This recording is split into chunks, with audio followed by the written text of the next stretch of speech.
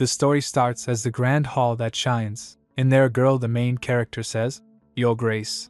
Olivia sits regally, her hands clasped, but her internal monologue reveals what she truly thinks. This man sitting before me is known nationwide as the impotent Duke Ian Tyrone, one of only 3 dukes in this empire, maternal cousin to the emperor, gifted with both wealth and honor. Olivia's thoughts continue. So what if he's impotent? As if that's even a flaw. It doesn't matter. No, frankly, I prefer it. Olivia reflects.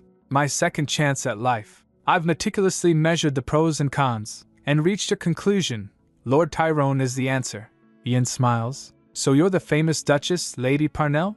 Olivia's hands clench her dress. No, Your Grace, you are mistaken. My name is Olivia Florence. You may address me as Lady Florence. Ian raises an eyebrow. However, are you not wed to the Duke? A flashback shows Olivia in a wedding dress, a look of grim determination on her face. Yes, the Duke, the jerk James Parnell. Never again will I, she replies. You mean my spouse, destined to not return from war for the next decade? She pours a cup of tea and says, according to imperial law, any marriage not consummated on its first night is rendered void. She sips her tea. And I, having never even seen his face, I am still Olivia Florence, she says with a smile. Ian returns the smile. What a daring remark. Okay, Lady Florence, what is your reason for requesting my acquaintance? Olivia says. Your Grace, have you heard the song that has spread throughout the streets? Ian smirks. Ah yes, the song, the lyrics of which suggest we are getting busy. Olivia pauses. Straight to the point. She clears her throat and says, those lyrics have put me in a difficult position, and I would like Your Grace to take some responsibility. Ian asks, responsibility? What responsibility do you expect of me? Olivia grins. Duke Tyrone. She rises, her eyes sparkling with mischief. I request that you marry me. Ian's eyes widen in surprise. A few months ago, Olivia wakes up in a familiar room. As she opens her eyes, she thinks, it's already bright outside. Ugh, my back. She sits up, surprised. Huh, my back is actually fine. She looks around the room. This room looks like the one I used at the beginning of my marriage. The room from 20 years ago. Am I seeing things? She rubs her eyes. She rings the bell. Let's get a start on my birthday festivities. But there was no response. Olivia gets confused. She rings the bell again, harder. But there was no response again. Huh! She feels annoyed, and then smirks. The help must have lost their minds. She clenches her fists. About time I taught them a lesson. Olivia slams the door open and strides out. She calls out, Marcia. Yes, my lady. I am here. Marcia rushes to her, flustered. Why you called? Marcia asks nervously. Olivia glares at her. What is this? Why is no one coming at the ring of my bell? Marcia fidgets. That's because... Looking at her, Olivia notices her. Olivia grabs Marcia. Since when was Marcia this young? She doesn't look a day older than when she was first assigned as my personal maid. She smirks. I must have worked myself numb. She grabs Marcia's shoulder and says, I'm feeling exhausted after preparing all the festivities. Fetch me some peppermint tea, would you? Marcia is stunned. Huh? Fetch? Me? Olivia raises an eyebrow. Then who else? Olivia crosses her arms. That face, as if she's never done it before. Suddenly, a loud voice booms down the hallway. How dare you cause such a racket in the morning? Olivia gets shocked and thinks, how would I ever forget that voice? A flashback shows Olivia, under an umbrella, standing in the rain at a gravesite. She remembers, my first mother-in-law, who died of sickness 10 years ago. In confusion, she calls out, ma'am. A woman with a stern expression appears. First mother-in-law, the elegant jackass. Her first mother-in-law says, ma'am, you better address me properly as Madame Parnell. Just then another interjects. Oh my, who burdens me with such cacophony in the morning? Her second mother-in-law, the whiny jackass, says, I already had a headache to start the day. Olivia gets shocked, my second mother-in-law. That can only mean... Just then another voice shouts, these little shits. Her third mother-in-law, the ignorant jackass, yells, what are you going on about? Do you want me to shut you up? Olivia starts to laugh. Ha ha ha, she thinks. I guess at this point, it's pointless to deny that this is actually happening. The worn-down room. My 3 mother-in-laws. My God! Have I just come back to when I was 20 years old? In the future before she came back, the rain pours down on the Parnell estate as Olivia in black, face hidden by a lace veil, taps on a desk. She plops down on sofa. A loud clang echoes through the halls. Someone was coming in armor. As the Duke Parnell walks covers in blood, a maid gasps, "Your Grace." "Sir," but she shuts up as he looks at her with fiery eyes. "Is that blood?" Other maids whisper in shock. Someone opens a door, and it's James Parnell, Duke and Patriarch of House Parnell, covered in blood. Olivia stares, shocked. "It's you!" Flash forward to the present, where Olivia looks dazed. "Tut tut!" Lady Parnell scolds. "Just the table manners I would expect from someone so uneducated. Didn't your parents teach you it is impolite to daze off with company present?" Olivia retorts. "Ma'am," but she cut her off. "How many times have I told you? It's Grand Duchess Parnell." Olivia frowns and says, "Then why don't you do me the same courtesy and call me Lady Parnell?" Lady Parnell is not amused. "What did you say?" she demands. Olivia smiles sweetly. "In case you didn't notice, I'm the matriarch of this house. As His dear Grace is away at war, I act on behalf of all his authority in his absence. You whine at me, asking me to respect you, even when you are not prepared to respect me, the acting head of this household." Lady Parnell frowns, "You little," but Olivia thinks, "What a load off my chest." Her third mother-in-law, pointing a finger at Olivia, says, "Dear, what right do you have to call him that way?" Olivia replies evenly, Because he is my husband." Her mother-in-law pushed her chair away and yells, "You little brat, say that again." One of the other women at the table gasps, "My ears are ringing so much, I can't finish dining. Could you please quiet down?" She mumbles, "I mean, it is times like this that I do assume all of you do this to just spite me." Olivia thinks to herself, "She's the same age I used to be. Does she realize how childish she sounds?" She decides, "Ha, screw this." Olivia looks directly at the whining woman. "Then you can dine alone in your chamber." Her second mother-in-law gets shocked. "What?" Olivia continues. "Do you really have to whine about everything like a spoiled little child?" The woman is near tears. How dare you?" Olivia's words hang in the air, leaving the others at the table speechless, her even sobbing. Lady Parnell, wiping her mouth with a napkin, says, "You must be completely insane." Olivia adds, "On the contrary, these are all sane things that needed to be said. In the absence of the Duke, Lord Parnell, I have the highest authority within this household, acting on behalf of the Duke. Please show me the proper respect." Furthermore, Lady Parnell shows no difference as Olivia continues, "I need you to waive the rights to the Parnell finances." Lady Parnell scoffs internally. "Wouldn't you like that?" One of the women at the table chimes in. "She's right, dear Miss Simpleton. We are not talking about chump change. This is House Parnell, one of the greatest houses in the Empire." Olivia retorts, "Do you even know what I majored in at the academy?" "It's accounting." She sighs. "I mean, I don't even see why I am asking for your permission." Olivia calls out, "Reginald." Reginald bows. "Yes, my lady."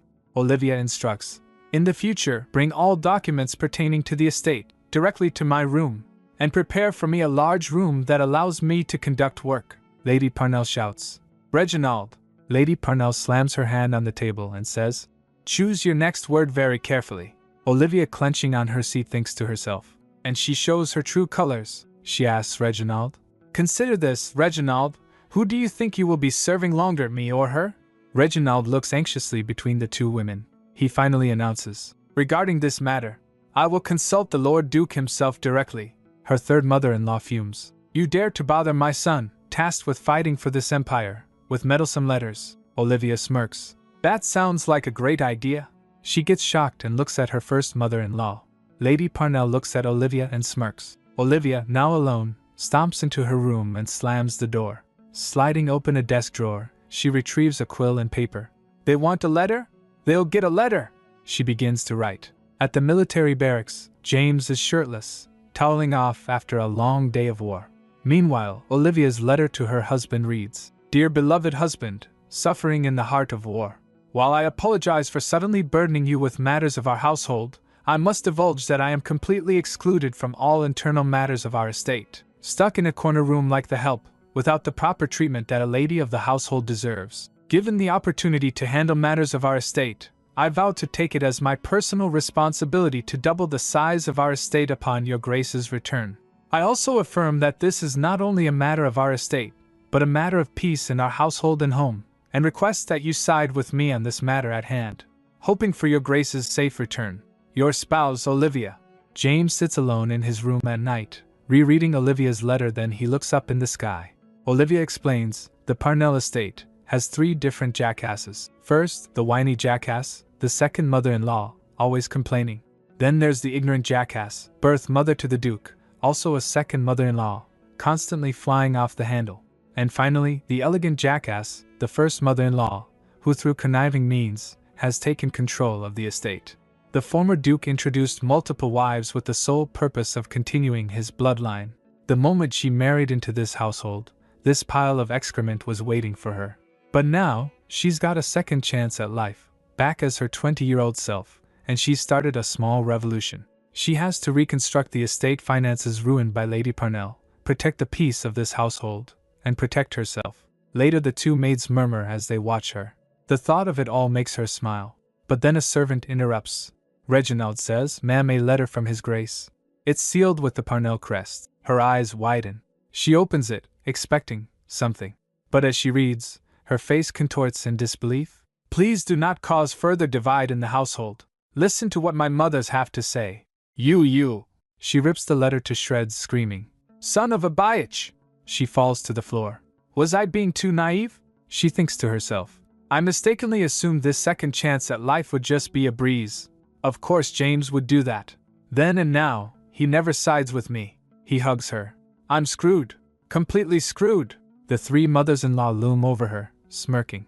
A few days later, in her room, her chimney was empty, her things were also empty, and she was served stale bread. Crap. She shivers in bed, thinking. Those salty jackasses. The cost of the revolution was high. She went to find the firewood. She finds one of the mother-in-laws holding a basket of firewood, smiling wickedly. The drastic treatment began after the war for authority was lost. Back in bed, she stabs at a piece of bread with a knife. I was too naive, of course he sides with him, mommies. She stabs the bread again. Am I supposed to stay with a man who doesn't have my back? She picks up the bread, and was about to throw it, but her third mother-in-law come barging. She glares at Olivia during the act. Olivia gets stunned and doesn't throw it. Her mother-in-law asks, Are all daughter-in-laws this lazy? She asks, glaring. Your mother-in-laws are awake and about, while you just lie there. She adds, smirking, You better expect that James will have scum like you removed from this household the moment he returns. She jolts up in bed. What? A flashback shows James, bloodied and bruised. She thinks, Wait, this is my second chance at life. There's no need for me to hold on to James again. She snickers to herself while her mother-in-law is confused. She grabs the mother-in-law's hand and says, Ma'am, you are truly a genius. The mother-in-law asks, What are you? What do you mean? She smirks, thinking, James Parnell, we are done. Later she walks outside, thinking, Either way, how to make this divorce a reality. The dukedom, House of Parnell, is blade to the empire, a family in service to the empire for over a century. But even this thriving household, she picks a rose, in recent years left only one heir, James. The empire needed to justify sending the sole heir of this household to war. If he is unwed, he cannot be sent to war, the emperor suggests. If that stands as the issue, why don't we just find him a suitor? She thinks. And I was that very suitor, chosen as a justification. She holds the rose. And solely because the Duke and I share a birthday, she cries out. Arar, how can I nullify this marriage? She sighs, sitting down. She picks at the petals of the rose. Should I just go to the emperor in tears? That my impotent husband was incapable of consummating our marriage? She shreds the rose. But that's not the case with James, is it? Flashbacks of them together play in her mind. On the contrary, she blushes, thinking, if we were to actually talk impotency, I did hear the emperor had a cousin who fits the label better. 2 years ago, at a party, as the nobles dance, a tipsy girl says, My lady, be careful. But she bumps into someone, spilling her drink. The drink crashes to the floor. Be careful, my lady, someone asks. Are you okay? Ian Tyrone catches her arm. She says, Why, your grace? He steadies her. Murmurs fill the air as everyone watches. The girl thinks nervously it had to be Duke Tyrone, of all people. Wait. Her face flushes as she realizes this could be her chance to capture his attention for good. I feel dizzy, she says, leaning. Embrace him, your grace, she says, a sly smile spreading across her face. Just like the other night. What? So those two got together? One lady whispers. The other murmurs, My gosh, can you believe that? But suddenly Ian slaps his hand against her and says, I'd embrace you, but you don't even get me semi-hard. The girl and everyone there gets shocked, and we see the Duke's lack of reaction. Someone murmurs, "Oh dear heavens," and from that day on, the nationwide title for him was the impotent Duke. Olivia thinks, but there's no one better to remarry than him. What a bother. How do I bag that passionless man? Suddenly she heard, "Lily Bridge is falling down. Oh my darling!" A maid sings, marching up the stairs. The people of this empire loved music. Even the bards of the streets made a fair wage from singing. The bards were normally tasked with creating songs about the empire's celebrities. She decides, "That's it. I should write a song, with some steamy lyrics of romance," she thinks, imagining herself in his arms. A few days later, street urchins are singing. The Duchess, Lady Parnell, couldn't stand her lonely nights. Every night, her window ajar, firing up her lantern lights. Into her chambers, the secret visitor comes up, getting busy with a man, who we know can't get at you up. Meanwhile, Romeo Alkesis, a friend of Olivia, asks, "You made sure the letter reaches Ollie?" His servant replies, "Yes, sir." He sighs and wonders, "Olivia, what are you up to?" In his letter he writes to Olivia, "I did as you asked, but I'm concerned of the song getting out of hand." Olivia responds in her mind, "Great work, Romeo. No wonder he's destined to become an imperial consort." Romeo Alkesis, her best friend, and future imperial consort of this empire, thanks to the bards that the wealthy Alkesis House of Countship supports. The song was a major hit. Just a week after its inception, rumors were spreading through the empire. Not a single imperial citizen could go about without knowing this song. Olivia overhears a maid singing. The Duchess, Lady Parnell, couldn't stand her lonely nights. Every night, her window ajar, firing up her lantern lights. She muses, "Maybe I should have been a lyricist. This asks for a follow-up project once this works out." She thinks, "The husband bird, such a dumbass Tweety. His three mother birds so whiny and sure." She grins. Olivia writes, "No worries, Romeo. This song getting out of hand is exactly what I want." She remembers her mother-in-law's torture and continues, "This is hell. Divorce is not the worst, but the best I can ask for. Thanks for listening to my favor. Your dear friend, Olivia." Then she thinks, now it's time for Lord Tyrone to make his move. 3 days later, the Duke's mother bursts into Olivia's room. "Why, you little? People must have seen you out and about like a proper flizzy. No wonder such songs are in the streets." Olivia, without blankets, thinks, "Damn, it's cold." She innocently replies, "Ma'am, I have no idea what you mean." "You know very well. I haven't been permitted to leave my quarters in weeks." The Duke's mother stammers. "Tea then." Olivia continues, "I really don't see why you are so mad, but please calm down." The Duke's mother's patience snaps. "Calm? Does it look I can stay calm? You are tainting my son's precious name." Olivia wonders, "And how is that any of my business?" Olivia asks, "What are you on about?" The Duke's mother says, "Madame Rosa was at a tea party today, and all the ladies there were telling her." At the tea party a woman asks, "Madame Parnell, have you heard the rumors?" Lady Parnell asks, "Rumor? What rumor, may I ask?" Of the women says, "That your daughter-in-law, Lady Parnell, and the Duke, Lord Tyrone, are getting busy. Olivia plays innocently. "Oh my, they're saying that on the streets. What a shame for me, and the Duke must be so embarrassed." Her mother-in-law yells, "Embarrassed my friggin' ass! What about these ignorant mongrels tainting my son's name? You should be cheering your war hero husband, not letting his name be left used as a joke." Olivia stops her. "That is rather odd," she exclaims. "How did such a rumor come to be, when I am locked in these quarters?" She grins, saying, "I'd better confront the man in person." Olivia receives a letter. 3 p.m. At the Aramir, Ian Tyrone. Olivia thinks, "At the Aramir, he really isn't leaving anything to chance." The Aramir was the most popular tea house in the capital, the perfect place for the Duke to rid himself of any rumors of secret encounters. Looking in the mirror, she thinks, "Not that the situation fares bad for me either." Obviously, Romeo was already making a fuss about the matter. The Emperor himself mentioned the matter at the Grand Council. Anything fares better than repeating another torturous 20 years. Olivia thinks, "Ian Tyrone, you will have to accept my offer." Meanwhile, at Tyrone household, a servant says, "Your Grace, the letter was delivered to the Duchess." The Duke smirks. "Is that so?" A carriage arrives, bearing the seal of House Parnell. Of course, all the gossips are whispering already. "That lady is the Duchess, the one in the rumors." Olivia, unfazed by the whispers, thinks to herself, "Chatter all you want. This is not my first rodeo. She remembers her past where she was remarked reckless, without any sense of manners. She thinks, even those awful experiences have prepared me for this. At the fancy establishment, she walks around. A servant asks, "Do you have a reservation, ma'am?" Presenting herself, she states, "Yes, I do. It should be under His Grace, Lord Ian Tyrone." The waiter, slightly flustered, says, "Oh, I see. Come this way." As they walk, she notes that their sitting was ahead from all the other nobles. She thinks, perfect positioning for the occasion. The waiter announces, "Right here, ma'am." But she observes, "He's not here yet." With a devious smirk, she thinks, "A game of wits?" Then aloud to the waiter she asks, "So, what tea courses do you offer here?" When he's clearly confused, she presses, "Tea courses, what is your selection? Stop making me repeat myself." The waiter, now thoroughly rattled, says, "Excuse me, we have 6 types of courses, handpicked by our tea master. This menu should describe the details of each course."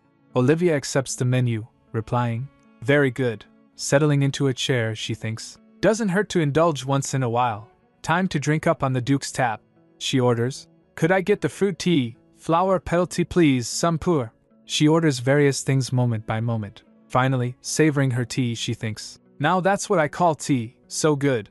She then calls out, "Excuse me." At that moment, footsteps approach. Lord Ian Tyrone appears. He comes to her then. Near her he turns to sit in front of her. She thinks, "Are you kidding me?" Aloud, she begins, "I heard a lot about you, but no one told me you were so ill-mannered, Your Grace." He looks at her straight then smiles. "Are you, the Duchess, Lady Parnell?" Flashback to 3 days ago. A carriage arrives at the palace. An attendant bows, "Greetings, Your Grace." Then he knocks at the door. "Your Majesty, the Duke, Lord Tyrone has arrived." As the door creaks opens, the king bursts out, "Ian, my beloved cousin!" as he grabs Ian in a hug. Ian groans, "Ugh, come on, sire." The king insists, "The entire world could believe in those rumors. But not me. No way. No way indeed." Ian looks at him in confusion. The king then exclaims, "I hear you finally have yourself a lover." Ian, covering his face, mumbles, "Oh my goodness." He then firmly states, "That is definitely not the case. Did you not arrange the Parnell marriage yourself, Your Majesty?" He brushes it off. We can just retract that. Lord Parnell is already at war, and I doubt he'll return just to save his marriage. I doubt anyone would frankly care." Ian simply says, "Well, I don't care for it." Just then the king calls, "Ian." He looks serious and says, "There's not much to marriage.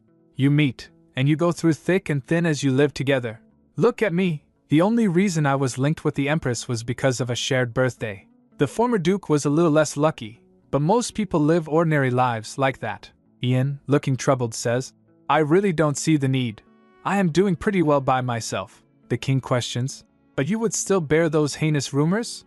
Ian, looking away, wonders, "I question her motives. Why did she have to go this far?" The king counters, "I considered it to be a smart move. How daring is it to throw an imperial arranged marriage out the window?" He urges Ian, "Why don't you just meet her?" Ian protests, "I do not want to." The king, slapping him playfully, insists, "That's not going to stop her from contacting you. I stick with what I said. I want this to happen." Ian finally relents, thinking, "At least I can say no to her in person."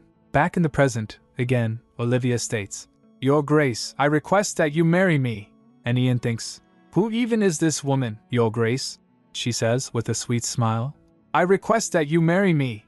Lord Tyrone is caught completely off guard. Who even is this woman? The Emperor had mentioned her. Daring this, and it's clear now what he meant. Ian remarks, "Rarely am I lost for words." She coolly replies, "I'm sure you are." He throws out a curveball. "You don't mind if I'm impotent?" Without missing a beat, she says, "I actually prefer that." Adding, "Matters of the bedroom are not my cup of tea, not even my coffee." Ian asks, "Is that supposed to be a joke?" With a playful smile, she replies, "You are out of touch, Your Grace." "That was pretty funny." He sighs, so she thinks, "I expected him to be angry. I guess he's more patient than I expected." Ian begins to explain himself. "I am not a man of many words, not that witty, and basically, I am indifferent to others," he concludes. "I can assure you, whatever you expect from me, you will be disappointed." She thinks to herself, smirking, "Dear boy, this old girl is far past having fantasies about marriage." She compares him to her late husband. Come to think of it, James was also not a man of many words. The Duke, just now, has spoken more words than what James would say in a week, she replies. I've had my share of living alone. She leans forward. Lord Ian, you have no parents, correct? He replies. Yes, they both passed away. Then suddenly she says, so why don't we get married? He jolted in shock. What? I am making a deeply rational decision in asking for your hand, she says. Not a joke or prank. Let's get married. Ian is taken aback and fell in thoughts. Looking at him, she thinks, no wonder the Emperor is concerned. His one cousin, an impotent man with no thought of marriage. But this may fare better for me. Internally, she concedes. If he had heard the rumors, he is likely to fully support his marriage.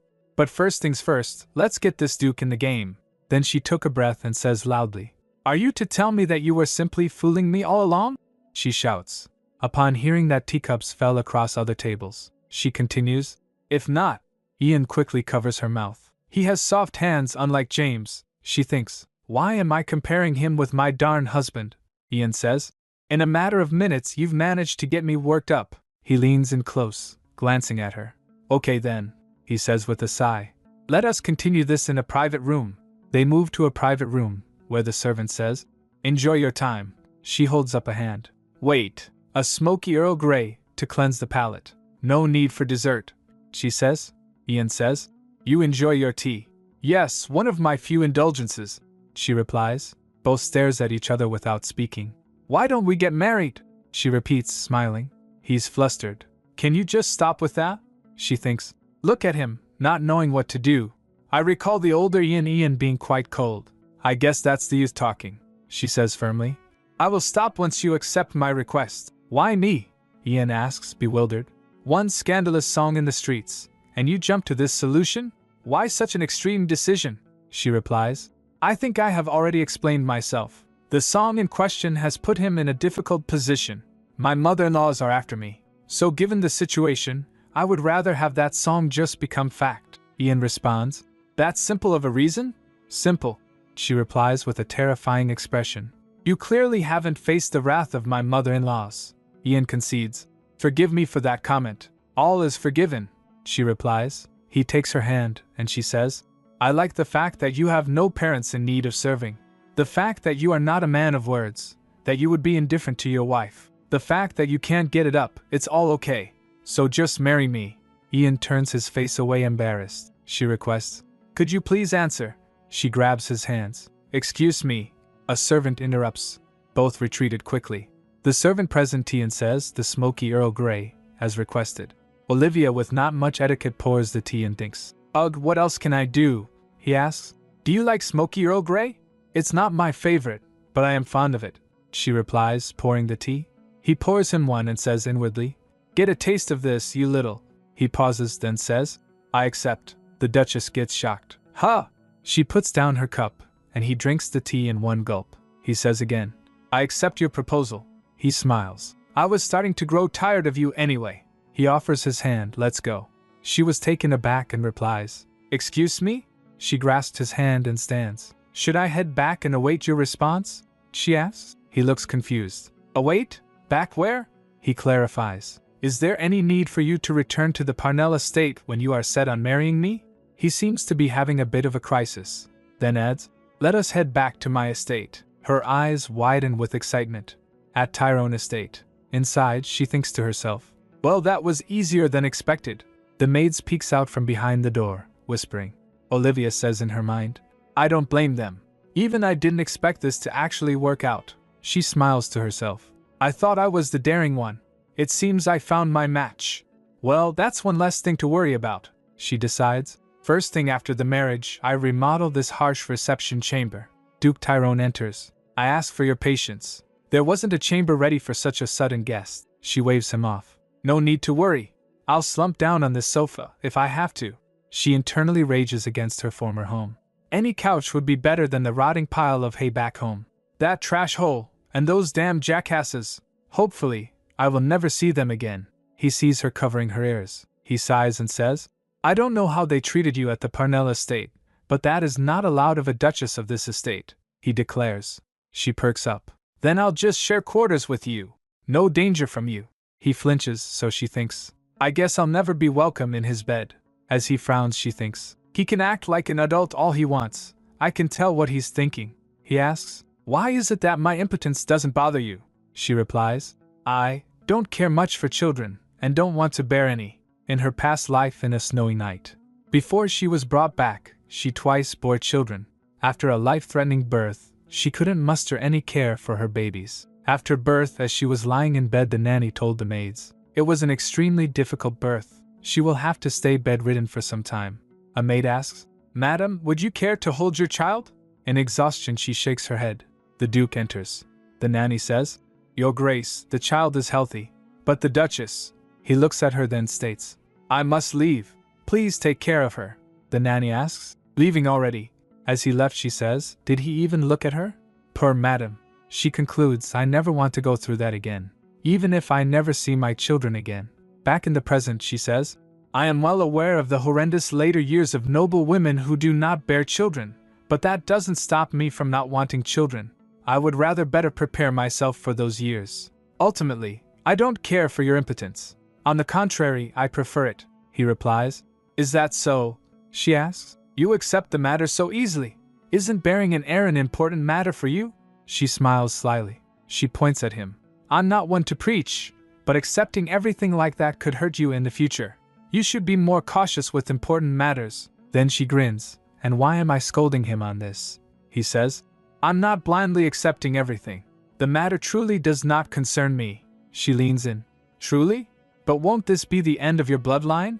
He replies, I don't think I need to really explain myself here. She smirks, then sits down and thinks, I guess at the end of it all, he can't get it up. She stares at him. He asks, could you please not stare like that? She shrugged it off. Excuse me, did I do something wrong? He says, you stare at me with a gaze full of utmost pity. She denies it. You are mistaken. Why would I dare pity your grace? He stands there bewildered. She muses. She thinks, sorry I'm messing with you, but your reactions are priceless. Then he steps closer. She notices. Why do I feel him moving closer? He leans in closer. Olivia is caught completely off guard. Wall, what is going on? She stammers, clearly flustered by the sudden affection. Ian, with a cool and collected demeanor, gazes down at her. Olivia is momentarily captivated, thinking, damn that face though. He hums thoughtfully, tilting his head. Where in heavens did you come from? He asks, his eyes piercing. Olivia shivers as he grasps her hand. What? She utters softly, still trying to process what's happening. Let me tend to my business now, Ian says smoothly. He then adds with a smirk. There is a mountain of tasks at hand to prepare for our wedding. Olivia can only reply, I guess so. In Olivia's mind, Ian is told, don't lean in on me like that without explaining yourself. Ian just gives a small, oh, before leaving Olivia, who smiles after him. I'll see you later, Olivia, he says before departing. Olivia is left alone, wondering. She sprawls on the couch. Is he actually impotent? She ponders. All the rumors do say he can't get hard. Can a man with no masculinity have such masculine vibes? Ian's masculine physique comes to her mind. Nope, she concludes. He was unmarried even after 20 years. The rumors are definitely true. Suddenly, the door creaks open. A servant announces, Madam, your room is prepared. Olivia beams, thinking, whoa, the preparations were faster than expected. As she sleeps soundly, James gently shakes her awake. My wife, open your eyes, dear wife, he whispers. Olivia stirs, her eyes fluttering open. She gasps, James. He leans in close, his eyes intense. Olivia's breath hitches. James, she cries, adding, stop. James just stares down at her. Olivia's eyes glow red with fury. She strikes him across the face. James, holding his cheek, she murmurs, I've never heard you speak with such a begging tone. Olivia's eyes blaze. Don't mess with me, she hisses. You're disgusting, she spits out. Olivia jolts awake with a gasp. Arg! She realized that it was a dream. She clutches the sheets. Just a dream, she sighs in relief. One bad dream, that's all. The next morning, Olivia is informed of their next destination. What? She asks in disbelief. Visit the Imperial Palace? Ian confirms. Yes, His Majesty awaits us. Olivia thinks to herself, looking at Ian. He sure is a looker. As Ian was about to sit, he calls out, enter. Olivia gets confused as two maids rush in with food. Yes, Your Grace, they say. Olivia is surprised. Enjoy, she is told. Olivia is still confused. I thought we were visiting the palace, she asks. Ian replies, we're to be married. A proper breakfast is first in order. I really don't think, she starts to say. I mean, His Imperial Majesty has called upon us. It's okay, dig in. Ian replies, unconcerned. Olivia wonders, is he sure it's okay? As far as she can recall, the Emperor was a frightening man. When I had made my mark as a duchess, the throne had been passed to the Crown Princess Startes. The Emperor had abdicated early. Countless fools were foolish enough to disrespect Empress Startes for being a woman on the imperial throne, in response to which, the former emperor executed countless unspeakable deeds, including a bloody purge of the fools. Romeo used to complain about the harsh treatment he received from the former emperor. Ollie, I'm practically suffocated by my in-laws, Romeo cries. Olivia replies, suffocated by in-laws? He says. I'm sorry. Olivia thinks to herself, I'm still glad Romeo was there, and is still by my side through all of this. The fact that I can take this peaceful breakfast feast, it's all thanks to Romeo listening to my favor. Our friendship was an easy target of scandal for the blabbering mouths of the empire. But thanks to the imperial decree of Empress Startes, we were permitted this friendship through all the rumors and nonsense. In her mind she says, respect to Empress Startes too. Being a duchess alone is hard work. How does she live as a monarch? As she was busy thinking, Ian observes her while he drinks his water. At breakfast, Ian's grilling Olivia about her plans if she had refused his proposal. What were your plans if I had declined your offer? Olivia is taken aback. Excuse me? Ian continues. What if you started those wild rumors, but the marriage did not go through as planned? Olivia, arms crossed, retorts. Then my mother-in-laws would have kicked me out in due time. Ian stares intently. You would return to the Florence estate, as all debts are paid off? Olivia's eyes widen. She recalls a scene. At night, lantern in hand, Olivia walks through the dark hallways. She overhears a conversation. Lord Florence, am I correct to understand that the Parnell estate paid off all your debts? Viscount Lord Florence, Olivia's father, replies. Yes. I consider it a proper offering for marrying off my children. Olivia with the lantern grips it tightly, her knuckles white. Her father continues. I am doing well in the business of selling off my daughters. Never knew the two girls would do me any good. What a relief, he laughs. You should have seen the look on the madam's face. Priceless. Olivia, still outside the door, is visibly shaken. Back at breakfast, she replies. No way. Knife to my throat. I would never set foot in that household again. I can assure you that you don't want anything to do with the human cesspool. That is the Florence estate. Ian sighs. The more I speak with you, the more you confuse me. You have obviously led an unhappy life. Olivia cuts him off. Are you going to finish that sentence? Ian waves it off. Never mind. Dig in. We have business to attend to after breakfast. Olivia is surprised. Business. Romana, the head housekeeper, greets them. Greetings, madam.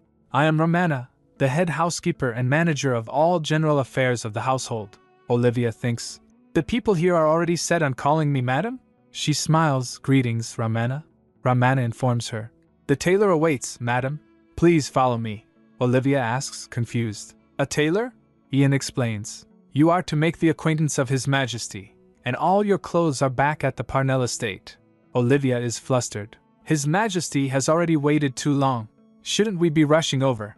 Ian, unconcerned, replies. He's probably excited beyond measure. A little tardiness never killed anybody. Olivia's inner thoughts are interrupted, imagining the Emperor saying, You dare make me wait. Olivia rolls her eyes. Blah, whatever. So stubborn. She gives in. Sure, show me the way. Romana replies. Of course. As they walk, Ian follows them. Olivia wonders. Does he plan on watching me get fitted? Romana opens the door to the tailor's room. This way, madam. Olivia is awestruck by the beautiful dresses. The tailor greets her. Greetings, madam. Olivia corrects him. You may call me Lady Florence. The tailor bows his head. Greetings, Lady Florence. The dress selections are to your left, she suggests. How about something with a shade of wine? Salmon pink works too, the tailor asks. Do you plan to have it match your eyes? The tailor turns to Ian. His Grace will be wearing. Olivia interrupts. We're not even married yet. No need to have matching tones. The tailor is flustered. Ian says simply, As you wish. Olivia smiles. You heard him. Olivia is pleased while Ian observes her. A few hours later, They are rushing to the imperial palace as the emperor called them again. Olivia thinks, I told him we should have hurried. He ended up making the emperor send an official letter. Ian notices the tension on her face and asks, has the Parnell estate run into hard times? Olivia asks, why are my garments not to your standards? Ian replies, yes. Olivia thinks, this is still the best outfit I had. She smiles. You can always show me better things after we are wed. You better prove to me that I made the right choice in asking you. Ian remains silent. He thinks, surely, a weird lady indeed. They arrive at the imperial palace. Ian and Olivia are greeted by the emperor. Dear cousin-in-law. The emperor hugs Ian tightly, who seems uncomfortable. Olivia curtsies. A pleasure to make your acquaintance, your majesty. The emperor helps her up. No need for a courtesy. Please get up. He then nods, pointing towards his aide. The servant obliges. The emperor says, before we begin, let's have your signature. He presents her with a document. Olivia is shocked. It's a certificate of marriage. It lists Olivia Florence and Ian Tyrone as the parties. Olivia and Ian are about to be married, but the emperor is moving a little too fast. This is... Olivia looks down at the marriage certificate, shocked. How can the imperial seal be on the certificate, even before either party's signature? She thinks to herself that the emperor is really eager to make this happen. She turns to the emperor. I have but one inquiry, your majesty. He impatiently responds. What is it? Speak, she explains. I am afraid of the aftermath of such a sudden annulment of my existing marriage. May I suggest we sign after matters with the Parnell estate are sorted out? The emperor bursts into laughter. Muhahaha.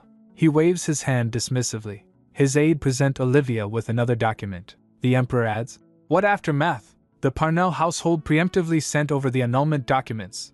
Olivia is clearly surprised. Excuse me? They already sent the annulment document?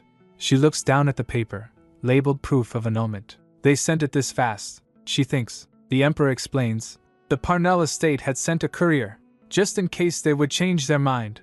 I was swift to accept. He holds up the document. And this copy will also be sent to the Duke, Lord Parnell, currently away at the war campaign. Olivia snickers in disbelief. Ha, she thinks. Those jackasses will never change. I'm glad there's no second thoughts. She tells the emperor. Then I accept, your majesty. She picks up a quill. I will sign. She puts pen to paper and signs the document. Emperor advisor brings the document to Ian. Your grace. As he takes a look at it, Olivia wonders to herself. I already signed. Is he having second thoughts? She leans in to look. She nudges him. Ian, this is when you sign. Ian then turns to the emperor, your majesty. Ian snaps. Did you even hear me? The emperor teases him. Yes, darling cousin, the love of my life. The emperor is far too eager. Ian points out.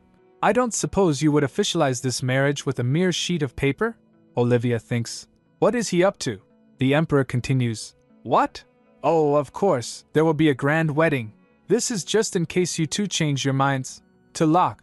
He catches himself. Lock local administrative procedures, of course. Olivia says inwardly. He was going to say lock it down. Ian thinks to himself. He turns to the emperor. If that is the case, I request the Diamond Hall. Olivia gets shocked. Your grace. Of all the many ballrooms of the imperial palace, the Diamond Hall was known to be the most extravagant, and open only for imperial festivities. This was where Romeo's wedding to Empress Startes was held. Olivia wonders. He wants such a location open for my wedding? The emperor shakes excitedly. I surely believed in you, dear cousin. No way you are impotent. With such a fantastic item in store. Olivia is confused. Fantastic item. The emperor clears his throat. Ahem. He continues. I'll have it held there, even next week if necessary. I'll ask the empress for a favor. Make sure you get all the help you need. Ian and Olivia. Thank you, your majesty. As they walked together, she recalled the emperor telling her. I leave him in your hands, Lady Florence. She stares at him, so he asks. Do you have something to tell me? She questions. Your cousin surely had a burden on his mind, Ian says. Burden? Because of me? She nods, so he responds. His concerns are his, and his alone. Especially when he has nothing better to do these days. She points. I think he was a little more excited than having nothing better. Ian says. So with that done, I think it's time we sort out what we call each other. She asks. Call? Why don't we just do what we've done so far? Ian raises his hand to her cheek and says, Dear wife. Ian whispers. Dear wife. Olivia's face flushes. She remembers James calling her the same thing. A memory of her previous marriage? She clutches her chest. No, not that, Olivia insists, but Ian is already thinking. He leans in, murmuring. Then, Olivia, he whispers into her ear. Ard, can you please not whisper in my ear like that? She demands. She shuffles back. He chuckles. If that is my dear wife's request. She frowns. I said don't call me that. I really don't like that. He muses. I was correct. Olivia's bewildered. About what? He says. Nothing. She wonders. Seriously. He turns away. It's getting late. Shall we head home?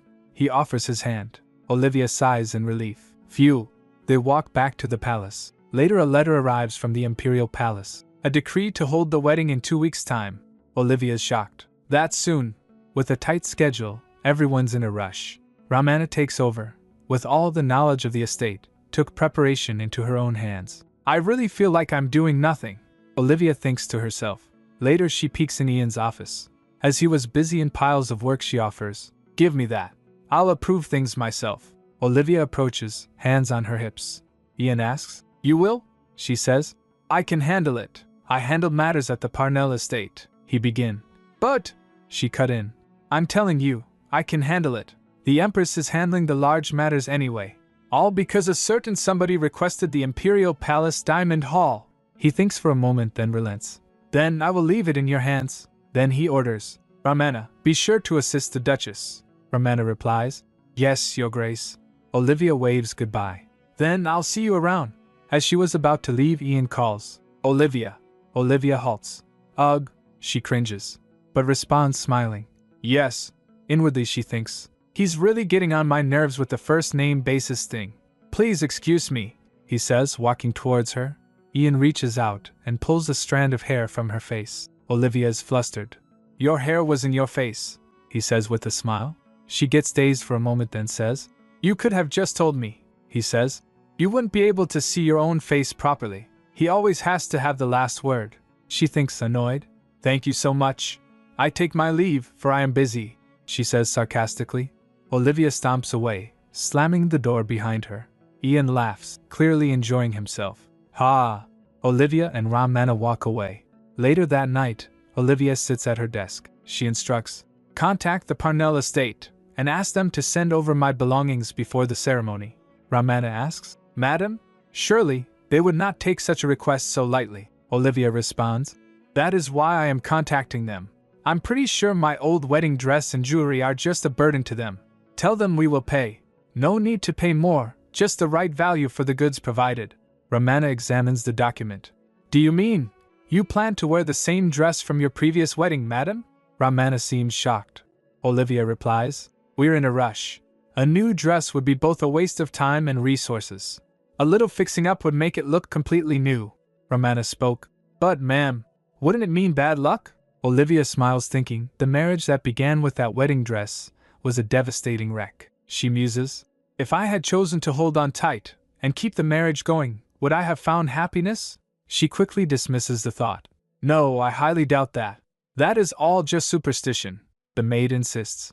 But Olivia's having none of it. A dress is but an object, and objects do not define one's life. I am happy with saving money and time, the maid simply replies. Understood. A few days later, a letter arrives from the Parnell estate, accompanied by Olivia's possessions. The letter reads, we have no wish to barter, and accept what you have offered. We have rid the house of most of your random trinkets, so not much is left. Olivia smirks. There was only one reason she forced herself to send that letter to the Parnell estate. She looks at a necklace and whispers, Mother, she remembers. There weren't much treasures to bring from my humble home, but this necklace was the one thing I managed to grab. The last thing I have left from my late mother. Olivia clutches it close. Thank God I asked to pay. If I had just asked for it, they would have thrown it away, she concludes. And this marks my final farewell to the Parnell household. Her maid looks on, concerned. Later that night, as she sleeps soundly, Ian watches her. Each day, she baffles me. He ponders how she can be so daring, wearing worn-down clothes but exuding a strong, confident attitude, polite yet fierce, knowing not to cross the line. Acting like an experienced socialite, yet research reveals a different story. He remembers Ramana telling him, Olivia, it turns out, was quiet and polite, not standing out among her peers at the academy. She had a close-knit group of friends, including Romeo Alkesis, a count's son. She majored in accounting and had no opportunity to learn the ways of high society. As you mentioned, she seems to have been completely neglected at the Parnell estate. Ian thinks about her, timid, calm, and not a single touch of high society. He wonders, if that is the case, who on earth is this woman in front of me? His eyes fall on the necklace she's wearing. Is that the necklace she mentioned? He remembers Ramana telling her. It is the only trinket she took from what they had sent over. It seemed to be something meaningful to her, he remarks, a smart move hiding her true motive under the guise of a wedding dress purchase, while her choice also made reasonable sense, given the circumstances. Ian reaches out to her, gently caressing her hand. Dear wife, Olivia frowns in her sleep as he asks, someone must have called you that before. Did he give you that necklace? He grabs the necklace, his gaze intense. The days aren't passing quickly enough. 1 week later, Olivia is getting ready for another wedding. 2 weddings in a lifetime. To her, weddings were a bitter affair. Will this one be any different? She shivers. Ian sneaks into the room. Olivia. She gasps, startled. She turns and says, oh, come on. Can you knock? You gave me a... She stops in the middle as she looks at him. He was quite a looker. He asks, are you feeling okay? You don't look so. He touches her forehead, concern etched on his face. Olivia blushes, flustered. Why am I choking up? Are you feeling okay? He asks, concerned. Olivia's eyes are red-rimmed, and she's trying so hard not to cry. Don't cry, she tells herself. There's nothing to cry about. She grasps at her dress, trying to calm herself. She says, it's nothing, just a little wedding jitters. You get those for your second one too? He jokes. Arg. Olivia's reaction is instant. You really consider yourself a comedian, huh? He just laughs it off. Are you still getting the jitters? He asks softly. A little bit better now, she admits, her eyes downcast. Then, he holds out his hand. Here, take this. It's a ring. What is? Olivia begins, confused. Your wedding ring. As you may be, he starts, but then stops himself. It's nonsense to reuse your old ring, she replies. True, the other half also happens to be in a war zone. Ian's face falls. That's not what I meant, he quickly corrects. Then what were you going for? She asks, skeptical. He sighs, and she thinks. Stop sighing and blurt it out, young man. He grabs her hand, slipping the ring onto her finger. It's such a perfect fit, Olivia says, surprised. Of course, I got your size, he says smugly. For my finger? When? She demands, shocked. That's a secret, he replies, grinning. Seriously, she thinks, annoyed. Well, this ring. Olivia trails off, examining the jewelry. I've never seen such a design, Your Grace. A servant interrupts. The guests are in need of your welcoming. Ah, he responds. Olivia stares at the ring, lost in thought. He grins, knowing he's got her attention. He grabs her hand and whispers, I'll see you in a minute, Olivia. Close up, her eyes widen. She thinks, cringing. She thinks, he's really having his fun with me. All this teasing, with such a straight face. I expected him to be as blunt as James, but I was surely mistaken. Olivia smiles softly. I want you to be happy, Olivia, her mother had said. Mother, she thinks sadly. If she had known I had to get married twice, it would have broken her heart. Just then a servant says, Madam, it is time, she says inwardly. But Mom, it's okay. I'm making it through it all. I will not let this new opportunity go in vain, she thinks, steeling herself. I want to be happy. As she enters the hall, announcer says, Here comes the bride. The wedding ceremony begins, the priest intones. As the roots of this joyous matrimony settle, and the blessings of His Majesty, a true blessing for the joyful harmony of the bride and groom, and let their lives, and he continues. The crowd watches, smiling. Damn, the flowers, they must have cost a fortune alone, Olivia thinks. In my past life, I would have fainted from shock. She glances at her groom. At least in this life, I am not the only one attending the ceremony. I also made sure not to invite my father. Flashback to her sleazy father. Her father asks, Could you spot me a little for your sister's wedding? A useless bum of a father, she thinks, disgusted. Her father adds about her sister. Thankfully, there was a household willing to take her away at 50,000 dirks. Nice and full, she concludes. In this life, I'll make it a point to leave him out of my life. He really made everything in my life worse, she thinks, recalling her past. Given the time, I'll also bring over my little sister. What's on your mind? Ian asks, noticing her pensive expression. You know, just taking all the wedding in, she lies. Liar, are you sure it wasn't the thought of another man? He teases. She replies, smiling nervously. No way. Then they straightened. Ian grins and says, Not that many people can think of anyone else with me in the room, she says inwardly. So full of it. But he isn't wrong, he says. If this happens to be a rebound, because you couldn't get with another lover, please speak now. Sorry? Olivia asks, startled. She began. Wait, but the priest interrupts. Bride and groom, the vows of faithfulness. She gets confused. Vows of faithfulness? I don't remember this. Ian leans in close. Olivia flicks her eyes to meet his. She says in her mind. Stop grinning, young man. Ian leans in and whispers to her. I happen to be very adamant about keeping my woman to myself. He leans further and kisses her.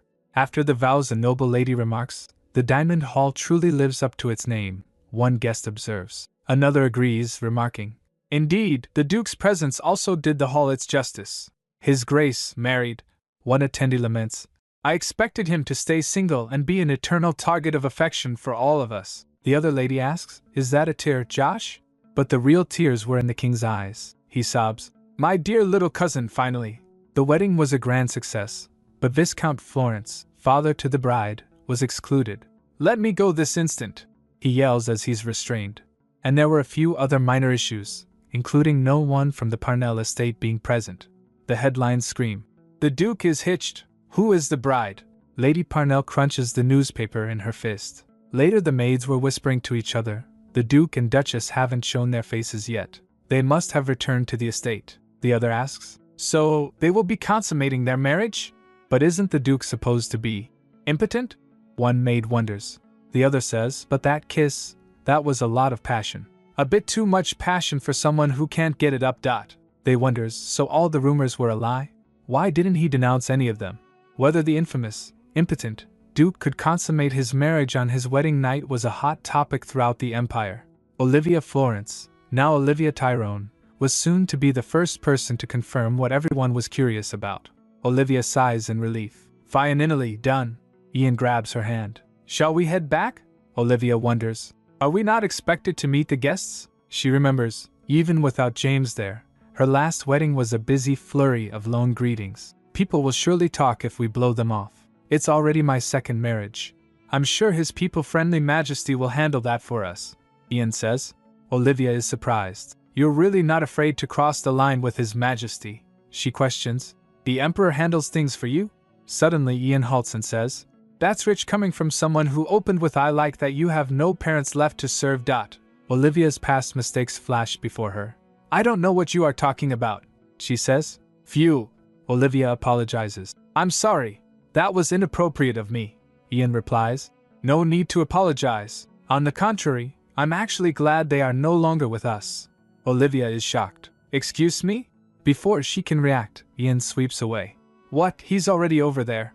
Just then she notices and says, Ian, you're heading in the wrong direction. The carriages are this way, no? He replies, I know. We are staying a night in the palace. What? Olivia says, completely flustered. In the palace? Ian explains. His Majesty has given us a room. He's also the one who directed us to leave in the first place, Olivia says. Wow, His Majesty does sure hold you dear to his heart, Ian replies. Well, I'm sure he has his own motives, she wonders. Other motives? What else does he get out of this? Is he expressing his trust in me to take care of Ian? Indirectly telling me not to dump his beloved cousin like I did James? Olivia sighs. Then Ian says, We are going to take all afternoon at this rate. Excuse me. He lifts her up and carries her. She exclaims, Whoa, she says flustered. We can take our time, you know. It's not like we are in a rush to do anything. Upon hearing that, Ian's face went blank. She notices. He has nice strong shoulders, she wonders. Did James have strong shoulders? She fell asleep in his arms. Later Olivia is getting ready for bed. So tired. She yawns. Now that I'm loosening up, all the drowsiness is kicking in, the maid says. Madam, come this way. Olivia replies. Yes, yes. As she follows her she thinks, I just want to lie down. At the chambers the maid says, His Grace will be joining you shortly. She replies, okay. While leaving the maid congratulates her. Oh, madam, congratulations on your wedding, Olivia replies. Yup, phew. Olivia climbs into bed. Now that's more like it. She rubs her face against the covers. Wait, I'm feeling the bed covers a little bit too well. She lifts the covers and sits up. She dazed seeing her dress. She wakes up in a revealing nightgown, and she's absolutely mortified. Wait, what am I wearing? She remembers the maids fussing over her earlier. Was this why they were taking so much care in dressing me? This sleeping garment is way too revealing. She dives under the covers, determined to hide. I'll just stay like this. I mean, we're just sleeping here. No need for him to look under the covers. But of course, that's when footsteps approach the room. Click goes the door, and in walks Ian, looking absolutely divine in a matching robe. Olivia thinks, my God! They dressed him up for the occasion. Under the covers, Olivia internally screams, ignore it, ignore it, ignore it. Time to sleep. But just then, Ian calls her name. Olivia. Startled, she peeks out, only to be met with Ian's face inches from hers. Kaiawea! Olivia recoils, mind racing. I see his chest. I see his chest. I can see his friggin' chest. She tries to bury herself again. Nope, nope, nope. Ian, clearly confused, pulls back the covers a bit. Why are you wrapped up like that? You're falling asleep? Olivia, flustered, retorts. Yes, I'm tired, so I need to sleep. You had a hard day too. Good night. Ian, still looking concerned, replies, good night? He leans closer again, and Olivia internally shrieks. Eek! Calm down, heart! He's the impotent Duke. No worries. Then Ian says, open your eyes. We have unfinished business to handle before we sleep. Flustered Olivia asks, at finish? Besides talking to the guests? He asks, do you remember what you told me when I called you Lady Parnell? Olivia remembers her words. According to imperial law, any marriage not consummated on its first night is rendered void, she realizes. So the unfinished business is. Ian leans closer. His voice is low and dangerous. What if you tell another man what you told me, and leave me for them, just like with me? He cups her face, and she looks at him, wide-eyed. Then he kisses her. A soft, lingering kiss. Ian pulls back slightly, a smirk playing on his lips. So I'd better make sure our marriage is not rendered void. Olivia is completely thrown. But you're supposed to be impotent. She actually shouts it out loud. Ian responds with a grin. Oh, have I ever said that with my own lips? She recalls. 2 years ago at the ball. You said you didn't get hard. He clarifies. Yes, in that situation, and not for that lady. He continues. I would be no better than a dog if I would get hard for any passing flizzy. Olivia thinks. Then why did he ask me if it was okay for him to be impotent in the first place? Olivia fumes. This is a scam. But Ian is already moving to get closer to her. Let's first remove these covers. Olivia resists, clutching the blanket to her chest. No way! He reaches for her, but Olivia pushes him away. Then she says, I don't want any children. I am afraid to have children. Ian looks at her with concern, gently pulling her into an embrace. It's okay, Olivia. He strokes her hair. There's no need to worry about that. I never wanted any children either. That is also why I did not bother explaining myself when the impotent Duke title stuck. He leans in, and Olivia looks up at him, her expression softening. He kisses her again and again. He lifts her up, and Olivia cries out. And no! Why is he, suddenly? She fidgets, unsure of what to do. Just then she notices Olivia is understandably flustered. She dodges Ian. He remarks, I never knew you were so agile. Olivia is not impressed. Is that all you noticed? What is that thing on you? She exclaims. Ian smirks. I mean, it came complete with the package. Olivia tries to escape, muttering. Nevertheless, this is not what I signed up for, so good and dash. But wobble. She stumbles, and Ian grabs her. Have I ever told you that you really seem to keep me busy? He says, pulling her close. No need to be tense, he whispers, his eyes intense. Olivia blushes, confused. Huh. Ian smiles reassuringly. I already told you, you have nothing to worry about. And then the kiss. And then the deed. The next day at the palace, Olivia wakes up with an exhausted look, throwing the covers off. Ian stands in the room. Liar! She shouts accusingly. You stupid idiot liar! She continues, clearly annoyed. She mutters to herself about her back killing her. She asks, how did you manage to keep it a secret? He replies, I told you, I just happen to not be a hound that jumps at the sight of every woman. Come to think of it, you were rather rude to me, but I was still willing to forgive that. He asks, Why did you think that was so? Olivia remembers. Looking back, it was a little strange. A man who had decidedly lived 2 decades without marriage, so quick to accept my proposal. Olivia reflects. Like he said, it's not like I talked to him in the politest of ways. That means he did it for one reason. She asks Ian if he had feelings for her. Ian replies, Bingo. Olivia asks, For me? Why? That was the first time we met. Ian says, To be honest, it was your looks that did it for me at first. He adds, Especially your eyes. Ian continues, Then you spoke of your conditions, and I like them. Not wanting any children, on the ball with everything, daring but not greedy. He says, I felt you would have a knack for managing the household and the estate. Olivia exclaims, What if I were to take everything you own, the estate and everything? First impressions can lead to dire consequences. He adds, I also liked how you treated me like a naive little boy, just like this, even when I am older than you. Olivia smirks, thinking, I mean, sure, in this life, he continues. And finally, I made up my mind when you ordered the smoky Earl Grey.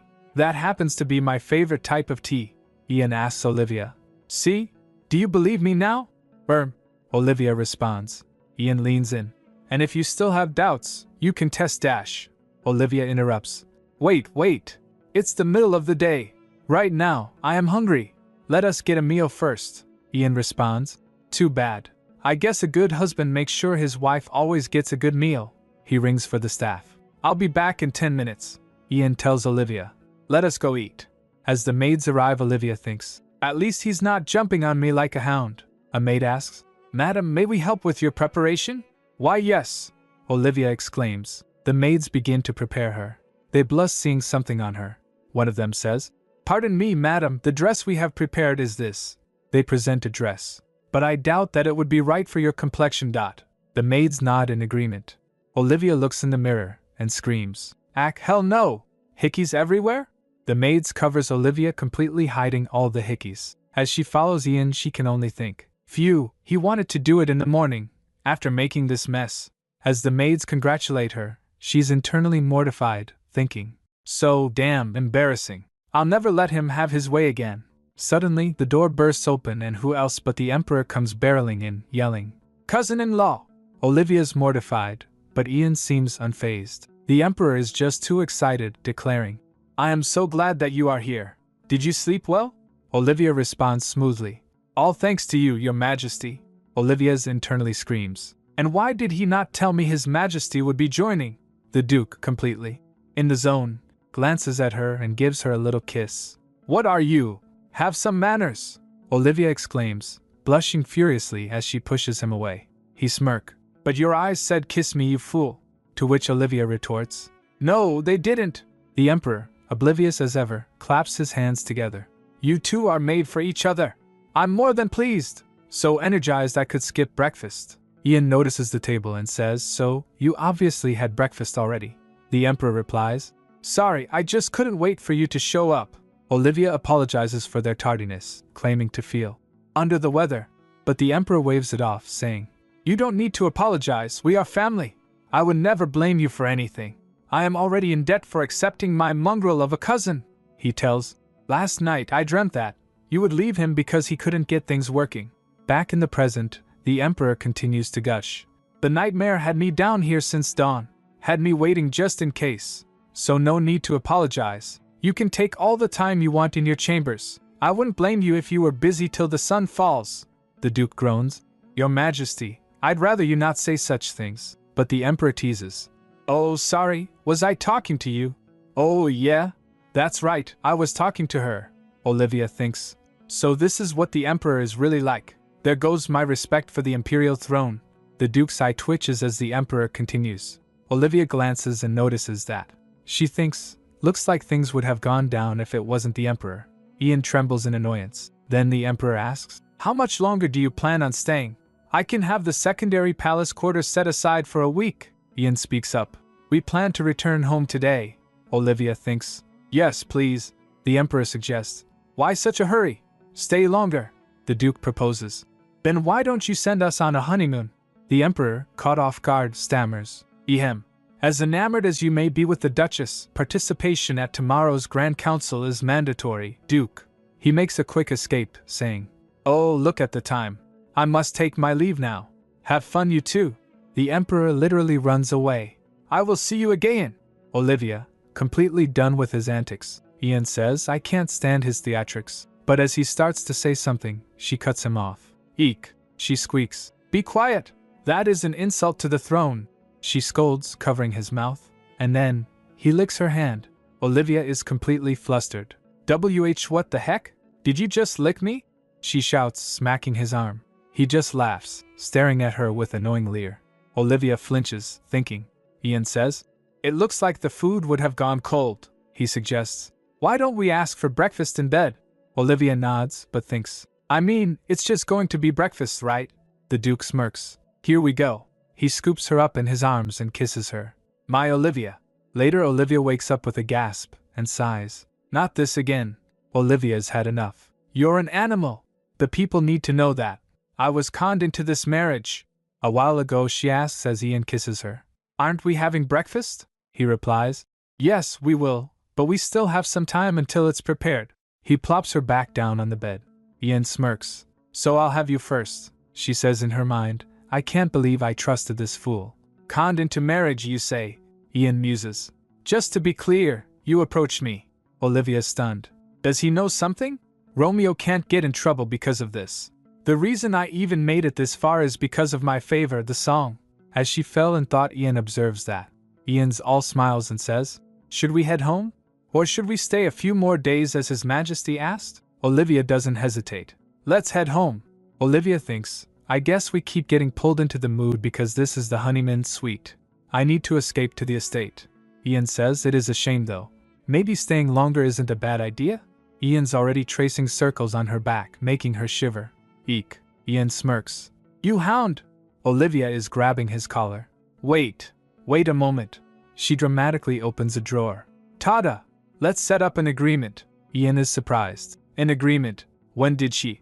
He says, state your terms. Olivia presents her terms. First, we always practice contraception. He agrees. Of course, next, she says. Second, while married, we stay true to each other. Ian picks up Olivia's necklace. That was something I wanted to request. Okay, continue, Ian says. Finally, the most important clause. How many times we perform coitus. She holds up a finger.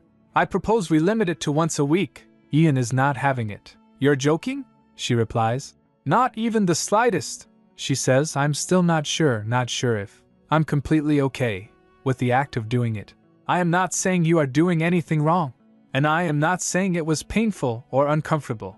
It's just. Her hands fidget. Still, Olivia declares, trying to sound confident.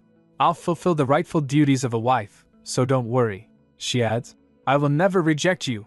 It's just the frequency Ian pulls her close. If it were just the act, without any care for you, it would be something meaningless, forced on you. I have no plans to torture you. Ian holds her saying, I just want to bring joy and happiness to your life. Olivia felt touched. He adds, I for once will never have you trembling in fear by forcing duties and roles on you. She recalls her last night and blushes. He says, I will wait until the day you feel no more hurt. Do not worry, Olivia. We can take some time to discuss the third clause. Olivia replies, sure. That was your motive all along. Ian grins. He sits beside her. Who did this to you? Gave you all this fear? Is it your father? Or, he leans closer, his eyes intense. A lover? Olivia's immediate. No. I've never had a lover. Then I'm glad. Ian confesses. I happen to be the very jealous type. He leans in close, their faces inches apart. A few years ago, James Parnell steps briskly along the academy grounds, wiping his brow. As he was walking, someone calls out from behind. Excuse me. He halts and turns to see a girl with silver hair, looking lost. Pardon me, but how do I get to the academy entrance ceremony? She asks. James points helpfully. You're probably over there. The silver-haired girl, Olivia Florence, says. Thank you so much.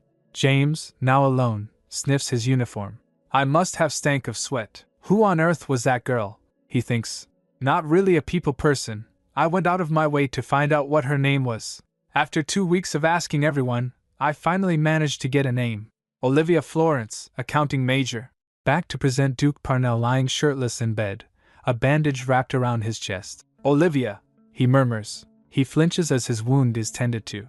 Arg! His attendant enters asking, "Are you awake, Your Grace? You must not move," the Duke asks. "How long was I out?" The attendant replies, "About a week, Your Grace. We have rounded up the spies, but we almost lost you this time." He drifts back into a memory of the battle. "Your Grace, behind you!" Someone shouts as a sword swings towards him. Back in the present, his attendant continues, "We never imagined there would be so many spies among us. Thanks to your swift discovery, we managed to keep damage to a minimum. At least that is some good news. The border region, where conflict with the invading people is underway, a troublesome region of war, plagued by constant skirmishes for decades. He was hurt during efforts to capture internal spies that were leaking information to the enemy at this time of conflict." Back in his bed, the Duke is lost in thought. Dreaming of old times. "I wonder if Olivia is okay?" He reaches for something, noticing something is missing. He asks, "Where is my ring?" His attendant replies, "Oh, the ring." The attendant says, "Anyone in the nearby war zone was aware of this infamous ring. As rings burdened the wielding hand, swordsmen would rarely wear them. However, the Duke, Lord Parnell, would never take off his wedding ring, even though he had never seen his wife's face." The attendant muses, "An act of loyalty, I suppose. Sounds like something His Grace would do." He then states, "The inside had worn down, and the ring was broken, probably due to you wielding a sword with it on, Your Grace. They are mending it as we speak." "I see," the Duke replies, but he's distracted by a rather odd feeling. He fidgets with his fingers. "Is it the pain of the injury?" he wonders. The attendant interrupts his thoughts. "There was also a message for you." He hands over a letter. The Duke asks, "From the Duchess?" The attendant replies, "No, Your Grace. This comes from your mother, Lady Parnell. And another message came from the Imperial Palace." The Imperial Palace, he wonders. He tears open the letter. As he reads it, he groans, "Arg, damn it." His attendant glances over, startled. "What is wrong, Your Grace?" "It was a certificate of annulment." The Duke stares at the certificate of annulment. "An annulment? Why?" The attendant stammers. "Your Grace," the Duke demands, "do you know anything about this?" The attendant responds, "I considered it to be a silly rumor, and did not pass it on to you, Your Grace." "A rumor?" the Duke asks. The attendant nervously says, Lady Florence, your wife, is said to be in an affair with the Duke, Lord Tyrone, and the Duke is not happy." The attendant adds, "and His Majesty the Emperor, hearing of this, has eagerly attempted to bring them together." James thinks the Duke Ian Tyrone? The impotent Duke? How could he even get married? Someone isn't adding up. He is pissed, realizing he never gave his seal for the annulment in the first place. While shaking, he picks up his mother's letter. That reads, "The Flissy Olivia was tainting the honor of our household, and we personally kicked her out. We also plan to retrieve the massive investment bestowed upon the Florence. No need to worry about Olivia anymore. Focus on protecting the outer region." James rips the letter apart and groans in pain. He gasps, wondering what is going on. Olivia and Ian are back at his estate, holding hands, with servants greeting them. "Welcome back, madam." Olivia is thinking about how many servants there are, taking her back. She's determined it's time to forget the past. A new beginning, a new house, new people, a new life. Ian calls out, "Olivia," and offers her some rest or tea in the gardens, but Olivia is having none of it. "I would like some shut-eye," Ian says. "Oh, I wonder if my room has been cleaned." Olivia stops him there. He says, "Come on, it's okay. We're back home." But Olivia isn't convinced. "It's not okay." She reminds him of their agreement, and our agreement dictates. Ian is getting close to her face. "We never finalized the frequency clause." Olivia freaks. "Eek, don't even joke about that. And keep your distance." She demands a 2-meter radius at all times. Ian cheerfully agrees, calling out, "See you at dinner, Olivia." Olivia slams the door. As she enters, Ramana asks if she's okay, and Olivia insists she's fine, but inside, she's spiraling. Foolish of me to believe that he was actually impotent, and if he keeps doing this. She covers her face, steaming. "Arg, I don't know." Then, the maid presents her with a message. "Madam, there is a message in need of your confirmation," she asks. "A message?" "It's from Florence." Olivia reads the dreaded letter. "The investments endowed upon our estate for your marriage to Lord Parnell have been recollected. Your actions will leave us starving. Solve it." Olivia snickers. "My father, the Viscount, Lord Florence, not to speak ill of him, but he was one pile of human excrement. He had no business sense, his vanity ventures failed, and left the household in debt. He sold her off to cover those debts, and her sister, Annie, to a drug addict. But Olivia's back, and she can save her sister. Burning the letter from her father, Olivia starts writing her own. Dear father, let us set the facts straight. The debts were of your own doing, and I couldn't give a rat's ass if you starve or not. Please don't write to me about such matters again. She instructs her maid to send 2 letters to the Florence estate. She thinks, as I am back to 20, Annie must be 14. Olivia thinks of her sister. Annie, I promise you that in this life, I will save you from that dirt hole. Later at the Florence estate, things are far from peaceful. Viscount Florence is absolutely fuming. He slams a letter on the desk, eyes blazing red. Damn it! The letter informs him that with Olivia annulling the marriage, the investment they provided will be recollected. House Parnell requests a swift return. He grits his teeth, convinced. This is all because that Flussy couldn't make up her mind. Remarried without a word to me. He recalled her wedding, embarrassing me at the ceremony. Back in the present, the Viscount kicks a chair in his fury. Ungrateful little whore! Then, someone knocks at the door. Viscount Florence is beyond livid as Annie timidly enters. What? I specifically asked not to be disturbed, Annie squeaks. Father, a letter has arrived. He explodes. I told you such things can wait. He raises a hand to strike Annie, but stops short looking at the letter. Who is the letter from? Annie, clearly terrified, replies. Oh, Olivia sent it. Aha! He snatches the letter. No way she would ignore her fam. But as he reads, his expression darkens. That little whore! He sweeps everything off the desk, sending it crashing to the floor. Annie shivers in fear. He shouts, I feed her, raise her, and this is how she repays me? He clenches his fist on the table. Then he asks Annie, holding the letter. And what is that letter? He asks, dangerously calm. Annie stammers. This is. Viscount Florence looms over her.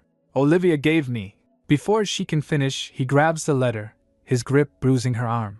Give it to me! The letter, from Olivia, reads, I will send a carriage from the Tyrone estate in 3 days. The Viscount smirks, a truly sinister expression on his face. So this is what she had in mind. Meanwhile, at the Tyrone estate, the Duke is reading documents at his desk. He's smiling to himself, and his aides are whispering about his odd behavior. What's up with him? One asks. No idea, says another. The Duke is practically giddy, humming to himself, when Chief Aide Kennan approaches. Pardon me for asking, but are you done reading, Your Grace? The Duke waves him off, still smiling. Sorry, something just keeps coming to mind. Kennan is not amused. What keeps coming to mind? It is obvious that you wish to tell us. Then he subtly flips the Duke off. Ian asks, is that middle finger intentional? Kennan insists. A mistake, I assure you, the Duke tells.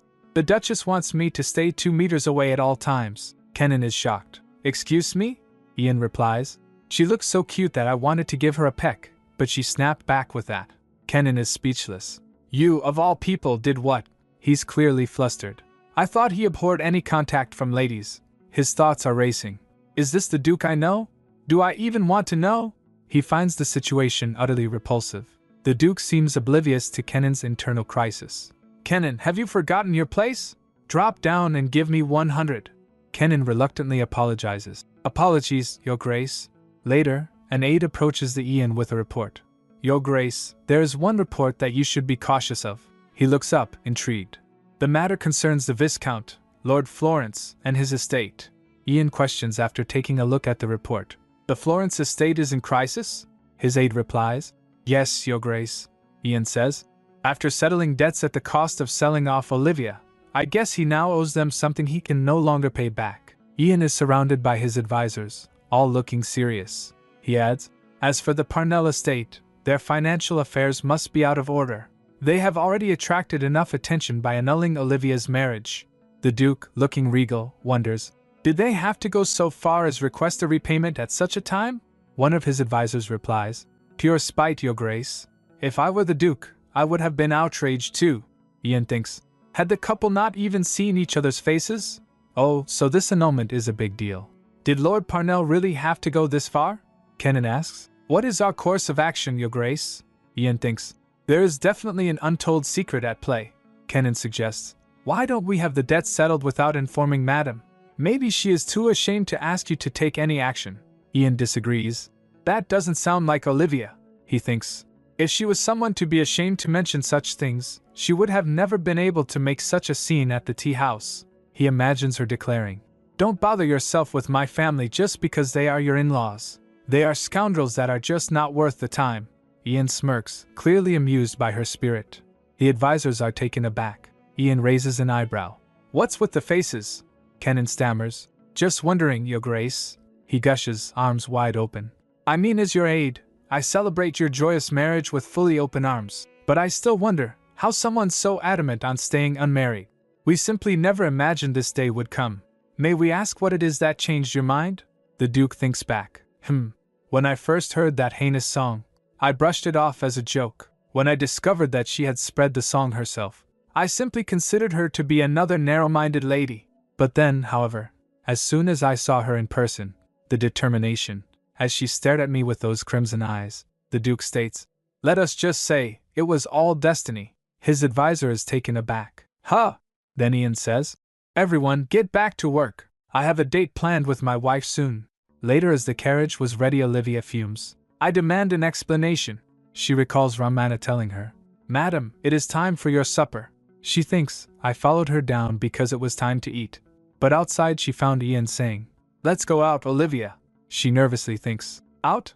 Wearing this?" She exclaims, "I simply came down to have some supper." Ian compliments, "Even without dressing up, you are radiant." Olivia rebuffs, "Basic social manners are required, Your Grace." She insists, "Wait a little, I'll be ready in a moment." Olivia sits down in her room. "Go out? Out of the blue?" She thinks to herself, "It's moments like this where I can really tell he's still a young man." She grabs her necklace and puts it on. Ian peeks through the door. He reaches out to her sneakily and says, "It seems you are all ready." Olivia gasps. "Ian," he says, "let us hurry, you are already perfect." He takes her hand. "Let us leave," and kisses it. Olivia gets confused. They get into the carriage. Inside the carriage, Olivia was busy looking at her necklace. Ian notices that, and shows signs of concern. At their stop, Ian extends his hand. "Let us get off, Olivia." She takes his hand and says, "This place better have some amazing food." Olivia is surprised when she sees the place. "This isn't a restaurant." Ian smiles. "Right. So there was no need to dress up for anybody." As they were walking inside, Olivia wonders just what exactly they're doing here. The servant guided them to their sitting. Olivia looks around and thinks, this must be their VIP chambers. Ian tells Olivia to take a seat, but she's still stuck on the "Why?"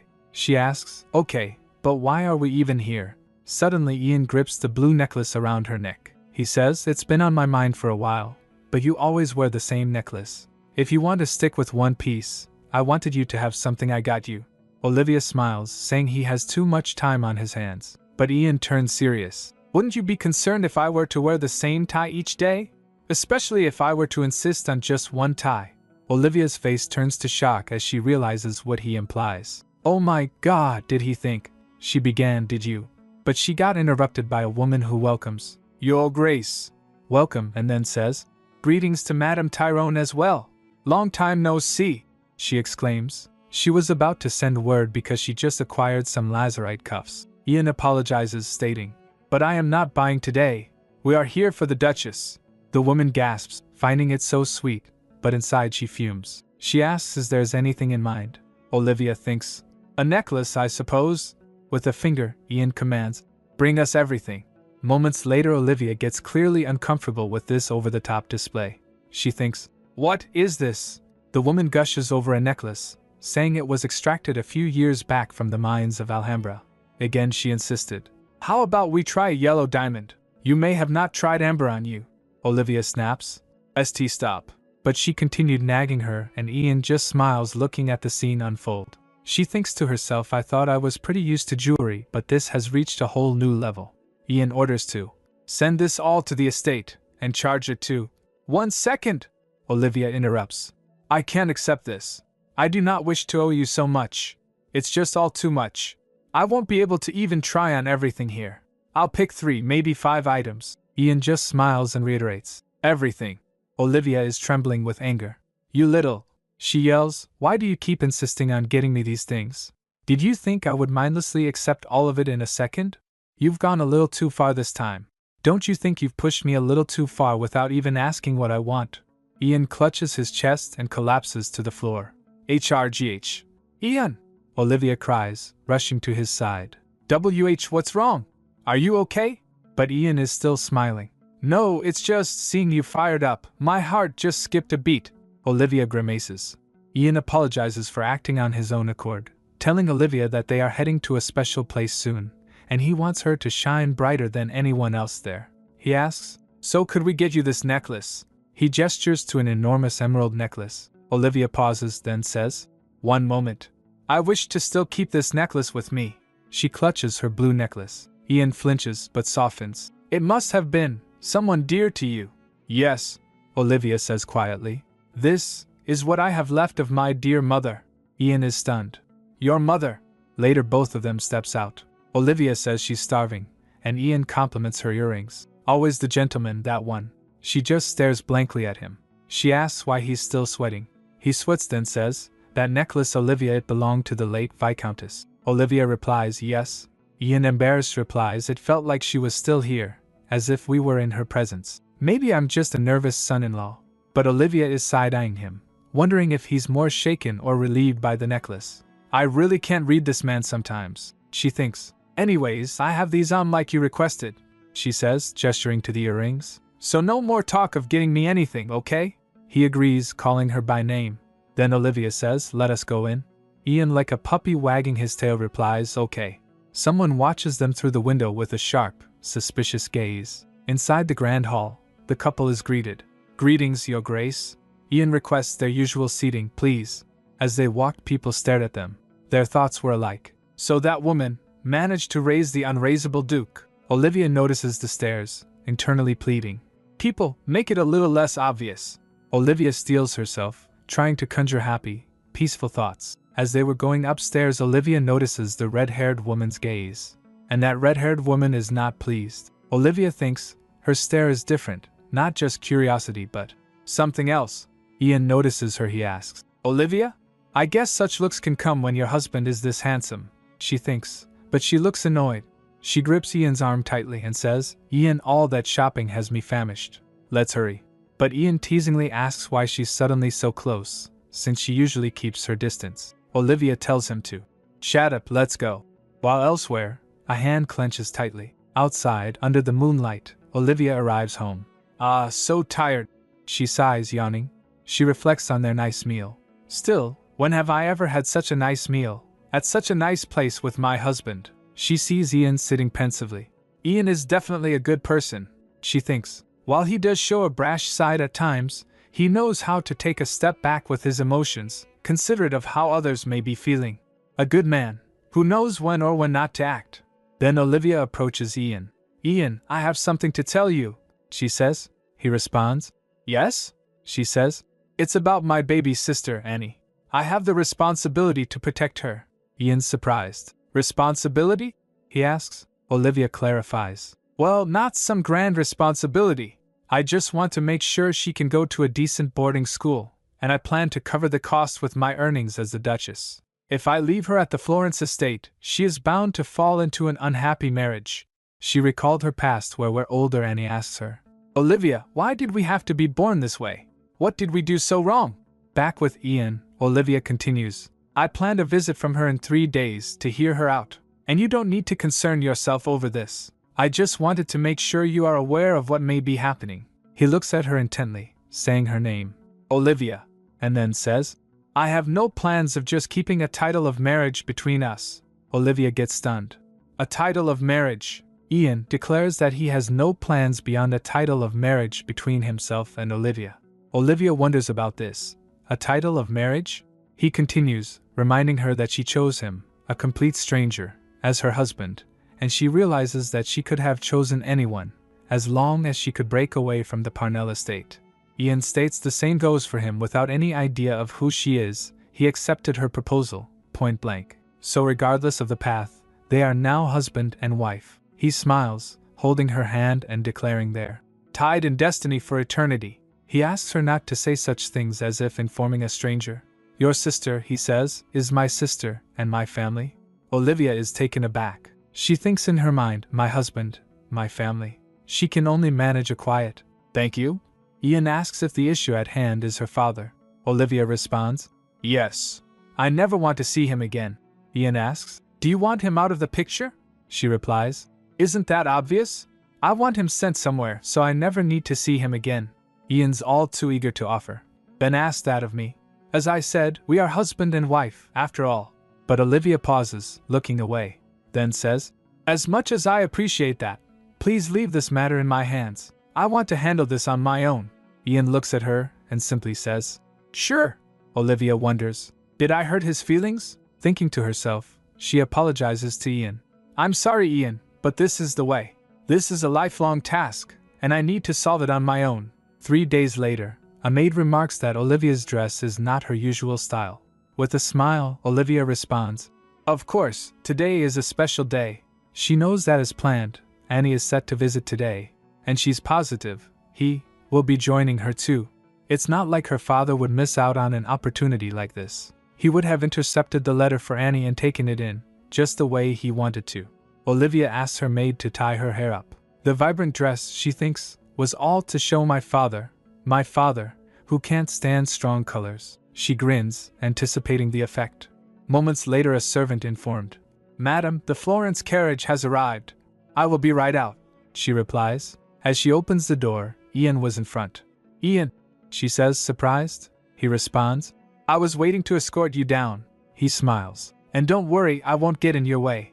Olivia says, "I wasn't worried." He takes her hand. "Let's go." Downstairs, the father sneers. "I knew it, just because she's Madame Tyrone now." He checks his watch, making her own father wait. As they approach, she greets, "Welcome, Manny." Her father greets Ian, stammering, "Why, Your Grace?" Her father thinks, "I didn't expect the Duke to join us." Olivia went to her sister. She asks Annie how she's been.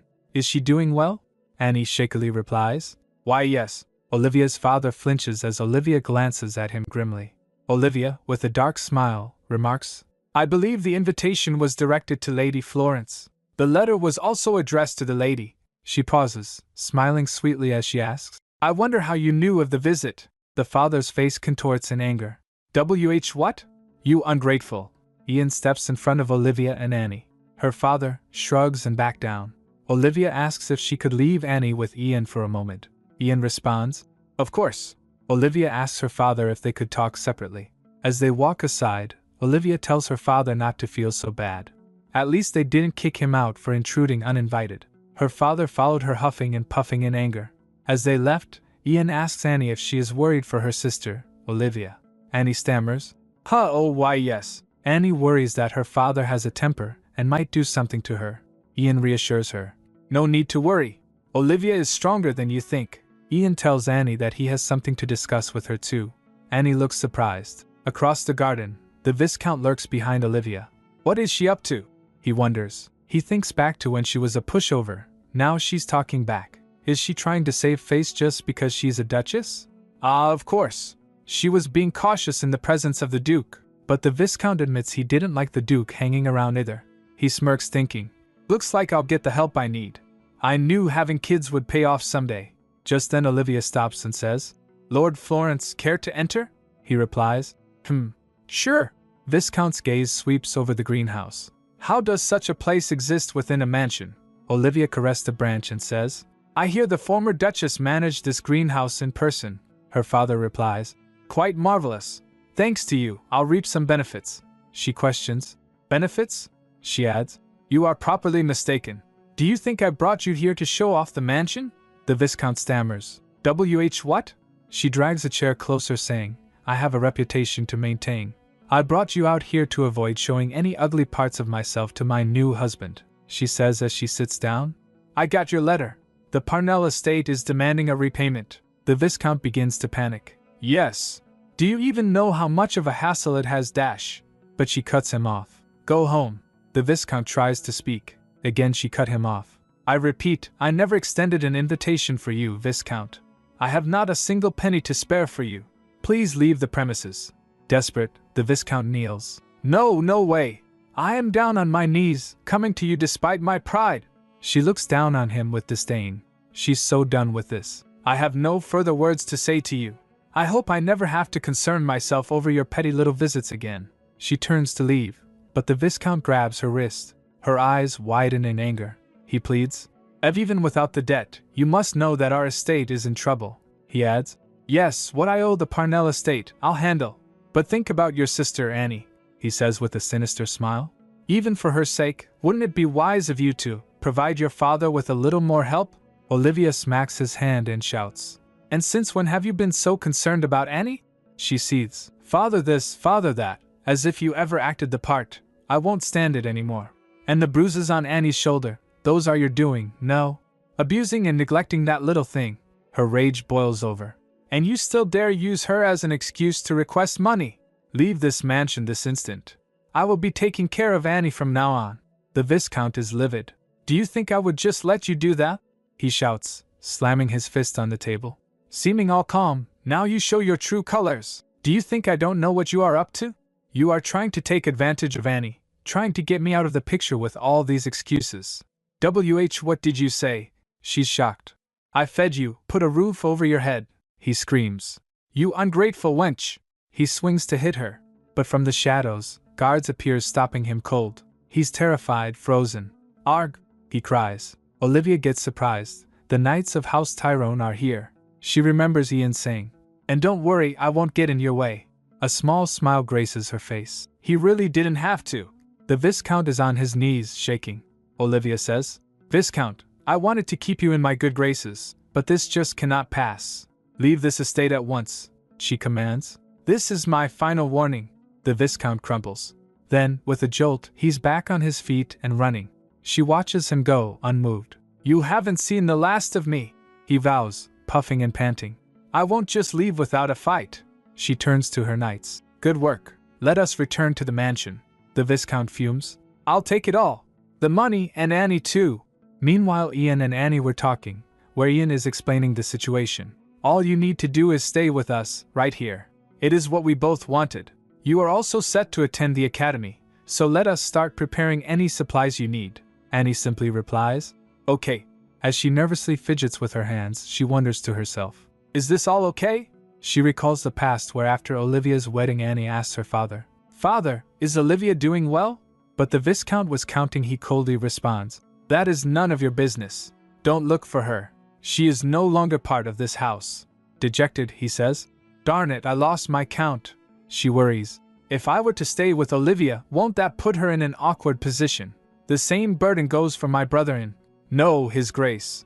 Looking at Annie, he asks, "If you are that worried about Olivia, why don't we go look for her?" Annie is surprised. "Excuse me?" Ian, with a charming smile, offers, "I can give you a tour of the mansion on the way." Annie hesitantly agrees. "Oh, of course." She's amazed as they walk the grounds. "My gosh, it's like a palace," she says. "The garden is so beautiful."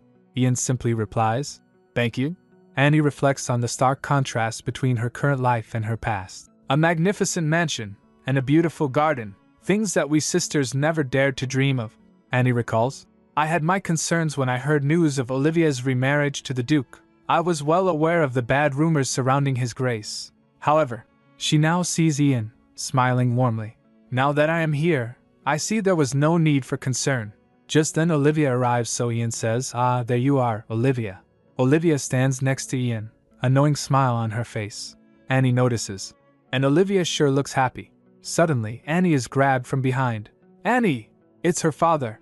Annie gets shocked. "Father!" Olivia and Ian whirl around, shocked. Olivia demands, "Release her this instant." But Annie's father barks. "Silence!" he says to Annie. "Let us return. There's nothing good left for you here. Think about it. Why would the Duke care for you? He's not even blood-related family. Your sister has brought you here to use you. Only I have your best interests at heart. They will just treat you like a burden." Annie's father continues his tirade. Olivia yells, "That bastard!" Ian calls out, "Olivia!" Olivia calmly states, "Hold on a minute, Annie has something to say." Annie flashes back to terrible memories of her father. She clenches her fist and declares, "I choose to stay here." Her father gets furious. "What? Think again. You're making a misdash." But Annie firmly states, "Not at all. If I follow you now, I have a feeling I will regret it for the rest of my life." Olivia and Ian gets to her side. Her father shouts, "These little, both of you are properly out of your darn minds. Just like your mother, sleazy little." Before he can finish, Ian grabs his wrist, his eyes filled with fury. Watch that mouth of yours. There's only so much I allow. Annie's father, enraged, slaps Ian's hand away. You'll see. I'll make you regret this day, Olivia retorts. Try your best. Hearing that he runs away, Olivia sighs in relief. Phew. Annie, are you okay? Did he hurt you? Annie replies, I'm good. She looks down, feeling guilty. Sorry. Because of me, you and his grace. Olivia pulls Annie into a hug. You never have to feel sorry about anything. None of it is your fault, so don't ever blame yourself, okay? Annie replies. Got it. Ian smiles reassuringly. That's right. And a sister of Olivia is also a sister and family of mine. So don't be so cautious. Olivia says to him. Hey, I don't recall allowing this distance. He counters, why not make this an exception? Annie smiles, finally feeling a sense of belonging. Thank you, Olivia. Later, Annie is showing off her mad violin skills. Olivia claps and gushes. My gosh, Botticelli himself would dance in his grave. Annie's a little hesitant, asks, Is it really okay if I use this like this? Olivia replies, You're here with me. Everything is yours to use. Then Annie asks, How did you even know this was by Botticelli? I thought you had turned away music. Olivia stammers. Had I? Annie says. You said it was a waste of money. Expensive lessons, pricey tickets, a luxury beyond us. She's sweating. I really didn't spare any words, did I? Annie's congratulating Olivia. Congratulations on the wedding again. I think His Grace has given you some peace of heart. Olivia just echoes. Peace. She recalled her happy moments with Ian and thinks, yes, that is what Ian had given me. The stability and comfort I never dreamed of having in my past life. Happiness I wish on you too, Annie. Meet that someone for you. She gives Annie a big hug. Oh, when did you get so big? My little Annie. Annie just squeals. Stop! Annie then points out the necklace Olivia is wearing. That necklace, I thought you said it was too out of style, and not your type. Olivia's caught off guard. Oh, yes, I did say that. She thinks to herself. Like Annie said, I rarely wore this in my past life. In her past life, one of her mother-in-law hisses. You want to wear something this trashy? As she flings the necklace out the window. Olivia pleads. No, don't. She remembers the third jackass had thrown it out the window, and it was lost for good.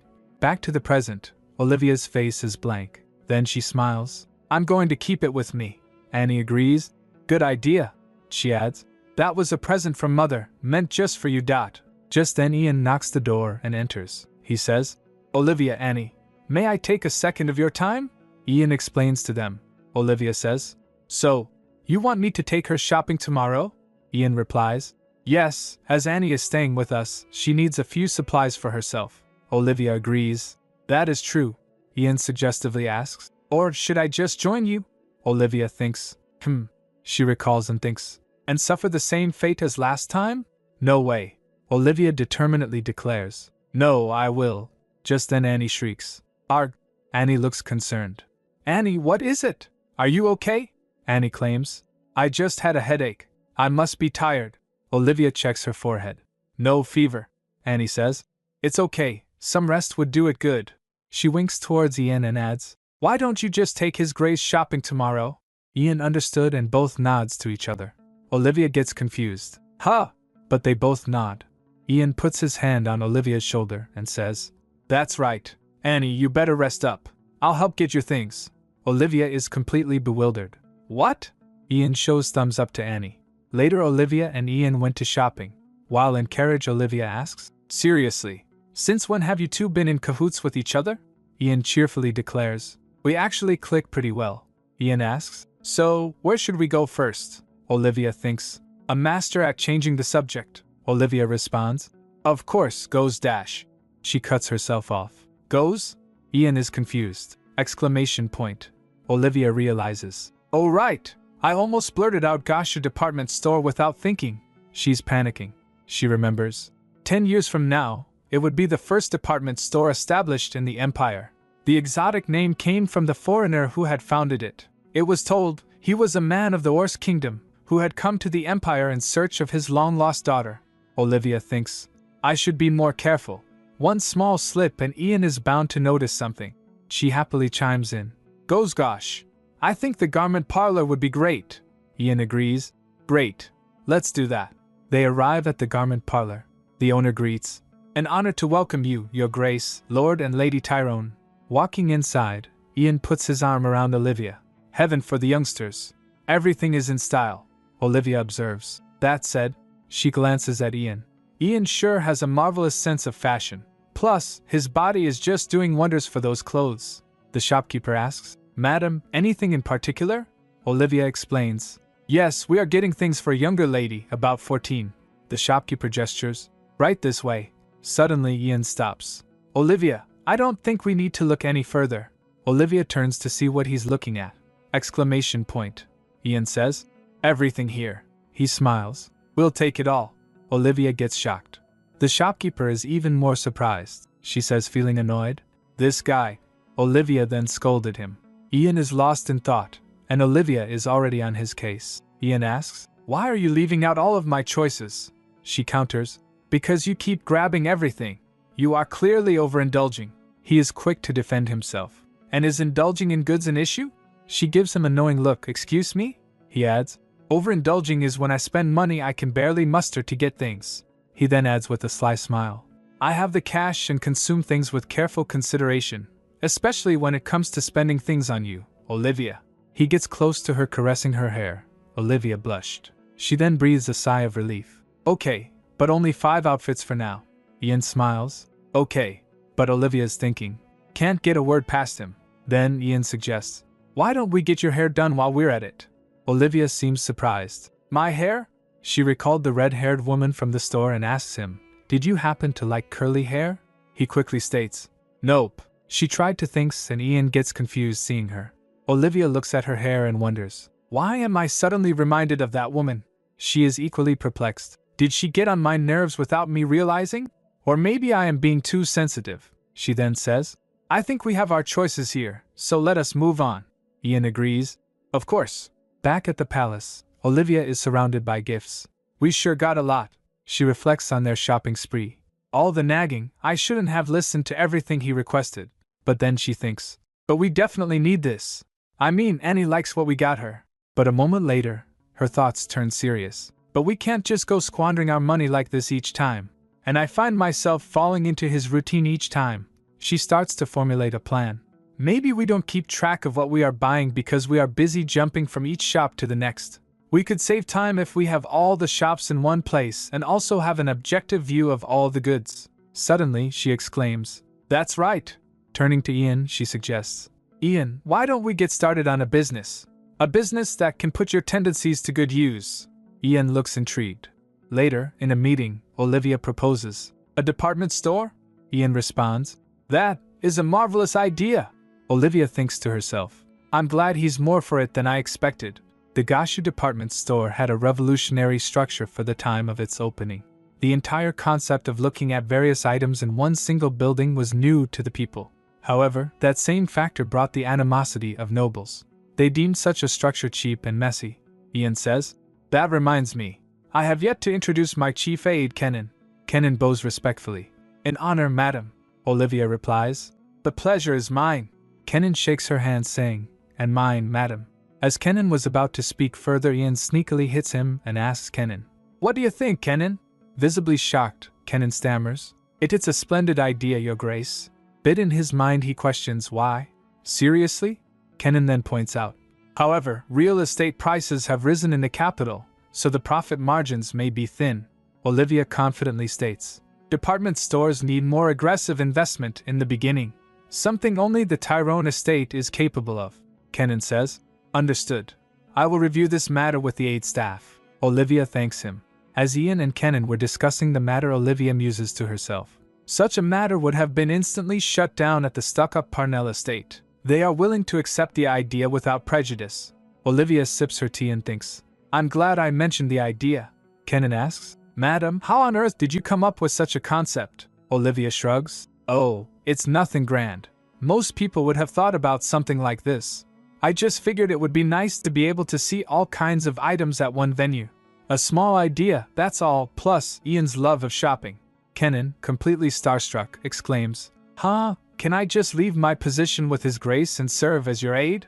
Olivia is taken aback. Excuse me? Ian's expression darkens. He says to Kenan, with a hint of menace, Kenan, expect a pay cut. You little. Kenan, unfazed, insists. I jest, Your Grace. I am fully loyal to serve you, Ian retorts. Loyalty based on economic gain, correct? Kenan replies. Come on, Your Grace. Olivia giggles seeing them playing with words. Ian grins seeing her smile. Later that evening, Olivia asks Annie, Annie, should we get ready for bed? Annie replies, Okay. Olivia then asks Annie, I saw you reading up on the Academy catalogs, have you made up your mind? Annie replies, Oh no, I'm still deciding. Olivia smiles warmly and says, Take your time. You need to decide the right place for you. Annie smiles back, I will. Annie then stares intently at Olivia, making her blush. Olivia asks, What are you staring at? Annie replies, Sis, I'm curious. Olivia asks, About? She asks, You and His Grace are newlyweds, why aren't you sleeping together? Then she went to Ian and Olivia followed her asking, Where are you heading at this time of night? Annie replies, To His Grace, I have some questions for him. Olivia points, It's fine if you go, but you're in your nightgown. Annie insists, It's not. Plus I have this cardigan on. Olivia pleads, Let's just have this conversation tomorrow. But Annie says, This can't wait. As the two argue, the door creaked opens and Ian comes out. Olivia? He questions. Olivia is flustered as Ian asks, What are you two doing here? She stammers, Ian, the thing is… Annie jumps in, I had a question for you. I'm yet to choose my academy, but I'm still torn. I just wanted to ask you for advice. Annie is grinning and winks to Ian. Olivia glares at her sister.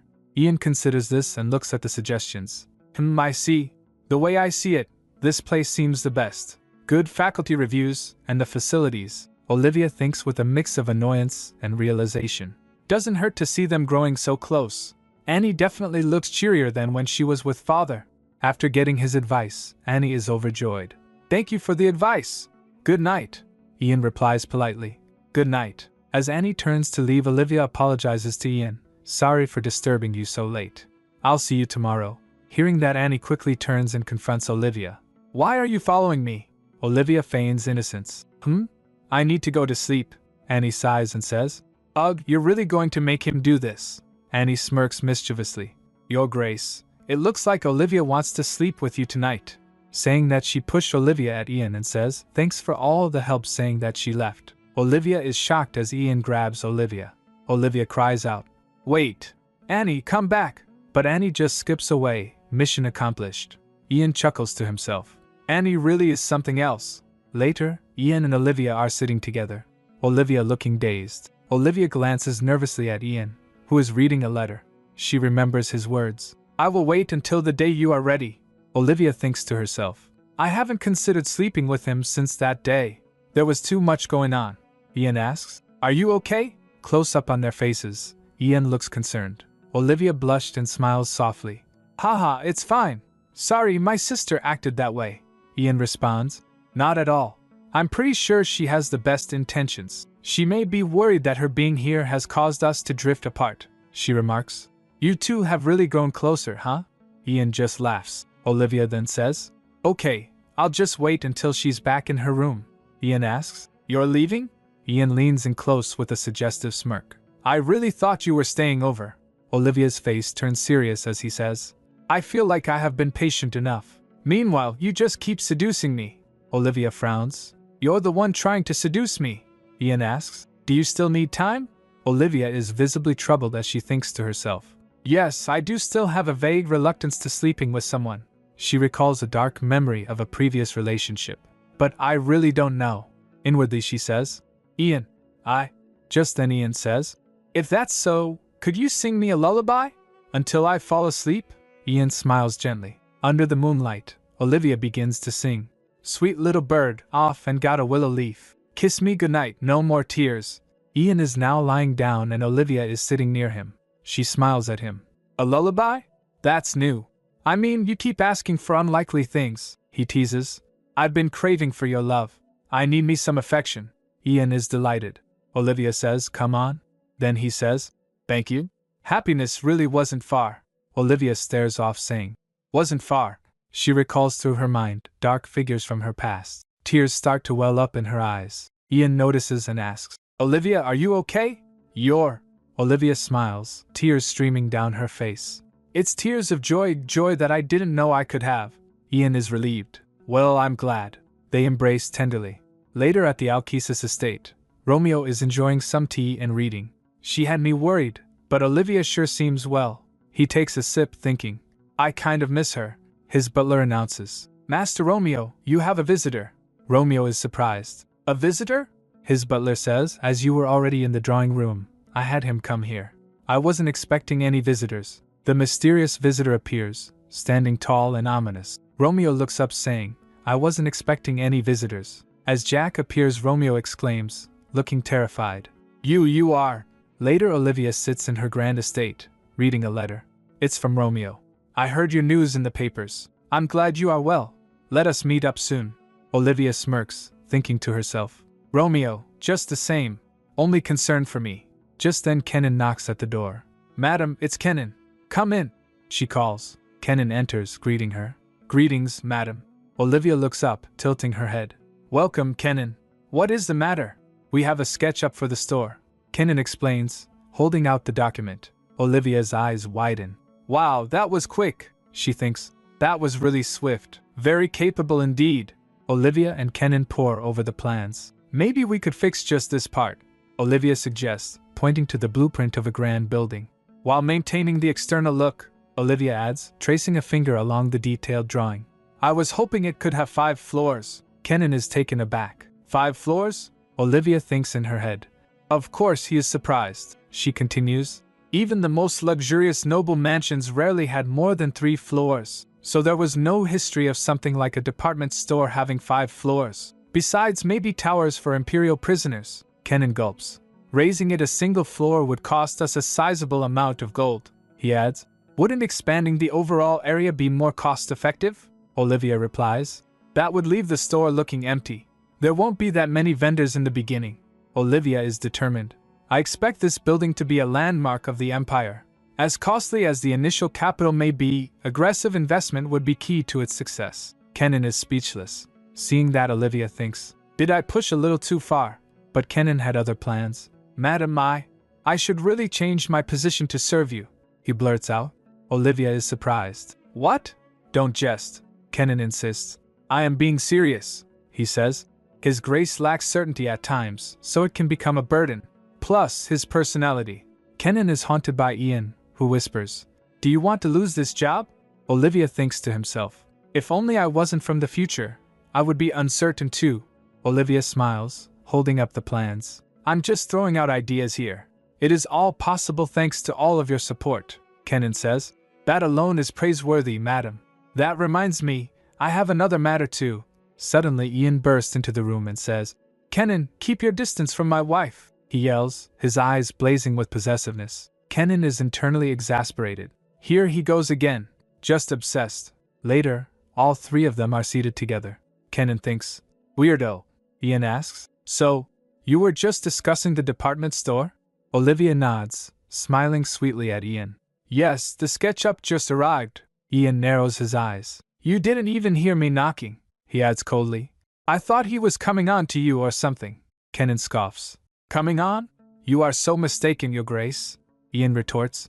Well, you haven't shown him your best behavior. Olivia taps her teacup impatiently. Stop at once. She turns to Kenan. Kenan, you said there was another agenda to discuss? Kenan coughs awkwardly. Apologies. We need to choose a name for the store. We need a name to acquire a permit from the municipal office. Olivia ponders. I never considered a name. Can't just call it Gashu, Ian suggests. How about Martini? Olivia echoes. Martini? Olivia asks. Why martini of all things? Ian explains. Consider what a martini always contains. He pauses dramatically. Olivia's eyes widen as she thinks. A martini, topped with an olive. Olive, she muses. Olive equals Olivia? Olivia giggles, covering her mouth. My gosh, Ian! Ian simply laughs. Kenan is visibly uncomfortable. He stands up in turn. Let me give you the room. As Kenan turns to leave, Ian calls out. Wait, Kenan, one more thing. Kenan turns back. Your Grace? Ian's expression hardens. His Majesty's birth festivities are close. We need to begin preparing. Kenan and Olivia both stare at him. Ian thinks, I guess I'll run into them at the festivities. He recalled one of his conversations with the king. The Emperor stops him and asks, "You're leaving? You don't plan on seeing her?" Ian replies, "No need for me to." The Emperor presses, "You know, you could really warm up to her a little." Ian replies, "We're bound to run into each other at your birthday festivities." The Emperor laughs, "Sure then, just don't get into a fight." While leaving, the king laughs, "See you around, dear cousin." As Ian watches him leave, his eyes darken. He thinks to himself, His Majesty, the Emperor, as much as he shows his warm and mushy side, he was truly one calculative individual. After the Empress bore him multiple children, all daughters, he took in more imperial consorts for political purposes. But the Empress, as quiet as she was, did not show an ounce of jealousy or rage. The consorts, all bearing sons, held their heads high. But then there was she, who stomped out all their ambitions. Later the Emperor went inside a room where her daughter was standing. He says, "It's been a while, Startis. The Crown Princess and the Emperor are having a little chat. I assume you know why I called you here?" The Emperor asks. Turns out it's about the matter of the Crown Princess's future spouse. The Emperor advises, "As a woman, you won't be able to play the Crown Prince game with multiple partners like I did, but you should still keep many consorts. Anyone with the potential to threaten your position should be kept in close quarters, restricted by these walls." Then he asks if the Crown Princess has decided on a final candidate from the short list. The Crown Princess replies, "I have decided upon Lord Romeo of the Alkesis estate." The Emperor thinks, Alkesis, a choice he would expect from my daughter. Then he smirks, revealing that the other two on the short list, excluding Romeo, were both blonde. He realizes Startis is choosing a spouse purely based on hair color, saying it's arbitrary, just like her father who chose his spouse just because they shared his birthday. Then the Emperor says, "I ran into Ian on the way here." Startis thinks, Ian Tyrone, I haven't heard that name in a while. Even the Emperor, heartless to his own blood, had his exceptions. Then the Emperor says, Ian wanted to visit the palace with his wife to greet me. The Emperor suggests having a family dinner with his fiancée-to-be. Startis thinks, I have no interest in his affairs, I would rather sit down with a good book. But I guess I do need to see my spouse-to-be in person before the engagement. Finally she sighs and says, "Understood, Your Majesty." Meanwhile, at her estate, Olivia is checking out her new decor. "Good, very good. Now this looks like a proper home. I guess money does help. I can really get whatever I want to decorate this place." Then she thinks, maybe this is why Ian is so keen on saying we'll take it all at each turn. Now that Annie is here, maybe I should set a room for. She recalls of her and Ian getting close. So then she thinks, I'll make sure the two of them are separated enough to prevent further scheming. We can't have them together again. Just then she imagines Ian, who's whispering, Olivia. Olivia, snapped back to reality, is suddenly punching. Olivia thinks, it's a weird feeling. Ian is constantly, inevitably on my mind. A single word from him has me nervous. I can't even look him in the eye. This feeling, it must be. Ian startles her, grabbing her shoulder. Olivia! There you are. Ian startles her so much she jumps. She overreacted. Man, I just jumped a foot. He apologizes, asking if he startled her. Olivia pouts, saying, Of course you did. Didn't you learn how to knock? Ian looks serious, saying, I'm sorry. I just felt like you have been avoiding me lately. Olivia denies it, exclaiming, Avi avoid you? No way. Look how close we are now. She throws her arms around him, and then asks what he's doing here anyway. He explains that he was hoping they could pick out matching outfits for His Majesty's birthday festivities, explaining that married couples do match dress codes for large balls like the festivities. Normally the wife decides, or the tailor decides for you. Olivia thinks to herself, he really is something else. She teases him. You really like playing dress up. Maybe I should get you a doll. He responds, I don't do this for anyone. I just like dressing you up. Olivia retorts, Stop with the cringy comments. Just then someone knocks the door. A butler announces, Madam, Your Grace, a message from the Imperial Palace awaits. The invitation is for the Empress's palace this Thursday, and those attending include Her Majesty the Crown Princess, Romeo of House Alkesis, and Lord and Lady Tyrone. Olivia exclaims, Romeo! Then Ian says, We better prepare for this. Olivia replies, Of course. Olivia thinks, Even in this life, Startis chooses him as her partner. I haven't seen Romeo in ages. Meanwhile, Romeo is also reading the invitation. A few days have passed. Olivia is sitting pretty in a carriage, looking serene. Ian says, a mischievous glint in his eye. I don't think that dress is the one I picked out for you, Olivia's replies. How could I wear that party dress to a family gathering? I'll get you a doll you can dress up on the way back. Ian pouts. So mean. Come on, she adds playfully. But beneath the surface, Olivia's got a lot on her mind. The days just flew by. I wonder if I'll get some time to talk to Romeo, she thinks. The life I have now is all thanks to his doing. I never got a chance to thank him. But then, Olivia's biting her lip, lost in thought. And Ian notices, of course. Stop biting your lip, he warns. You'll bleed.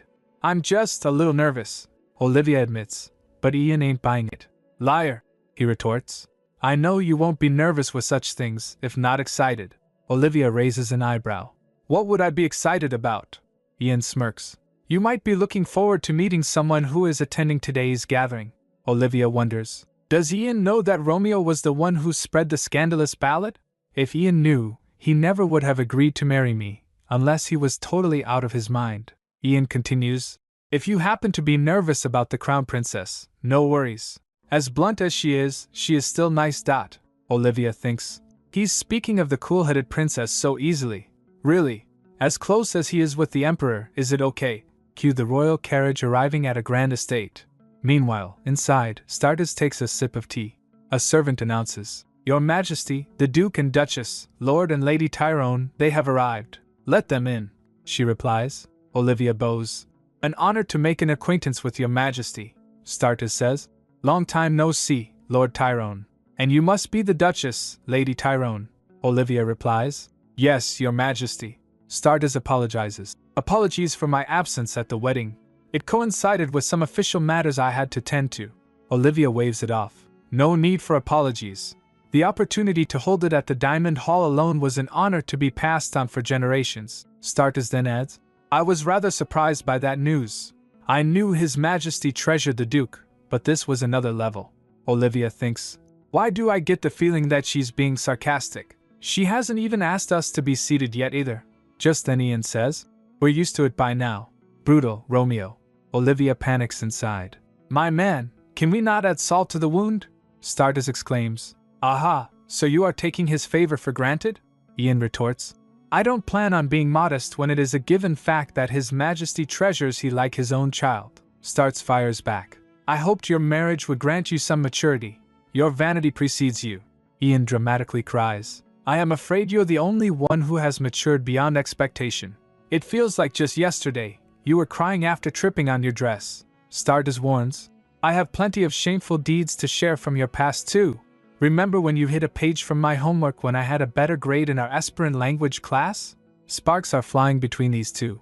Talk about childhood rivals. Olivia watches the two of them and intervenes. Excuse me, so I take it you two were rather close ever since you were children? Olivia smiles innocently while they looks blank. Ian and Stardust loudly reply. No way. Not at all. Olivia thinks. You couldn't have fooled anyone. Olivia thinks. Given that, even as blood relatives, they really do look alike. They couldn't be half-siblings? Not much of an age gap between them. That would be something that only happens in novels, right? Stardust says. If not for the incident at the Marquis of Whitefall's estate, we would have been complete strangers. Am I wrong? Ian stares intensely. Then Stardust teases. What are you going to do? Trip me over like when we were children? Olivia thinks. So he did that too. Olivia is frustrated. What are Romeo and I supposed to do when our spouses are enemies? Olivia thinks back to her past life. In the past life, Romeo and I were able to stay close because the Parnell house was an important ally for the Emperor. Now, it seems we could barely even speak, nevertheless stay close as friends. Just then the Emperor suddenly exclaims, Cousin-in-law! Hands in air for a hug, he exclaims. Greetings! Olivia bows. A pleasure to make your... As Olivia finishes, the Emperor grabs her hand and says, Oh come on, my dear. I told you there is no need for formal greetings, especially not when you may even have a precious baby on the way. Olivia says, Oh yes, but she realizes. Olivia's eyes widen in surprise, then narrow in suspicion. Olivia is lost in thought as the group stands together. As the Emperor gets to know, he quiet down. Shame, I thought you were pregnant. Olivia replies. Not at all, Your Highness. Why did you? The Emperor tells. In hopes of seeing you again, I had sent messages and personally consulted Ian, and the rascal declined all offers, saying you were not well. Olivia looks at Ian and thinks, Ian has been busy. The Emperor, clearly disappointed, reveals, I had even prepared a celebratory gift. I guess we have no need for that then. Olivia wonders inside, why did you automatically lead to that conclusion? Ian says, we appreciate the sentiment, Your Majesty, but we plan on enjoying our marriage further, and have no plans for children yet. Starkis then smugly says, he's not going to hunt any game while shooting blanks. Maybe the rumors of his inability to procreate are in fact true. Olivia trembles thinking, no holding back. Ian counters, I guess whatever gift you prepared can be given to Her Highness. She is, after all, soon to be wed. Clearly annoyed, Starkis asks, you dare to involve yourself in my personal matters? Olivia thinks, I guess she has no immediate plans to have children. Naturally, having a child would impact her stable rule. The Emperor tries to defuse the situation. Now, can we all get along? The Emperor introduces Starkis's future imperial consort. Your future imperial consort, I present Lord Romeo Alkesis. Olivia's eyes widen. Romeo! But moments later as they all sat down the atmosphere was awkward. I expected the awkwardness, but this is just suffocating, Olivia thinks. Then Olivia asks Starkis, is it the first time you are meeting Lord Alkesis, Your Highness? Starkis glances at Romeo then says, I've seen his face before. My staff organized the candidates, and I made my choice. He was the only candidate with hair color different from mine. Olivia gets confused. Excuse me? Starkis adds, his hair, it is of a different pigment from mine. Olivia realizes, damn these Imperials, is marriage a joke for all of them? I did hear that she accepted the other two candidates as side consorts. Just because she was an empress did not mean that marital alliances did not exist. So she kept many other consorts, not just Romeo, who was the primary imperial consort. She wonders, was Romeo content with such an arrangement? Then Starkis adds, it probably isn't as scandalous as the Tyrone estate, and it's newlyweds who have shook the empire. Olivia wonders, why is she so hostile? Then Ian chimes in, putting his hand on Olivia's. Of course we reached matrimony after a passionate relationship. You probably won't understand Your Majesty's confusion, as marriage based on love are not common among nobles, Your Highness. He smirks, saying, you probably won't understand this concept of love, Your Highness. Olivia says inwardly, can we just stop it with the cheap blows? Then the Emperor mentions, I hear you are planning something interesting, a department store? Olivia confirms, yes, Your Majesty. He asks, what are you calling it? Olivia replies, oh, it is, she thinks. I'm too embarrassed to tell him myself. She whispers to Ian, don't make it more awkward by telling him, okay? Just tell him we are undecided. But Ian blurts out, it's Martini, Your Highness. Olivia snaps, hey, what did I just tell you? The Emperor asks, oh, like martini? He elaborates, you mean a martini cocktail, garnished with an olive? Ian exclaims, yes, correct, the store was Olivia's idea. I wanted the name to be reminiscent of her presence. The Emperor seems amused. Ha! It is quite an outstanding name. Olivia, embarrassed, replies, yes, Your Highness. Just then the Emperor's aide lean in. Your Majesty, your next appointment. The Emperor says, oh right, I must take my leave. Let me leave you here.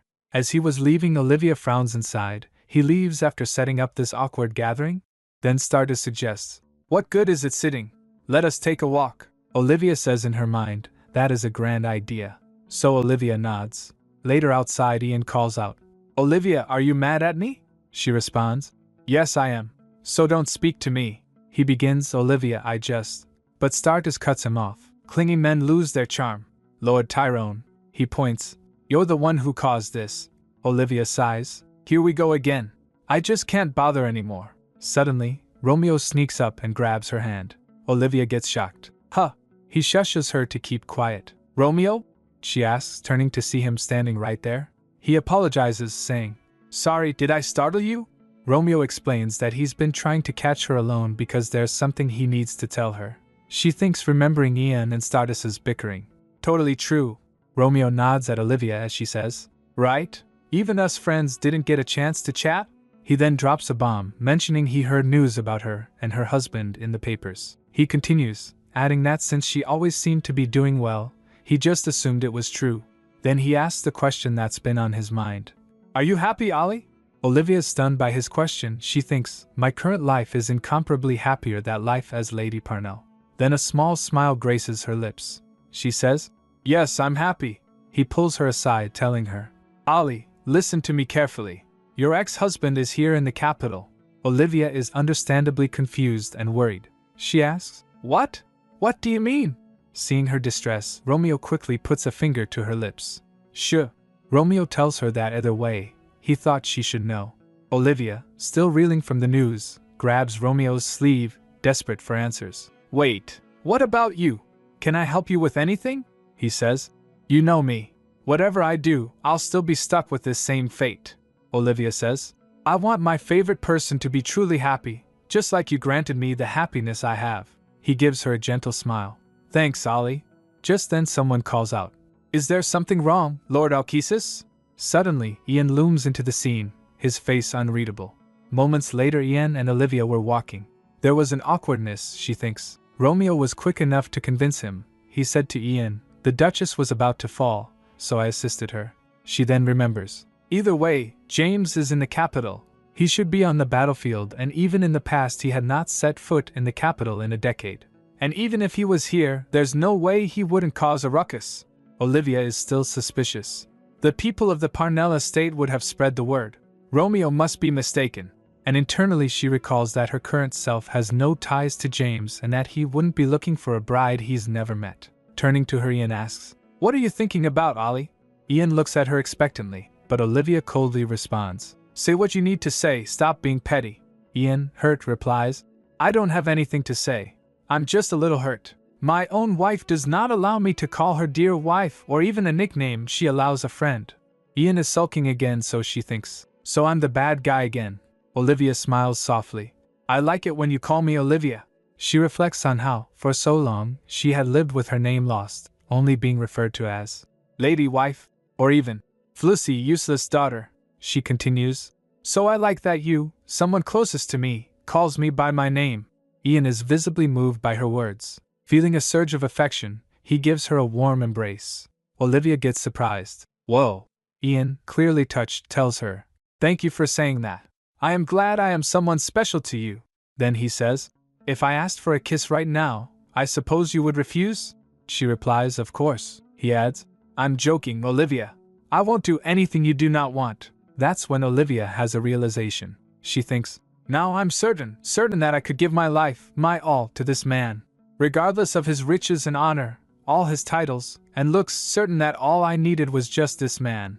Olivia smiles and whispers, Ian. Leaning in close to him, she says, I think I am ready to take the next step. Looking at Ian with pure love in her eyes, she says, I'm prepared to give you all of me. Ian is surprised. That means, Olivia says, Please don't tell me you are playing dumb. I take back my refusal of your kiss. Then they kissed. Moments later they were sitting at a bench.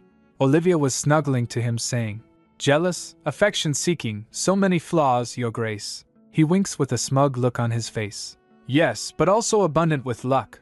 Olivia is not impressed. Yeah, sure. Just in case you misunderstood, Romeo is just a good friend. Ian quickly replies, I am aware.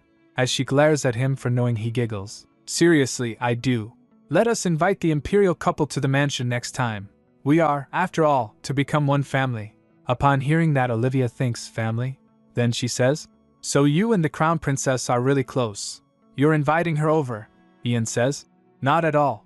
Just a disobeying little sister, Olivia says. I am actually rather worried. Will the princess manage to make Romeo happy?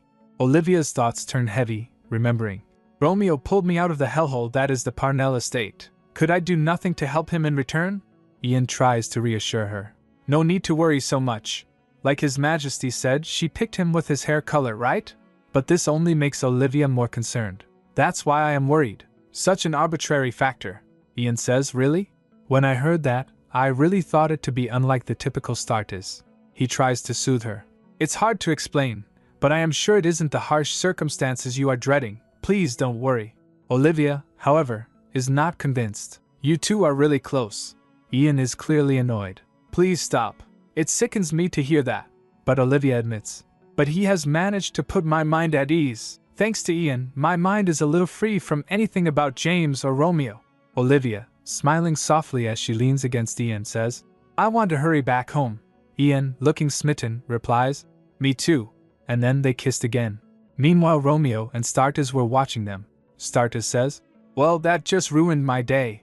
Deranged behavior. Startus walks away, huffing and puffing. Romeo stands there behind, then he recalls Olivia saying, Yes, I'm happy. Romeo, with a blink, thinks, I'm glad at least you are happy. The fates of people of the Alkesis household are set at birth. The firstborn son, healthy and capable, set to continue the family business. The cool-headed second son, trained to assist their older brother. But Romeo? On the sidelines was the third son and runt, Romeo Alkesis. Even his mother sneers. If only you had been a girl. It would have been better. What was the point of such comments when Romeo was already born as a boy? The grown-ups of the Alkesis estate soon set a plan for Romeo. His father declares, You will be married off to any household that can benefit the Alkesis estate. Romeo replies, Yes, father. Romeo despondently thinks, Everybody valued me based on how useful a pawn I could be. The reason Olivia and I could become the closest of friends was because she was the only one who did not see me as an item to be traded for some value. Young Romeo sits alone in the academy until Olivia approaches. Hey, she asks with surprise. Are you Romeo Alkesis? Romeo, taken aback, thinks, I guess she's going to start by talking about my family's wealth. Olivia asks curiously. So you must have been to the Orse Kingdom? Romeo says. Huh. No, I haven't been, Olivia says. Really? I thought you would have. I mean, your family does business there, Romeo replies. I'm not involved in any large deals like that, Olivia then says. Maybe after graduation you could visit there someday? She encourages him. Once you try harder. I don't think it's time to give up just yet. Romeo is touched. And once that time comes, she asks, could you take me with you? Olivia reaches out her hand. Romeo looks at her hand and shakes it. Sure, it's a deal. As they shake, Olivia says, Really? Thanks. There's a reason I have to go. Romeo is curious. Have to? May I ask what that reason is? Olivia thinks for a moment, then leans in close and whispers, 'Cause you said you'd take me? You're the only one I'm telling this to. Smiling brightly, she reveals, That's where my real father is. Romeo gets surprised. Excuse me, Olivia says, sorry to dump my paternal and emotional baggage on you, but it's true. She rummaged through her robe and pulls out a necklace. She says, This necklace belongs to my late mother. I hear it's embedded with crystals from Orse. Romeo asks, That's why you want to go there? Olivia, determined, declares, Yes, I have no doubt my real father is from there. Either way, you'll take me to Orse, just like you promised, right? Romeo gives her a reassuring smile. Of course, I promise. He seals the promise with a pinky swear. Romeo thinks to himself, But I never got the chance to keep that promise. Even before we had graduated, Olivia had become the Duchess, Lady Parnell. So I accepted her favor of spreading a scandalous ballad in the marketplace. It was all I could do, when I had failed to keep my promise of taking her to the Orse Kingdom.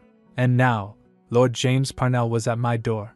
He recalled his conversation with James. James said, I plan to take back my wife. She has been tricked. If you are truly her friend, please assist me. Romeo replies, How do you expect me to help you? James' hand clenches into a fist. He replies ominously, I ask that you set up a time for me to personally consult my wife. Back to present, Romeo groans to himself. What does he intend to do? So what if Lord Tyrone is actually impotent? Does it even matter if Ali is happy with him?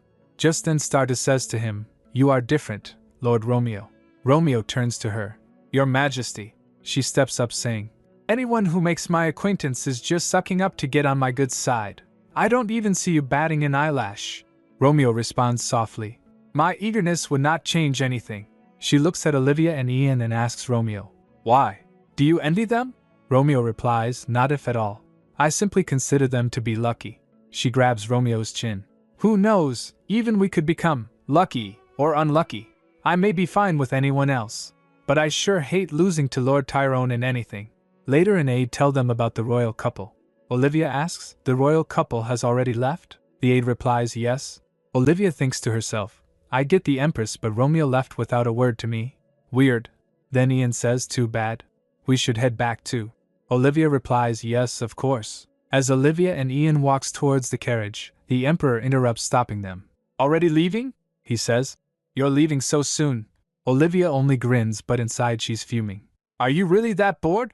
Stop jumping out of nowhere. She bows to him. Thanks to your Majesty, we have enjoyed our visit. He takes her hand and says, The pleasure is all mine. I'm simply filled with joy these days, thanks to you. Olivia is seething internally. Aren't you the jackass who paired me with James? The king interrupts her thoughts. That reminds me. I had a gift ready to celebrate your pregnancy. He presents a gift to Olivia, saying, It is not much. Olivia opens the box, surprised. A gift, our deepest gratitude. Inside is a beautiful tiara. Olivia gets surprised. Huh? She exclaims. Whoa! She stammers, saying, This is a tiara. Something like this is only right for royalty. Yes, he replied calmly, and I am glad to have found the right owner for it. She turns to Ian in confusion, and then again turns to the Emperor and says, This is too much, Your Majesty. I have to decline. Ian insists. Just take it, Olivia. She asks, Excuse me? Then the Emperor says, Ian, you know it was I who named you that, right? He replies, Yes. The Emperor gets close to him and smiles. Well, that surely takes a load off my chest. Olivia glances at him in confusion. As the Emperor departed them, he says, I wish you happiness. While inside the carriage, Ian was lost in thoughts. Olivia says, Ian, please tell me the truth. What is it between you two? He repeats, Between us. Olivia adds, I'm sure now there is something there. She asks bluntly, Are you his hidden bastard, perhaps? Ian laughs, then says, It's a long story. Do you think you could handle it? Upon hearing that, she remains silent and thinks, his secret, something no one had heard before. Did I even have the right to know, when I was still keeping secrets of my own? She decided quietly. I don't need to. He smiles. Then that's settled. Her gaze drifted back to the tiara. Maybe this tiara has got something to do with them. Regardless, it sure is pretty. Top of the shelf. Ian then asks, Why are you staring at it so hard? She replies, Oh, I just felt like it was a shame. I can't dare wear it, and I can't sell a gift either. We won't have any children, so it won't become an heirloom. It's all just a shame. Ian smiles. Funny that you mention that. He asks gently, May I ask why you are so against having children? She raised a brow, then says, Do you think you could handle what I have to say? Touché. He chuckles. My words right back at me. After a moment, he steps closer and picks up the tiara. Just try it on. It's only the two of us here. He insists. Come on. She hesitates. Huh. Still. She finally gave in. He says, Lean forward a little. She closed her eyes, thinking, Am I really allowed to do this? But to her surprise, Ian kisses her. He says, Sorry. With your eyes closed like that, it was too much. She fumes. You little. Seriously? He then chuckles and says, Seriously though, lean forward again. I'll really put it on this time. Olivia clenches his fist, saying, Keep that promise. He replies, Understood. She felt his fingers gently settle the tiara in place. As he puts it on her, she looks amazing. He gets stunned for a moment. It looks great on you, he said softly. I feel myself falling for you all over again, she says. Stop it. No need to lie. He gets close, caressing her, and says, I'm serious. You're beautiful. Her cheeks warmed despite herself. As they reached their mansion, Ian ordered his servants. We will not need anyone on call. Seeing their hand in hand, the maid squealed. Yea. They reply, Yes, Your Grace. As they entered the room, Olivia says, Wait, I need to freshen up. Ian pulls her close and, leaning, kissed her. Her cheeks gets red. She calls out, Ian. He smiled softly. I thought you were scared. Why are you permitting me now? She replies, smiling warmly. Just because I love you. Upon hearing that, Ian thinks for a moment, then he grabs her and takes her to the bed. Olivia gets surprised for a moment. They kissed each other passionately. Then they did the deed. Later they lay on bed, thoughts drifting. I still wonder, how on earth did we get from being strangers to this? Her fingers brushed his hair. He rubs his head against it and says, Olivia, running into you. It all just feels like a dream. I dare to imagine what would have happened if I had ignored your letter and never met you. I wonder the same thing, she admitted quietly. What if I had given up on everything and decided to remain at the Parnell estate? What if I had entered a convent, or packed my life and fled in the night? Then I would have never gotten the chance to meet Ian, he says. I feel the same way. While in sleep, the words echoed heavy with memory. Dear wife, James calls for her. Dear wife, dear wife, dear wife, Olivia replies. James, don't call for me, she asks him. What was I to you? Why couldn't you have warmed up to me even once? There's no point in any of it now. As he reaches out for her again, she pulls her hand and says, Our ties as husband and wife have long been severed. As she said that, the figure of James faded away.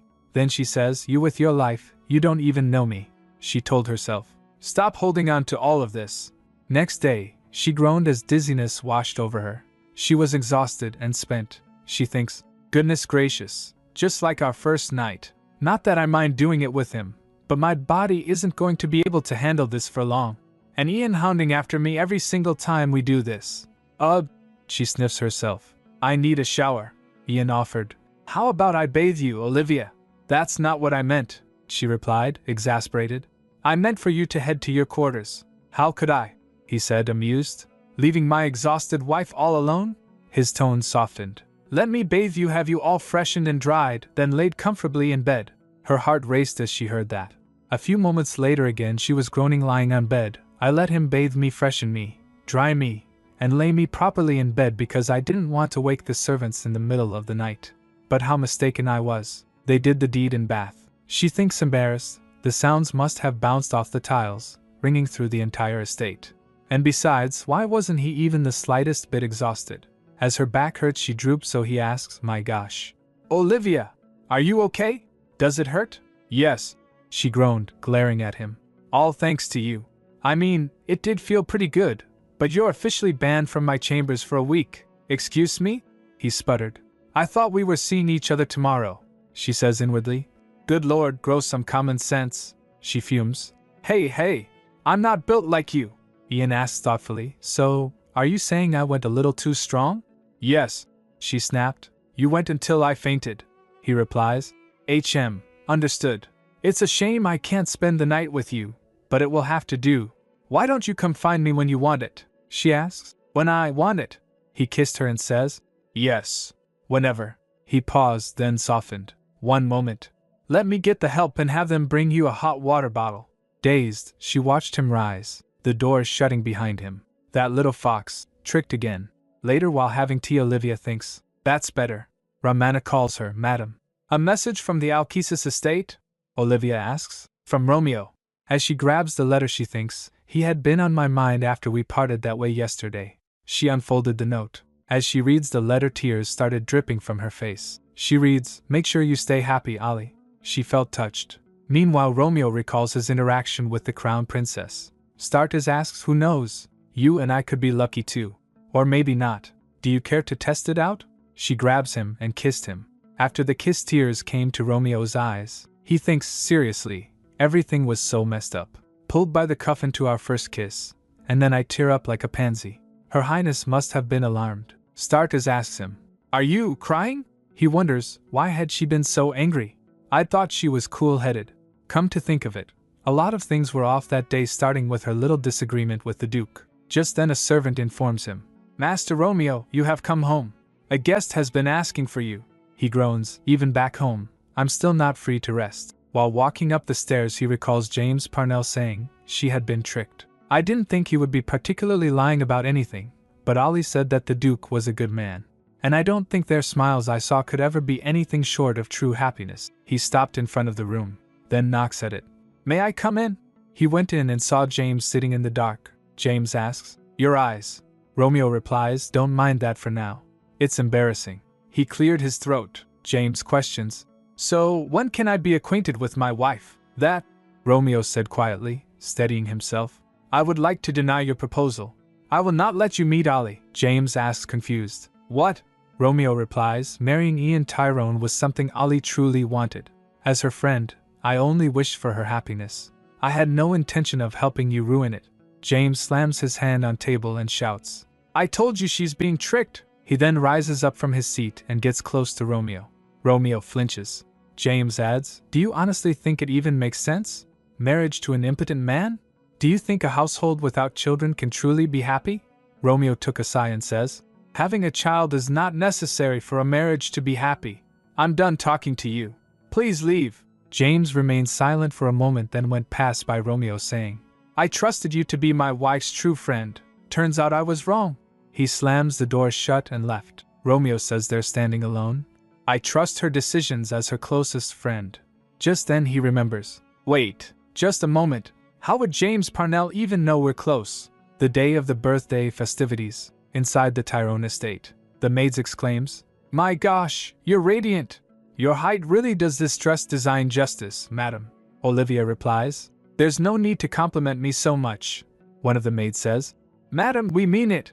Just then Ian came and says, you tend to be far too humble at times, he adds. Just stay right by my side today, she asks. Why? He leans in and whispers in her ear. I'm worried you might be a little too beautiful. Seeing that, the maid squealed, but Olivia yelled cringe. While in the carriage, Olivia asks, did you really have to do that in front of the maids? There's a time and place for. As she looks at Ian, he looks a little hurt. It's not that I don't understand your affection, she replied softly. I'm just asking for some control. Ian smiles and then gave a peck to her cheek. Thank you for understanding. Olivia thinks, maybe I'm just not used to this much attention. I keep pushing him away, even when I'm enjoying it. At the Parnell estate, nobody cared about me. There was never space for me in the carriage. I dressed myself, with no one to aid me, unable to attend any social events. Just then Ian brought her out of her thought. Why are you spacing out? What's on your mind? She replies. Nothing, just… He grasped her shoulder firmly. If your mind is wandering even when you're alone with me, who knows what might happen among all those people? He pulls her close for a kiss. She refuses. What? We're already here. We should exit. Before she could finish, he pulled her back. She complains. I knew it. Not a day goes by without. Meanwhile, the carriage was at his destination. The maid wonders. Why aren't the Duke and Duchess exiting the carriage? Another agrees. Right? Just then the door creaks opens and Olivia came outside. Her makeup was a little messed up around her lips. One of the maids says, Madam, your makeup. Feeling embarrassed, Olivia says, could you fix me up quickly? Moments later, as they walk together, Olivia says to Ian, I'm already regretting understanding you. Could you please control yourself? He smiles. Hey, we still finished the important stuff inside the carriage. She complains again. Please control yourself in the palace, he replies. But… Meanwhile, the Emperor was watching them from his window. His aide asks, should I summon the Duke and Duchess, your Majesty? The Emperor replies, no need. They'll come inside in time. 20 years ago, the current Emperor was called by the previous Emperor his father. In audience with him, he says, Your Majesty, the previous Emperor says, the Queen, your stepmother is with child. This will be your younger sibling. I ask that you take care of them. My days are now numbered. This news fell on him like despair. The Emperor adds, I worry for the Queen, and your soon-to-be-born sibling. The current Emperor fumes in his office. That demented old man never ceases with his lunacy. Setting aside the governing of the empire, he spent his youth engulfed in drugs, luxury, and hedonistic indulgence. And now, so close to his deathbed, he takes in a new queen and gives her a child. The lightning rumbles as he thinks, what if she gives birth to a son? I need to get him out of the picture. Just then he calls out, Is anyone there? His attendant replies, Yes, your Majesty. He orders, Summon the Duke. Back to the present. The Emperor orders his aide, Let us start preparing. His aide bows, Yes, your Majesty. Just then Ian asks Olivia, You asked whether there was something between the Emperor and me. She replies, Yes, I did. He says, Your suspicions are correct. There is a story between us. I intended to keep it secret, carry it to my grave, but it seems he plans to announce it publicly today. So I hope you won't be too alarmed by the news. Olivia looks at her for a moment, looking all serious, but the next moment she says, You two aren't lovers or anything, right? Ian replies, No. A long silence followed. Olivia wonders, Then what? As they were about to enter banquet hall, Olivia remembers this place. I only remember entering it alone. Always alone. But now, thinking that, she grabs Ian's arm. The announcer calls out, The Duke and Duchess, Lord and Lady Tyrone. The announcement rang through the hall. Olivia smiles, thinking, I am no longer the pitiful Lady Parnell. While in the hall enjoying food, drinks and the music, the attention was inevitable. The whispers, the staring. Olivia thinks, I've lived long enough to remain unfazed by such idle talk. Ian murmured, You're doing better than I expected. She laughs. Honestly speaking, my legs are turning to jello. He replies softly. Then let them give out. She asks. Huh? Why? He adds. So I can sweep you up and carry you to the resting chambers. Olivia just stares at his nonchalance. He says, If you keep staring at me like that. She whispers to him, You'd want to kiss me? She caught what was on his mind, so she frowns. Oh, grow up already. He truly doesn't change. The onlookers murmurs to each other. I've never seen Lord Tyrone like that. Maybe the rumors are true. They were dating all along. Someone noblewoman giggles. Then the stories about their steamy first night in the palace. A faint frown crossed Olivia's face. I can hear you. Just then she saw the same red-haired woman. Olivia remembers the woman I saw at the Amaranti restaurant. She turns to him. Ian, tell me the truth now, and I promise I won't be angry. He replies. Yes? She says. That woman who… Before she could finish, a booming voice cut through the hall. Make way for His Majesty, the Emperor! Ian turns towards the announcement. Olivia groans, perfect timing. As the Emperor walks, the audience bows. He went up to the dais and began. At ease, everyone. Ian and Olivia also bows. Then the Emperor calls out with open warmth. Dear sister-in-law! Olivia gets shocked to see him waving towards him. The murmurs erupts in the audience. Sister-in-law? I knew he cared deeply for Lord Tyrone, but it's her second marriage. It just isn't right. Olivia sighs. I knew it. The Emperor announced with a thin smile. Thank you all for attending the birthday celebration of an old man. I am pleased to share wonderful news on my birthday. Princess Startes and Lord Romeo Alkesis have decided to be engaged. Another wave of murmurs rippled through the crowd. The Emperor huffs, then claps his hand. A priest brought the engagement rings. Behind him the crown princess and Romeo came. The Emperor says, let the couple come forth. The people in the crowd exclaims, whoa, they're getting engaged on the spot? Olivia thinks in her mind. A crown heir's engagement has never been so simple. It must be the Emperor's intention to hasten the wedding and pass on the imperial crown. The pair stepped ahead. The Emperor calls out the vows. Do you swear to remain loyal to one another? Yes. Romeo and Startes both answered. Then they put rings on each other's finger. Then the Emperor calls Startes. She replies, Yes, Your Majesty. The Emperor's gaze sharpened slightly. If there were to be another in line for the throne, someone who challenged your seat, what would you do? Again the murmurs started. Another in line? The murmuring grew louder. What does he mean? Startes replies. I would, of course, edge them out fair and square. No one will ever be any match for me. The Emperor smiled wholeheartedly. Good, very good. It is surely my greatest joy to have fathered such a reliable heir, and to have found her a suitable partner. Meanwhile Olivia wonders, why did he ask something like that so suddenly? What is he even thinking? Then the Emperor continues, I'm afraid I have yet another surprise announcement for you all. A tight clench of his hand followed. I've had to make a rather stern decision as of late. As much as it reveals things about me, it was something I could no longer avoid. After a slight pause he announced, Everyone, the Duke, Ian Tyrone is actually my youngest baby brother. Everyone gets shocked upon hearing that. The Emperor stares at Ian, who remains quiet. The Emperor continues, My own greed kept me from granting him the rightful title he deserved, but I've decided it is time that wrong was corrected. You two, would you come forward? He extends his hand towards Olivia and Ian. Olivia was frozen in place. It's all right. Ian clasped her hand and murmured, Let us go. Olivia thinks, I knew there was something unusual between them, but the Emperor's own brother. Both of them bows their head in front of the Emperor. The Emperor added warmly, Such a decision is thanks to you, dear sister-in-law. Not at all, Your Majesty, she replied calmly. All I did was spread a scandalous ballad through the streets. There's no need to be so humble, madam, he said. I'm already guilty of taking from him everything he could have enjoyed as a member of the royal family. But the moment I realized I was also keeping him from the happiness of a wife and children, it opened my eyes. Olivia glances at him and thinks in her mind, in the past life, Ian Tyrone never changed his title. His imperial bloodline was never revealed. But now the face that he was married, and having children must have changed the Emperor's mind. My own actions had caused this much of a difference, Ian said quietly. It would have been best for you if you had ended my life as well, Your Majesty. I'm simply grateful to have lived long enough to enjoy this happiness, the Emperor says. Do not speak like that, Ian. Olivia concludes, so the tiara he gifted me, that too, must have been part of his intent. He wanted to officially declare Ian as part of the imperial bloodline. Then she remembers Ian's word. It's a long story, do you think you can bear it? I'm actually glad they passed away, she thinks. Now I understand why he said those things. Ian, how difficult it must have been, carrying this alone. She grasps his hand and smiles at him warmly.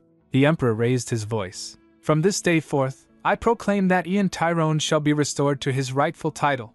The Tyrone estate will be elevated to a grand dukedom. He shall be granted claim over the Roland's Republic, and receive all privileges he has deserved since birth. A grand duke. a republic. Ian had become the rightful ruler of his own state. And Lady Olivia Tyrone, the Emperor continued, turning to her, you are now the Grand Duchess. I ask that the Duchess show her people her utmost hospitality with her new title. Olivia exclaims in disbelief. Grand Duchess. She thinks, how could my life change so drastically? She bows her head. My deepest gratitude, your... Just then someone called out. I object, your majesty. Upon hearing that voice, Olivia remembered whom it belonged.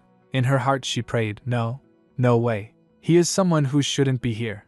Murmurs rippled through the hall as the person stepped forwards. Murmurs spread like wildfire. That is, how is that person here? As the person was coming forwards, Olivia remembered Romeo's word. Your ex-husband is currently in the capital. Olivia turns to see. Did you really think running from your struggles would be that easy? James Parnell was standing there. He says, dear wife, come to me. Olivia recalls her past and thinks, how had I forgotten about this man? This man who haunted me, followed me all those years. James Parnell. In her past, as she asks James for a recommendation, he just replies, do as you wish. She thought, did he ever truly care? He had never once spoken his mind about anything. Not when I changed the manor's interior. Not when I bought new clothes. Whatever I did, he remained indifferent. Except for one thing. I can't help myself. Back to present, James calls out, dear wife, come to my side. Olivia trembles upon hearing that. Ian glances at her trembling. James again calls, dear wife, what is the meaning of this? Ian's voice cut in sharply. Can't you see you're frightening Olivia? I understand that the proof of annulment has made its way to the Northern Territories. The lady standing before you is now my wife, the Duchess Olivia Tyrone. You should know better than to call her wife. Ian's hand tightened protectively around Olivia's. Olivia smiles, feeling touched. She resolves, right. Time to get my head straight. This is my new reality. I can't be pushed around like before. Does a proof of annulment hold any validity? James continued evenly. When I never stamped it with my seal? Whispers rippled through the ballroom. What is he talking about? No way. Does he mean? Then what do you make of the annulment document I hold? Ian countered. Are you accusing me of forging a document approved by the Emperor himself? James flinched as he heard that. Olivia thinks, having been stationed in a war zone at the time, James would never have stamped it personally. It had clearly been the doing of those three jackasses. They must have sealed it themselves, eager to rid the household of me. But falsifying a noble family's seal carried a minimum punishment of 10 years imprisonment. His mother's would pay dearly. Being the mother-loving good son he is, would he let that pass? James then spoke. The culprits who dared to use the Parnell seal without the permission of the head of the household have already been taken into custody, your majesty. Upon hearing that, Olivia gets stunned. It can't be. James? The man who never defied his mother's? Who endured every unreasonable demand? She glances around. Now that I think about it, I haven't seen those jackasses anywhere in the ballroom. It's unlike them to miss such an event. She wonders, did he really? Why is he going this far? At this point in the past, we're nothing. She faltered, thinking all about it. Ian steps up. Even if that may be the case, Olivia and I are officially married couple who have wed. Wed? James' expression darkened. He clenched his fists. So that's what you call this act of plunder? Ian replied coolly. Plunder? You exaggerate, Lord Parnell. James points. If you had even a sliver of conscience, you would know you are currently not in the right. Olivia frets. Things are really no looking right. This is bad. Legally, the marriage to Ian is valid. Proper procedures were followed. But if someone insisted on digging to the very root of the matter, things could become messy in an instant. She wonders, since when was James Parnell opinionated? It's almost like I'm looking at someone else entirely. Just then the Emperor intervened. It is joyous to see you after so long, Lord Parnell, he interjected smoothly. You have changed during your absence from court. Hearing that another man has taken one's wife, James replied evenly, is bound to change a person, your majesty. The Emperor looks at her, then says, let us refrain from using such expressions. The Emperor warned. The Duke has committed no wrongdoing. All proper procedures were followed. Moreover, the Emperor continued, if you truly mean well for Olivia, you should refrain from insulting her before so many witnesses. If I had attempted to correct this injustice quietly, James replied, I would never have been granted the opportunity. The Emperor frowns. James continues, you've had your amusement. It is time to return my wife to me, Lord Tyrone. Ian smiles. And if I refuse? Then, James said without hesitation, I will take her back by force. As he says that, Stardust puts a sword to his neck and says, "Watch yourself, Lord Parnell. Any further imposition will be considered an act of aggression against me, Stardust." Despite the sharp warning, the atmosphere remained rigidly formal. She says, "We are here to celebrate the birth of our dignified emperor. Any personal matters shall be handled separately, whatever the conclusion may be. I bow to be fair mediator in the proceedings." Upon hearing that, James and Ian glances at each other and agrees. Ian says, "Of course." James replies, "Understood." A murmur rippled through the hall as they left. Truly, what a day. No one could have imagined things turning out like this. While walking back, Olivia's mind was conflicted. I hope he doesn't hate me for this. Perhaps he regrets deciding to marry me. Her thoughts spiraled. What happens to me now? Those three jackasses held the greatest meaning in James's life. If he had truly placed them in custody, if he was truly determined to abandon them, then it meant something far more terrifying. It meant he was just as determined to never let her go. Suddenly she felt heavy, burdened by her thought. She gasps, and then collapsed. Ian saw her and quickly rushes. "Olivia!" Ian catches her and thinks, darn it, that man really had to push it. Just then Stardust came there and says, "You really can't get anything done properly, can you?" Ian looks down and then says, "I owe you one." Stardust says, "I guess expecting a thank you would be asking for too much.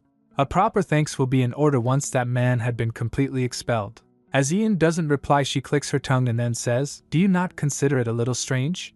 As Ian turns to her, she says, "The two of them were married on paper, never having met even once. Yet, the Duke surely treated her as though they shared a deep, tangled history as a couple." Just then Ian recalls the nights where in her sleep Olivia would murmurs in her sleep, "Dear wife," and he also recalls James saying, "Come to my side, dear wife." He concludes it was him. He was the reason for all of Olivia's sleepless nights. Stardust then asks him, "Do you need any help?" Ian lifts Olivia up, carrying her, he says. "No need," Stardust says inwardly. "There's no need to be so cold." In her sleep Olivia recalls her past. One of her child says to her mother-in-law, "Grandma." She replies, "Yes, my little one." The kid says, "I don't like mommy. I like you the best." Olivia was standing near watching that. "Dear wife." Suddenly James appeared and calls for her. He said again, stepping closer, "Come here, dear wife." She trembles, turning. "James." He went close to her and says, "You surely test my patience." Just then she gasps and opens her eyes. Her heart pounded. She thinks James is here. "I thought I had finally escaped. Am I supposed to go back to that torturous life?" A light tap broke her spiraling thoughts. She turns to see Ian, who was looking worried at her. "Ian." He quickly embraced her and says, "You're okay. I've got you. You just had a bad dream." His voice was steady and close, grounding her. "Whatever happened earlier and just now, they were simply dreams. Us, right here, right now, this is the only reality that exists. Got it?" She nods. He studied her face for a moment, then gave a faint, teasing smile. "What happened to the bold person I fell in love with? The one who ran out of the Parnell estate the very moment she got the chance?" His tone softened. "Seeing you this shaken just from the mere appearance of Lord Parnell." She cut in, "Have I disappointed you?" "Of course not," he answered. "In fact, I like it. I feel like I'm getting closer to you. Like I'm learning both your weak sides and your strong ones," he adds. "You already know plenty about me, after all. Like how needy I am for your affection, or how I'm always shopping for my wife, whom I'm completely head over heels in love with." She chuckled lightly. Then he asks again, "But are you feeling better now? You were pale as a ghost." She swallowed and nodded faintly.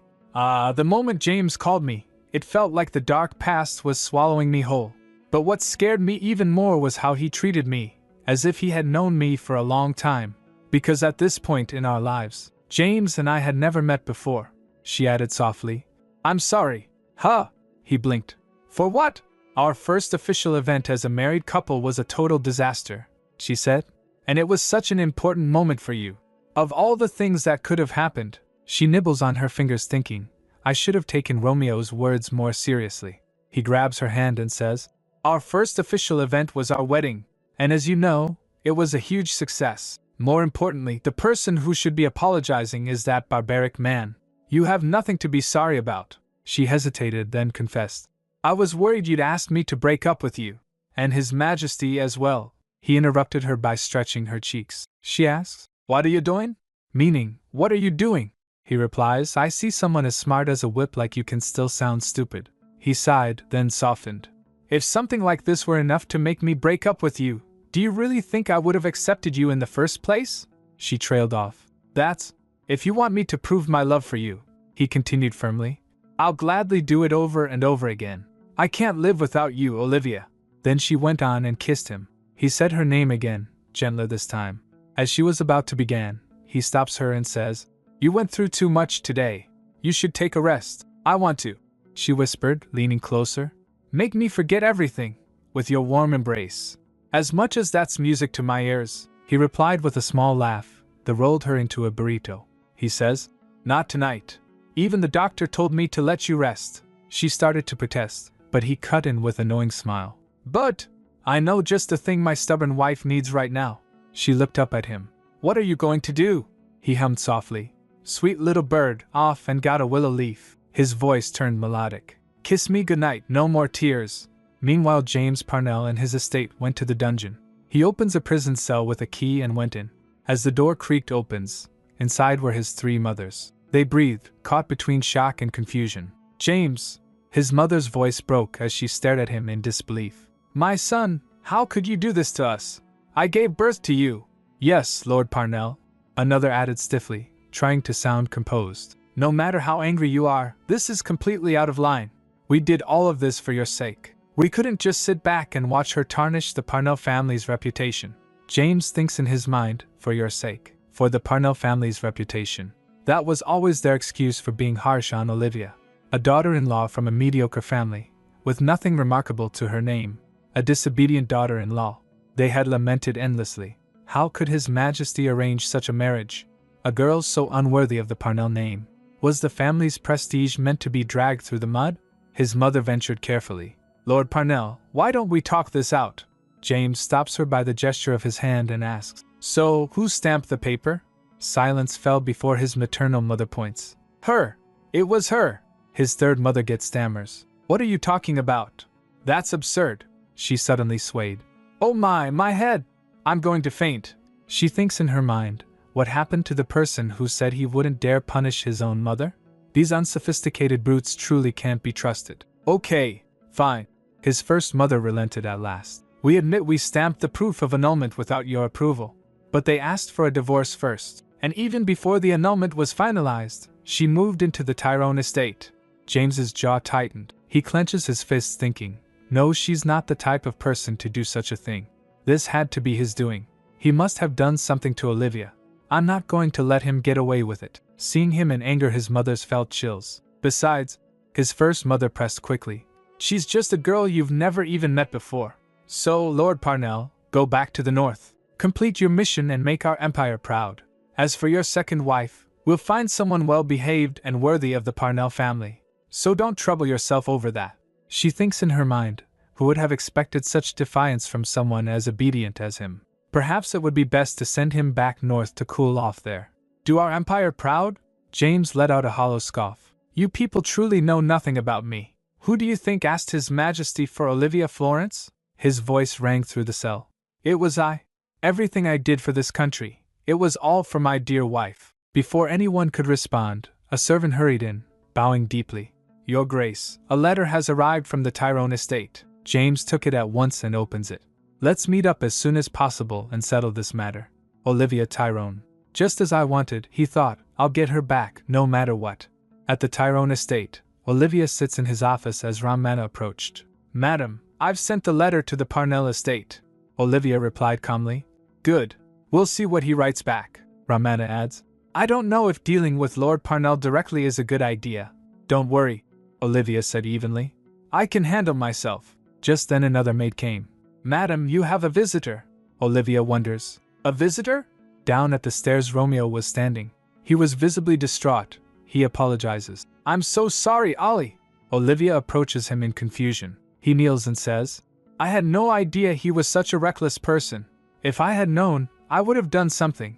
But it's all my fault. Strike me until you feel better. He nearly threw himself at her feet, wailing dramatically.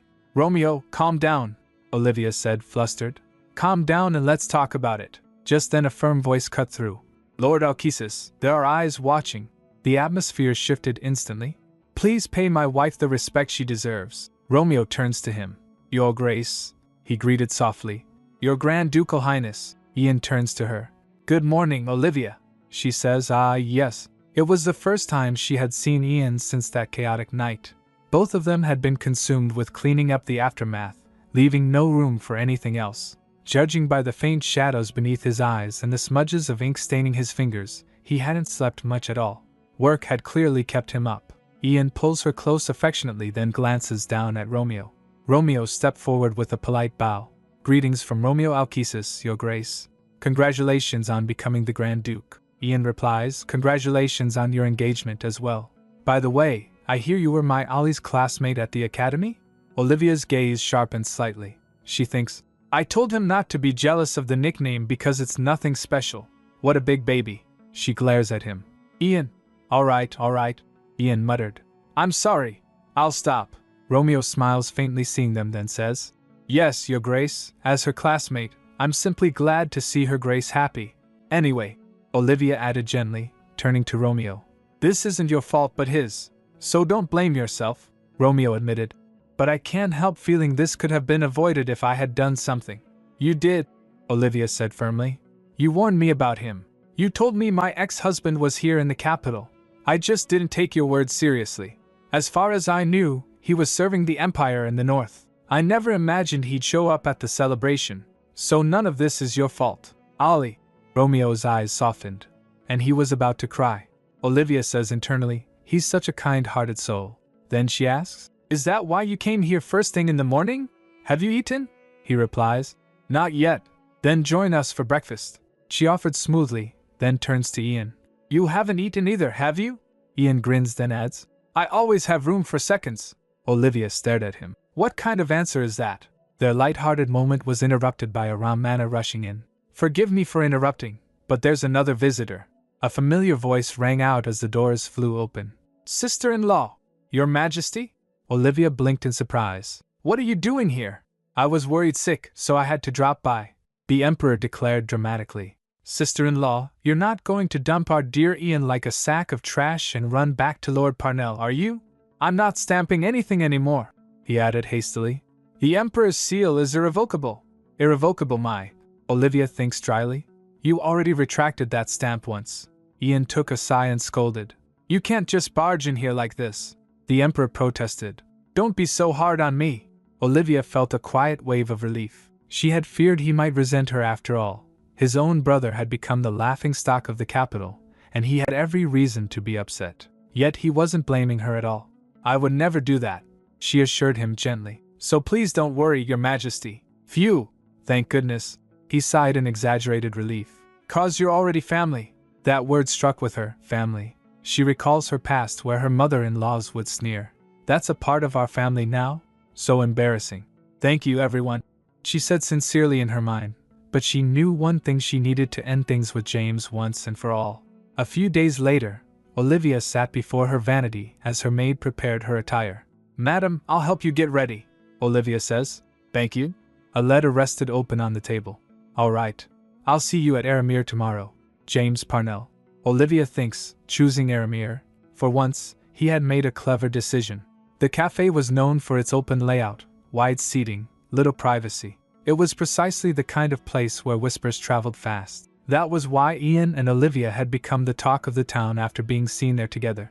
At present, the entire capital had its eyes fixed on three people: Grand Duke Tyrone, Lord Parnell, and Olivia herself.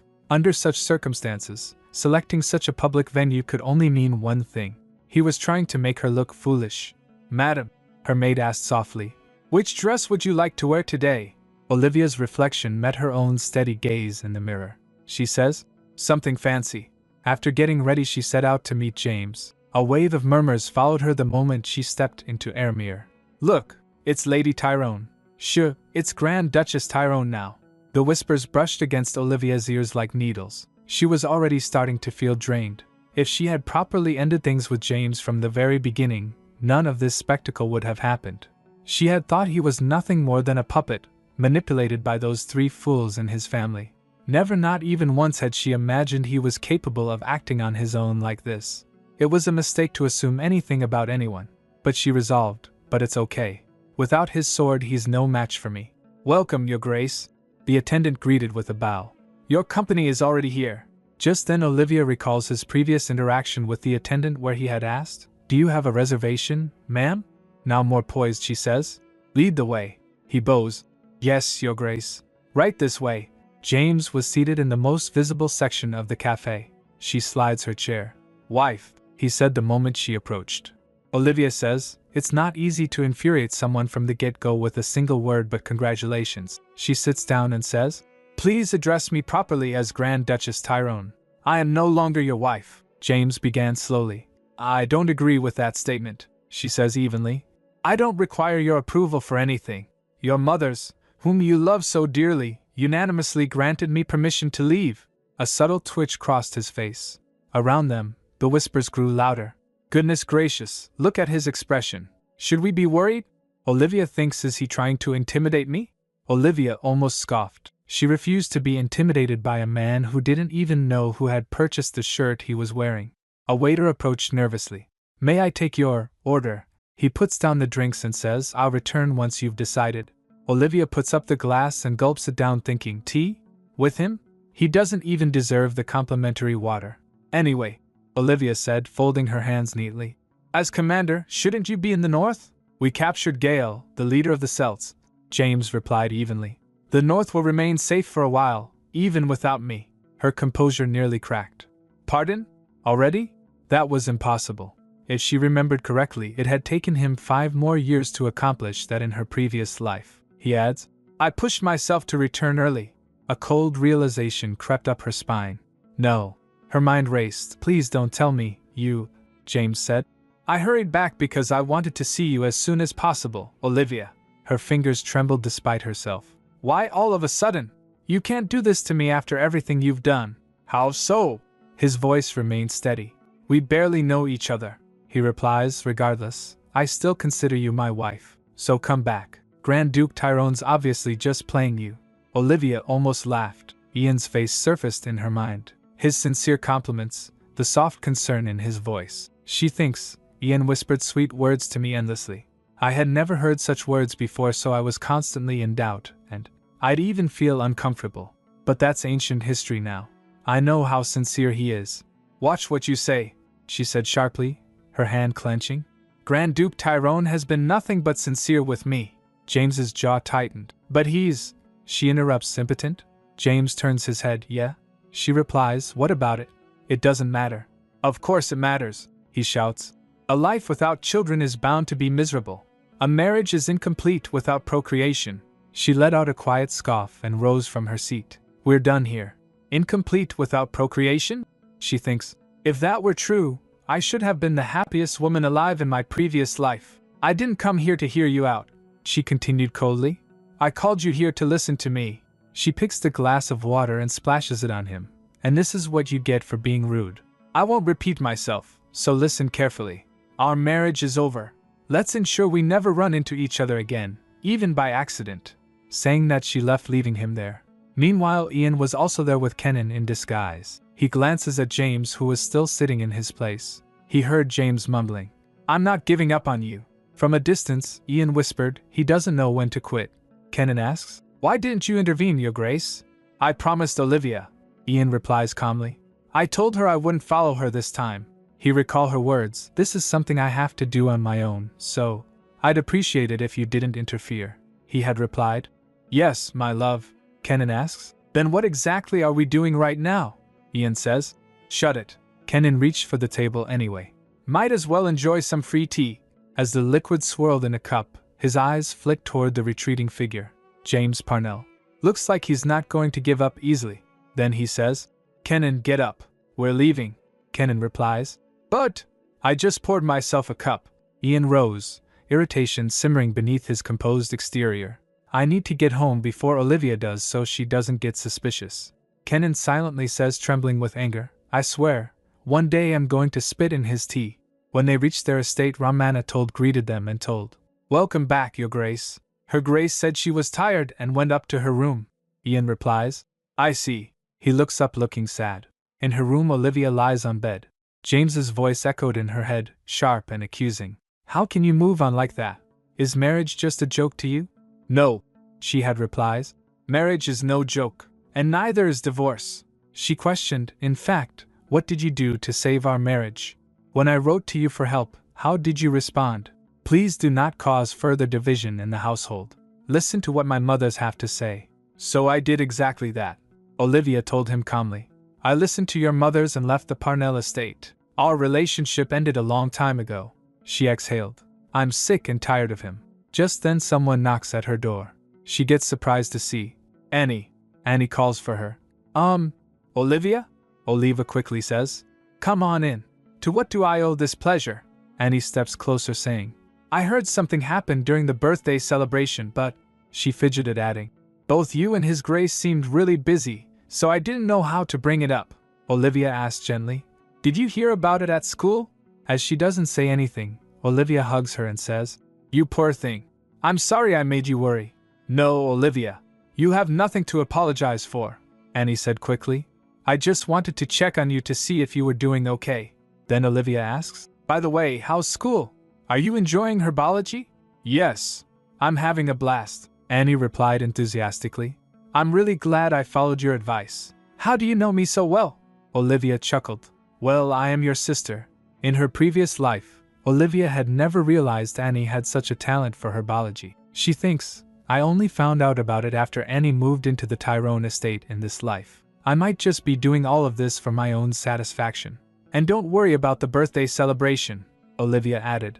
We're not leaving the Tyrone estate, Annie asks. Really? Olivia replies. Yes, really. I mean, unless we're forced to move to the capital. After all, my husband is the Grand Duke now. She laughed lightly, and Annie joined in. I just want you to be happy, Olivia, Annie said softly. You deserve it, after everything you've been through. And the same goes for you, Annie, Olivia says internally. I won't let her follow in my footsteps, she vowed silently, especially after what had happened today. Later Olivia went to Kenan. Kenan, he replies. Yes, Your Grace, she says. I need you to find someone, he asks. A person? Yes. He works at the Information Guild in the capital, Olivia said, her gaze sharpening with resolve. A boy named Eric, she instructs him.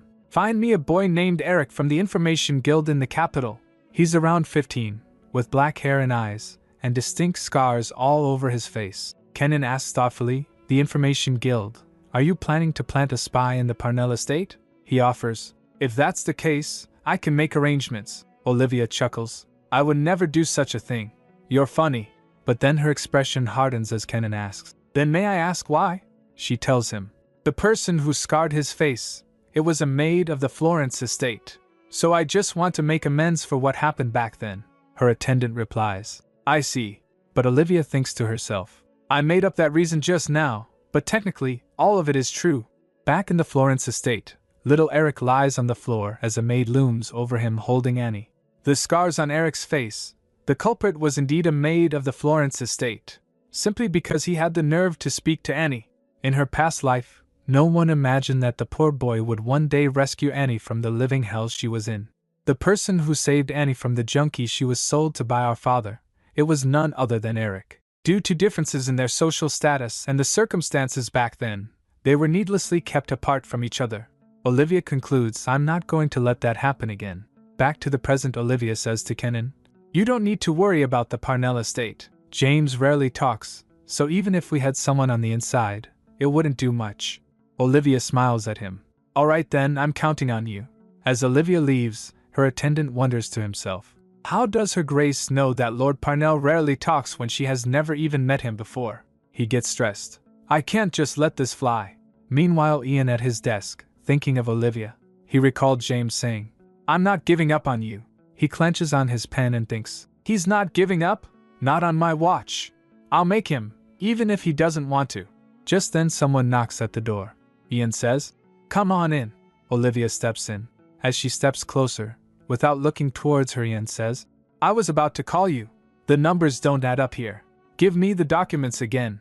As Ian extends his hand for the documents, Olivia slips her hand into his. Ian's eyes widen. What are you? He looks up shocked. Olivia?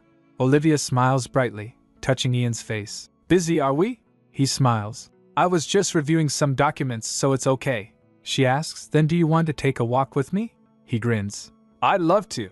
Under the night sky, he asks. Olivia, can I ask you something?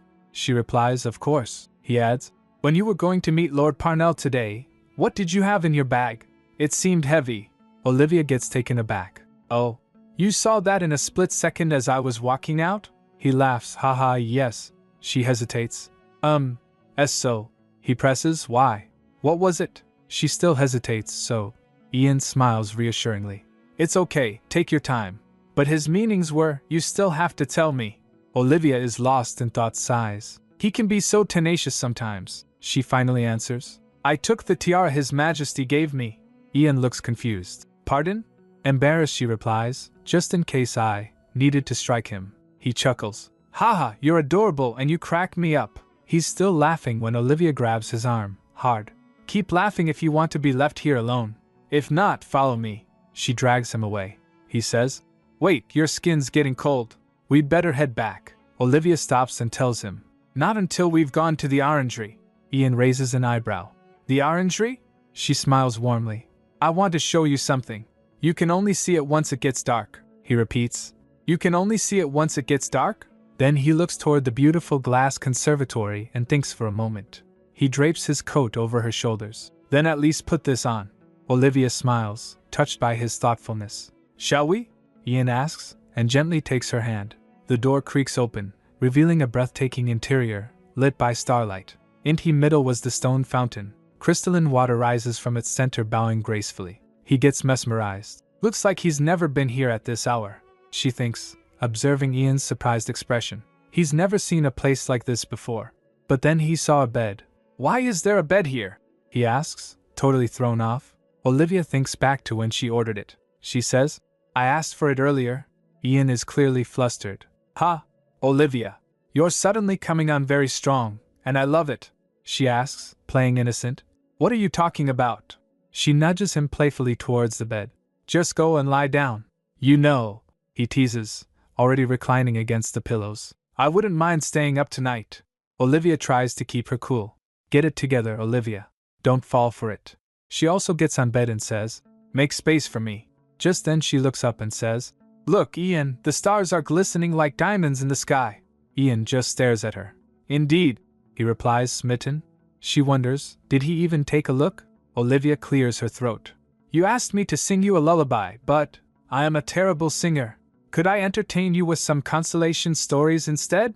Ian is all ears. Constellations? Do you know a lot about them? Olivia smiles coyly. I guess slightly more than most people. Ian is mesmerized. Oh, Olivia thinks, he's like a smitten puppy. They snuggle closer, Olivia pointing to the stars. Do you see that? If you connect those stars together, you get the Cygnus constellation. Cygnus means the swan in Latin. Doesn't it actually look like a swan soaring through the sky? Also, and then, Ian drifts off to sleep. Olivia smiles. I knew you'd fall asleep right away. She sighs softly, looking at his sleeping face. You're not much of a sentimental soul. Olivia reflects on Ian Tyrone. Someone who always treats me with respect. Someone who always trusts and supports me no matter what I say. Despite his position of power over me, he never once took advantage of it. She remembers his words. I'll stop if you want me to. She thinks, that's exactly why James and I weren't meant to be. They snuggle together under the stars. The next day, Olivia sneezes. Achoo! Ugh, my head's throbbing and my throat's scratchy. She groans, lying in bed. Olivia, Ian says, rushing to her side. Looking at him, she thinks, didn't we sleep together in the same greenhouse? Here I am, looking half dead. But why does he look even more handsome today? I don't want him looking at me this ugly. I'd better get rid of him quickly. Olivia! Ian repeats, concerned. She insists, trying to push him away. I'm okay, so go, and work. What if you catch a cold from me? Ian, however, refuses to leave. How can I concentrate when my wife's lying in bed sick? I'm going to take the day off. Olivia fumes. Of course, he never listens. He's so stubborn. But then, actually, why don't you just pass it on to me? Ian asks. Olivia is taken aback. Pardon? Ian smirks. Getting closer, he says. I know just the thing. This'll get the job done. He leans in close. He's about to kiss her. Excuse me? She asks. He just keeps leaning in. She's tense, eyes squeezed shut. But the moment is ruined. Just then Kenan knocks at the door. Your Grace, it's Kenan. She's startled. shoving Ian away as she shouts, "See, come in." Kenan peeks in, the door creaking open slightly. He steps in and greets, "Good morning, ma'am." "Oh, you're here too." Ian is clearly annoyed. "Kenan, you're definitely getting a pay cut." Kenan is confused. "Pardon?" Kenan looks towards Olivia in confusion. She shakes her head and says internally, "Here we go again." But then she plasters on a smile. "So what brings you here?" Kenan replies, "Oh, I brought the person you were looking for." Her eyes widen. "You found him?" he says. "Yes, ma'am. He's waiting for you in the parlor." The boy looks serious, standing by the window. She walks into the parlor, regal as ever. The boy stands stiffly. She approaches him gently. He begins, "You're Lord Florence's." She interrupts, "So you remember me." She thinks, "He was always looking out for Annie, so I'm not surprised he remembers me. He loved Annie from afar for over 10 years and, ultimately, he rescued her from the pit of despair." Back in the present, she's thinking, "The more I think about it, he's perfect husband material." Just then Ian comes in and looks at the boy confused. Olivia begins, Sorry. You must be very confused right now." She explains, "I owe this boy a debt, so I asked Kenan to find him for me. Would it be possible for him to start an apprenticeship to become a knight of Tyrone?" Ian and Kenan look shocked. "Pardon?" She thinks, "Asking him to take in a random child, he won't be too keen on that." But Ian is all smiles. "I'll make the arrangements right away." She is surprised by his reaction. She smiles. "This man, he sure spoils me." The boy also gets surprised. "I get to be a knight of Tyrone?" She smiles at him. She says, "You're saving up to buy a noble title, aren't you?" He's taken aback. "Your Grace H, how did you know?" And she thinks, "Because that's what you did in the past." The boy in front of me, a lowly errand boy of an intelligence guild, he acquires a noble title in a matter of years. Only because he wanted to be a man worthy of Annie. She says, "Become a knight and protect my sister." He looks up at her, surprised. "Oh, of course. Thank you, Your Grace," he exclaims. Ian smiles at her, but Kenan is suspicious. Later, she's in bed, looking miserable. She sneezes. "This is one stubborn cold." Ian is at her bedside. He asks, "Goodness, you okay? What did you mean by debt earlier?" She explains, "Let's just say, my sister owes him her life from before, but, simply based on his looks and worn-out clothes, I made through the glass lamp she was holding at him." The Ian asks, "He likes Annie, doesn't he?" She replies, "Yup, I did my part and gave him an excuse to be with Annie, so the rest is up to him." She thinks in her mind, "I'm just trying to help, but what if they don't end up together because I intervened? Well, I'm no god. I can't make everything go my way. All I'm trying to do is make life easier for the people I love so they can be happier." Ian asks, "He's got nothing. No parents, no social status, no money. But you're okay with him marrying your sister?" She replies, "Living with a wealthy noble from a nice family, yeah, she might be happy, but living with someone you truly love, I think that'll make her happier." Ian was touched, so she looks at him and says, "Speaking of which," the hand brushes against another. "Thank you." Ian looks over at Olivia, sitting in bed. She adds, "Seeing him and Annie got me thinking.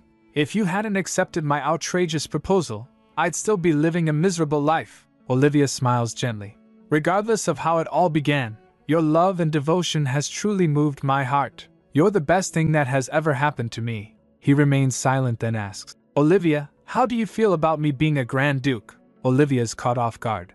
Am I supposed to feel something?" She is flustered. "Seriously? I pour my heart out and this is the response I get?" Upon hearing that, he laughs, but then he pulls Olivia into a hug. She's worried.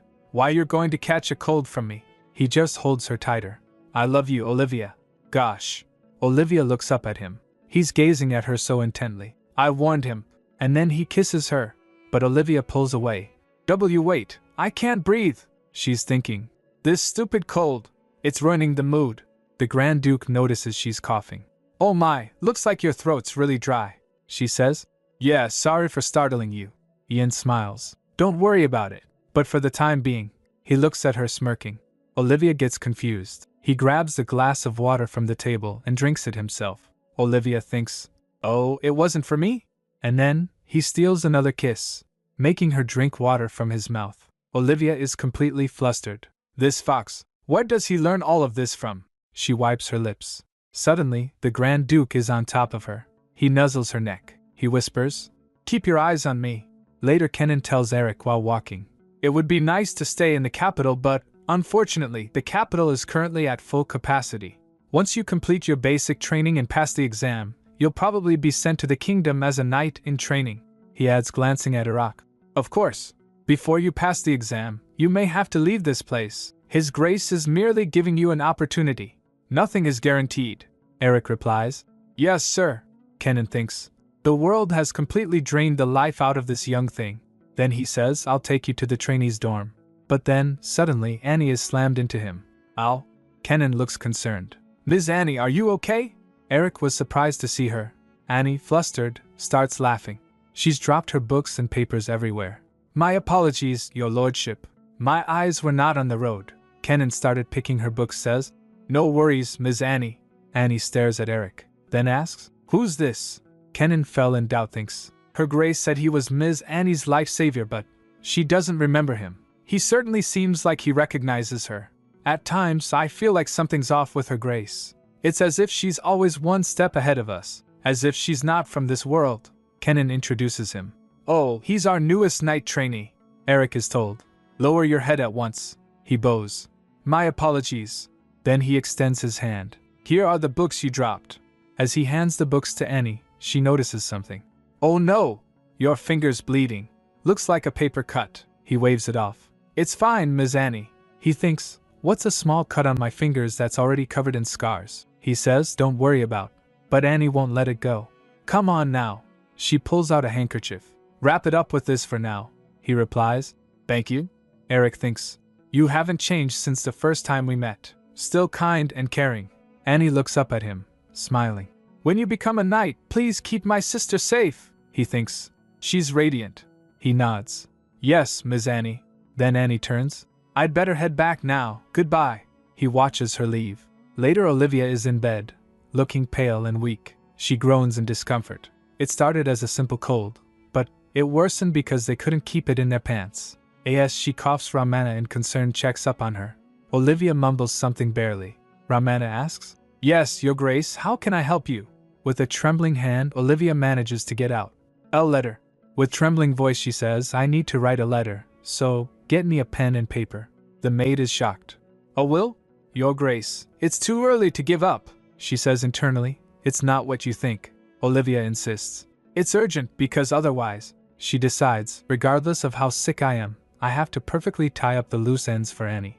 I need to be prepared in case Father returns." She dictates a letter. "To my dear brother Billy Florence." She then instructs Ramana, "Have this delivered for me." "Yes, ma'am," her maid replies. Olivia thinks to herself, "I'm never sleeping in a greenhouse ever again." Later, Ian arrives to check on Olivia. "Olivia," he says softly. Olivia, blinking awake, asks, "Ian." He places a hand on her forehead. Looking at his concerned face, she says, "What happened to your face? At least one of us has to stay strong." He pulls her into a hug. "Oh Lord, thank you," he says, relieved. Pulling back, she smiles weakly. "What's the matter? I'm still alive, you know." Ian looks serious. "You slept for 4 days as if you were dead." Olivia is surprised. "Already?" Ian replies. "It's all my fault. I loved your story so much so I just kept quiet. If I had known this would happen, I would have carried you back home." Olivia questions, "Why would that be your fault?" "Huh?" Just then she realizes. She questions, "Wait, you weren't sleeping?" Ian shakes his head. "Nope." Olivia is furious. "Then what was the point of that night? I also said a lot of cheesy things." She coughs, clearly uncomfortable. "I was trying to put you to sleep." Again she coughs. He wobbles, about to faint. He calls out, "Olivia!" Olivia collapses back onto the bed. Ian orders the servants, "Doctor! Get a doctor in here!" Olivia thinks to herself, "If the cold doesn't kill me, the Shane will." Ian stands outside Olivia's door, looking concerned. His aide approaches. "Your Grace." Ian asks, "Is it about him?" Kenan replies, "Yes, I got a message from the Imperial Palace and it's about Lord Parnell, Your Grace." Ian says, "We'll hold this off until Olivia's better." "Yes, sir," the aide responds. Ian reflects. He hasn't made much of a fuss since then. It's rather unsettling. There's no way a barbarian like him could be this quiet. Ian instructs Kenan. "Keep an eye on him though, just in case." "Yes, Your Grace," the aide replies. Ian glances back at Olivia's door. Olivia is asleep, but seems restless. A flashback begins. An older woman tells a young Olivia, "Keep this necklace safe. That Orsian crystal is all that we have from your father. Before your mother passed away, she said she wanted egg porridge. Apparently, your father used to make it for her." The older woman continues, "Now that I'm in her situation, I miss her even more. My poor sister." Olivia exclaims, "MOM." The older woman says, "At least may your life be filled with happiness." Back in the present, Olivia's maid checks on her. Just then Olivia in her sleep mumbles, "Mom," Ramana asks. "Yes, Your Grace." "Do you need something?" Olivia sleepily murmurs, "Egg porridge. I want egg porridge." The maid looks surprised. The next morning, birds are chirping outside Olivia's window. She blinks awake and saw Ian. Ian sits with a tray. "Good morning. I brought you breakfast." He presents the plate. It's egg porridge. Apparently you said you wanted it," Ian tells her. Olivia looks surprised. "Oh." Then he says, "This egg porridge and that necklace, they have something to do with Ors, don't they?" Ian's word hold weight. "I asked the maid about you and she told me you kept asking for egg porridge in your sleep." He pauses, letting the connection sink in. "Turns out, egg porridge is a traditional Orsian dish. And that necklace from your mother, the crystal, is also from Ors." Olivia cut in. "Well, someone certainly did their research." Olivia's expression hardens, a small smile playing on her lips. "You're right. Lord Florence is not my biological father." Olivia sits beside Ian. "I'm sorry I didn't tell you about it first." She looks down, a hint of vulnerability in her eyes. "The truth is, I myself don't know much about my birth. Solely based on what my aunt told me, I assumed my father was an Orsian. I don't know the specifics, but my mother had me out of wedlock and, with nowhere else to go, she went to my aunt for help. And father let me into the Florence family. That's why I couldn't ever say no to him and—" Ian gently takes her hand, his gaze softening with concern. "Olivia, I can't imagine how hard it must have been for you." She adds, "When I found out about my mother, I was young, and I couldn't do anything about it. I had nowhere or no one to vent my frustrations." Ian says, "Just the thought of you having to go through all of that saddens me deeply." Olivia looks up, her eyes meeting Ian's, a silent understanding passing between them. "Ian," she whispers softly. "Frankly speaking," he says, his expression serious, "I was in a similar situation." Ian reflects on his life, his voice narrating his past. "Out of all the former emperor's children, I was the only legitimate heir. Fearing for his position, my brother, he placed me in the care of Duke and Duchess Tyrone, who had no children at the time. However, I brought misery upon the Tyrones. The Duke and the Duchess constantly fought over me. The disagreements persisted and ultimately, it led to an accident which cost them their lives. Afterwards, Marquis White Paul took me in, but it was no different." Then she thinks, "The misfortunes that stemmed from me, for as long as I can remember, I thought just like him." Flashbacks of her childhood show her aunt's suffering. "How dare you talk back to me? Because of you, I have one more mouth to feed and this is how you treat me?" Little Olivia sits alone in the dark. All the torment my aunt endured from him, father selling me off to the despicable Parnell family, it was all because of my existence. Then Ian adds, "That's why I told myself I'd live alone.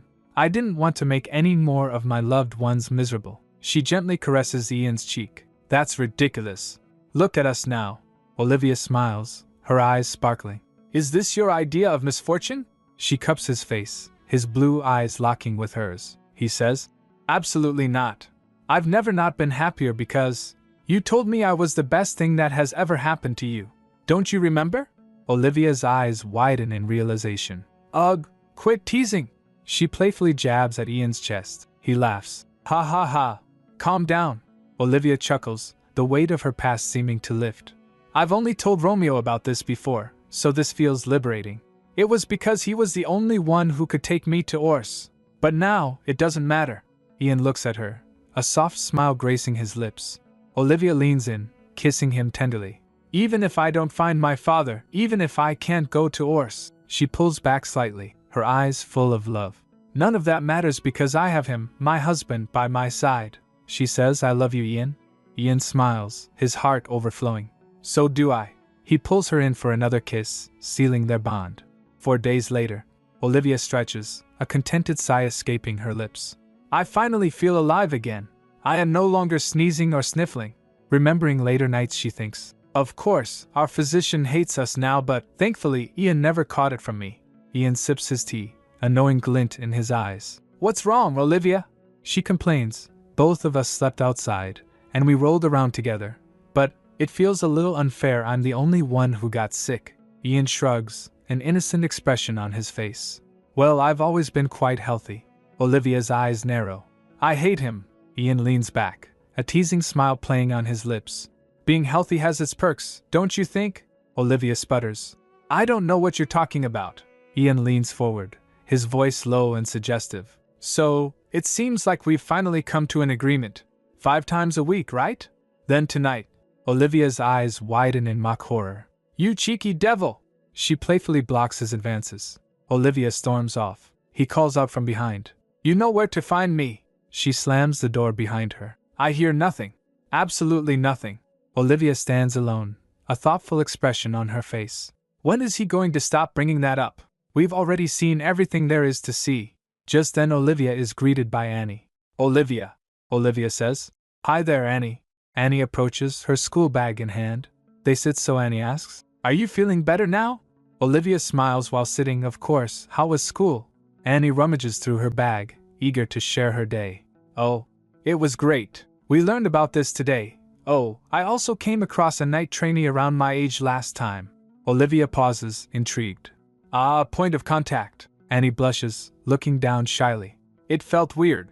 Olivia gently touches Annie's chin, lifting her gaze. Did it? Looking at her warmly, she thinks, Annie, you're going to be happy now. Olivia looks determined. All that's left is...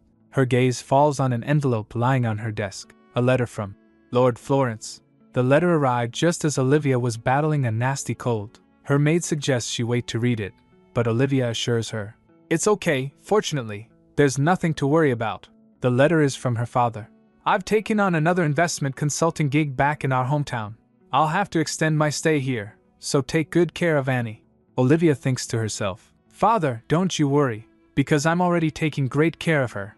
With a sly smirk, she thinks. Contrary to my concerns, Father was going on about his life, so I swiftly proceeded to the next step. Even as she was in agony from her illness, Olivia explains.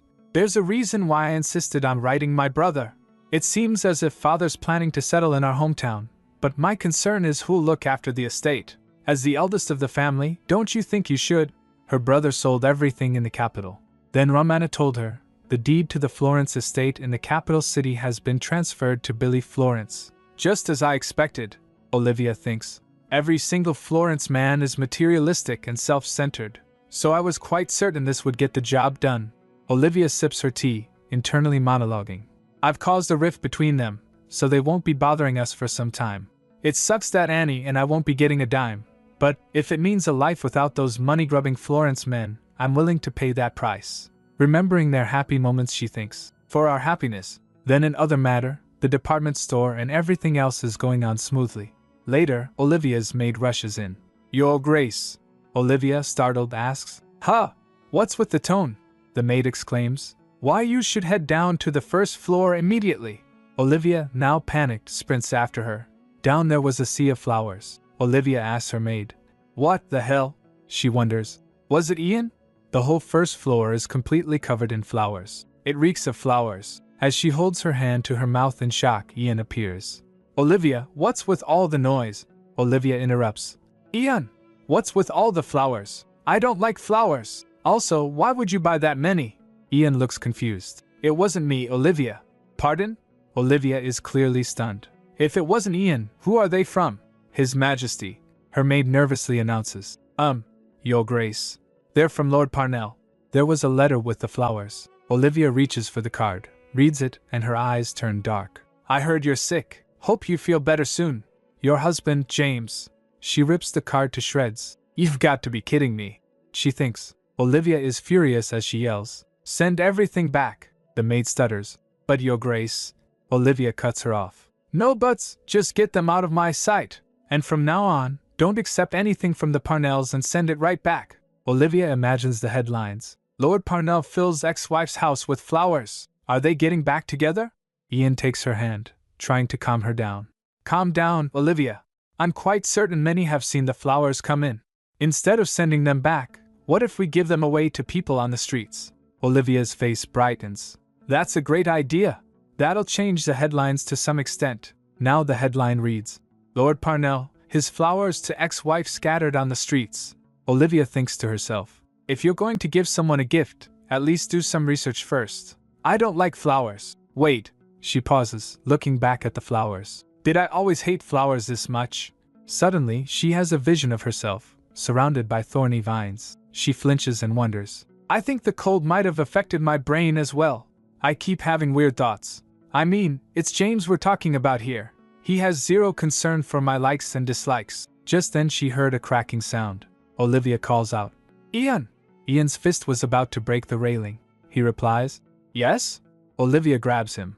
You're going to hurt yourself. I don't even like flowers, so there's no need for you to get all fired up. Ian chuckles. Was it that obvious? Olivia responds, Not really, but I just know you. Then she thinks, the way you express your anger or your happiness, where and how you get aroused. Ian smirks, gazing at Olivia, and simply says, Olivia. Olivia blushes, realizing what she just said. Gosh, I'm no better than Ian. I'm as perverted as he is. She stumbles back, exclaiming, I'm going to go write a letter to the Parnell estate. Ian grabs her arm. Hold on, Olivia. The Crown Princess sent us a letter yesterday. Ian continues, In 4 days, she wants to see all of us in her palace. Olivia, looking up at Ian, asks, Oh? Olivia questions in her head. Is that why James suddenly sent me the flowers? But seriously, I don't understand his obsession with me. We've never seen each other until recently. Either the same thing happened to James or… No, but what are the odds of it happening to both of us? Suddenly, they're interrupted. Your Grace. An attendant bows, holding a bouquet. Olivia says, I thought I told you to give all of them away. The attendant replies, These aren't from the Parnell estate, sir. These are from… Ian looks shocked as the attendant finishes. Lady Whitepall, daughter of Marquis Whitepall. Olivia thinks about it. Lady Whitepall? She remembers Ian telling her. Afterwards, Marquis Whitepall took me in, but it was no different. She realizes they're the ones who took Ian in after the Tyrone's accident. So she turns to Ian. Ian, answer me this. He tensed, yes? She asks Lady Whitepall. Is she the gorgeous lady we ran into at the birthday festivities? The one with wavy red hair and ocean blue eyes? Ian confirms it with a simple, yes. Olivia thinks, no wonder Ian seemed so uncomfortable around her. His usual confident demeanor was nowhere to be seen, and she was glaring at me with blazing eyes. That can only mean one thing. Anger blazed on her face. The poor servant with the flowers is terrified. Olivia realizes that and thinks, oops. Hold your horses, Olivia. This is your second marriage and you're getting upset over his ex-girlfriend? She took a sigh, then a thought crossed her mind. But wait a minute. Why did Ian suggest getting my hair done? What did he mean by that? Fiery red curls and silvery straight locks, ocean blue eyes and scarlet eyes. It's such a clear contrast. She confronts Ian. Did you say I was your type because my features are the exact opposite of her looks? Ian admits it with a simple, yes. She was left speechless. Seriously? Meanwhile, in the imperial palace, the emperor was reading a note. 4 days later, lunch. Then he burned the note. Later, he was having a conversation with James Parnell. The emperor asks, all right. So, when are you heading down to the north, Lord Parnell? James took a sip and replies, not until I get my wife back. The emperor replies, that's a done deal. James then says, Your Majesty, you didn't honor your end of the deal. Consequently, I am no longer obligated to honor my part. The emperor smirks. A deal. I admit my fault in that aspect. However, you can't simply lay all the blame on me. Remember what you told me? He recalled the scene where he had said, Olivia Florence? A complete stranger whom you've never talked to previously. You want her as your wife? James reason? We share the same birthday. Back in the present, the emperor says, You led me to falsely believe you chose her for no apparent reason. If I had known how much you loved her, I would have thought twice. James replies, You know I'm not much of a talker. The emperor says, Cut the crap. All of this happened due to the utter lack of interaction between you and Olivia Florence. No? Parnell twitches. The emperor continues, Regarding this matter, you have every right to hate me. However, Grand Duke and Duchess Tyrone are very happy together. So why don't you let it go this time? James's response is chilling. No. Even if it means she'll slowly wither away to death by my side, I'll never let go of her. The emperor is shocked. You son of a b. He stops in the middle. James gets confused. The Emperor tries to play it off. Oh my, excuse me. I thought I saw a cockroach. He took a sip and thinks, if you truly love her, you should want her to be happy, you self-centered and selfish jerk. Goodness, my dear sister-in-law. You've gotten yourself tangled up with one huge hole. Meanwhile, back at the Grand Ducal residence, Olivia is served tea. She was lost in thought. It seems like Ian has some kind of history with Lady Whitepall. Even worse, I think she still has feelings for Ian. Objectively speaking, I have no reason to be upset. But this is getting on my nerves a little too much. She fumes with anger. Just then Ramana asks, Your Grace, would you like some tea? Olivia shrugs it off. Chamomile tea please, she replies. But inside she's thinking, I really don't understand why I'm acting this way. Logically, it makes sense, but emotionally, it's a different story. Olivia asks, How's Ian? The maid responds, He's in his office right now. And the bouquet?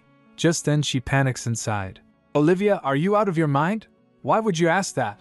Ramana reveals, His Grace told Sir Reginald to throw it away at once. Olivia is lost in thought. And then, the final says, Bring it back to me. Ramana presents her the flowers. The flowers, Your Grace. Olivia examines the bouquet closely. Blue forget-me-nots. Flowers that symbolize remembrance and true love. Olivia is not having it. Bite me! Sending a subtle message through flowers, a well-known means of communication amongst the nobility. Olivia's internally screaming. Olivia, just let it go. You know Ian doesn't care about these things. She's so frustrated. Didn't you see him tell Sir Reginald to discard it without hesitation? Yeah, I know I have nothing to worry about. Olivia sighs. But it still upsets and infuriates me. I'm trying so hard to ignore it, but I just can't. Ugh, I don't know what to do with myself. She throws the flowers back on the table. Just then a letter fell from between the flowers. Inside is a message. The only person who truly loves you is me, Ian. You're Lily. Olivia scoffs, face twisting in anger. This home-wrecking bitch. She crumples the letter in her fist. Her maid, Ramana, rushes to her side. Your Grace, you're going to hurt your hand. Olivia rises, a determined glint in her eyes. We're going out, Ramana. The maid looks surprised. To where? Olivia replies. To the best cake shop in town. The carriage rattles down the road.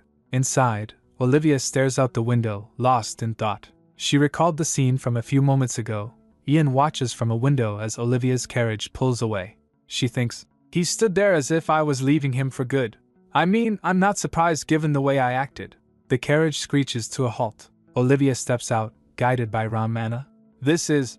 Olivia's eyes sparkle with excitement. Ooh, it's Liberty Market. One tea shop's popularity naturally spawned a market of dessert shops. Eventually, it evolved into an exclusive market catering food and desserts for nobles and royal families. Ramana explains, a little history lesson for you. Olivia replies, I see. Olivia smiles, enjoying the atmosphere. This is remarkable. I didn't get to visit in my previous lifetime. The Parnells were not a huge fan of dessert, so the only time I came across them were in tea parties or banquets. Olivia halts, staring at a towering cake. Ramana asks, Shall we? Olivia nods. A bell jingles as they enter a shop. Welcome. The baker gasps, surprised. Oh my! Isn't this Her Grace in the flesh? Olivia gets embarrassed a little and laughs. Olivia thinks to herself, so, turns out I'm quite the superstar. Given the recent events, understandable. The baker asks them, Looking for anything in particular, Your Grace? Olivia points. This one. The embellishments are truly breathtaking. Olivia compliments. The baker replies, Thank you, Your Grace. Our cakes are known for their heavenly aesthetics and taste. Then she asks, Can I write a message on it? The baker says, Yes, ma'am. Up to 15 letters. He asks, So what would you like me to write? Olivia pauses thoughtfully. She then spoke. It doesn't bother me. Later, Olivia sits with the cake box, thinking. Come to think of it, I don't even know if Ian likes cake to begin with. Well, if he doesn't, I'll make a note for next time. It's the conversation that matters, not the eating itself. Olivia gazes out the window. The Orse department store. It's coming together. She smiles, remembering. Yeah, I've been too harsh on Ian. She recalls a memory of them together. Ian always put his trust in me and he invested a fortune in the business. Olivia grazes the box, thinking. Maybe I should have asked for something more romantic. I'm going to talk to Ian as soon as I get home. She resolves, smiling. But back at the mansion, Olivia's face falls. She gets shocked seeing Liliana. You've got to be kidding me. Lily is there standing at the door. Olivia spoke in confusion. Nice to meet you, Duchess Tyrone, she says, with a totally fake smile. I am Liliana, youngest daughter of Marquis Whitepall. Duke Tyrone and I have a special relationship. Olivia narrows her eyes at the mention of this special relationship. Lady Whitepall, she says, her voice dripping with ice. With the click of her heels, she demands, what brings you to my house? Not to mention unannounced. Is this the Whitepall's idea of manners? Liliana scoffs, all sweetness and light. Excuse my manners, but I kindly ask for your understanding. After hearing about my poor friend, I couldn't just sit back and do nothing. I also have something to tell you, Your Grace. Please let Ian go. Olivia is floored. Let go of Ian. She barged in unannounced just to tell me that. Liliana smirks, stepping closer.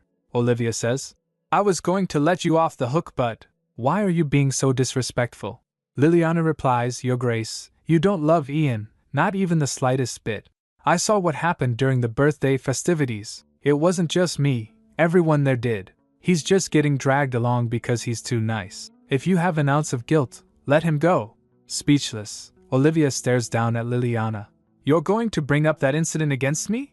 You don't even know anything about our marriage. Suddenly, a familiar voice booms. Lily! Ian has arrived and he does not look happy to see Liliana. Ian!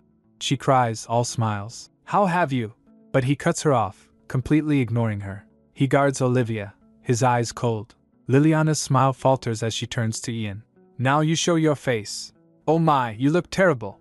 How has she been treating you? She reaches for him, but Ian jerks her arm away. How dare you disrespect my wife? Also, I told you to stay away from me, and yet, here you are camping outside the entrance of our house.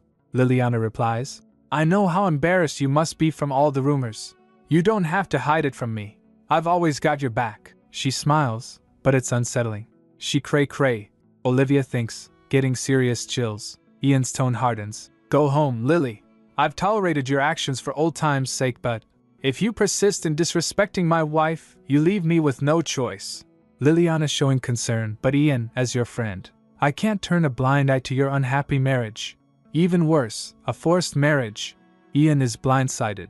Forced? Liliana continues. You would never voluntarily enter into a marriage. What happened that day? I haven't forgotten.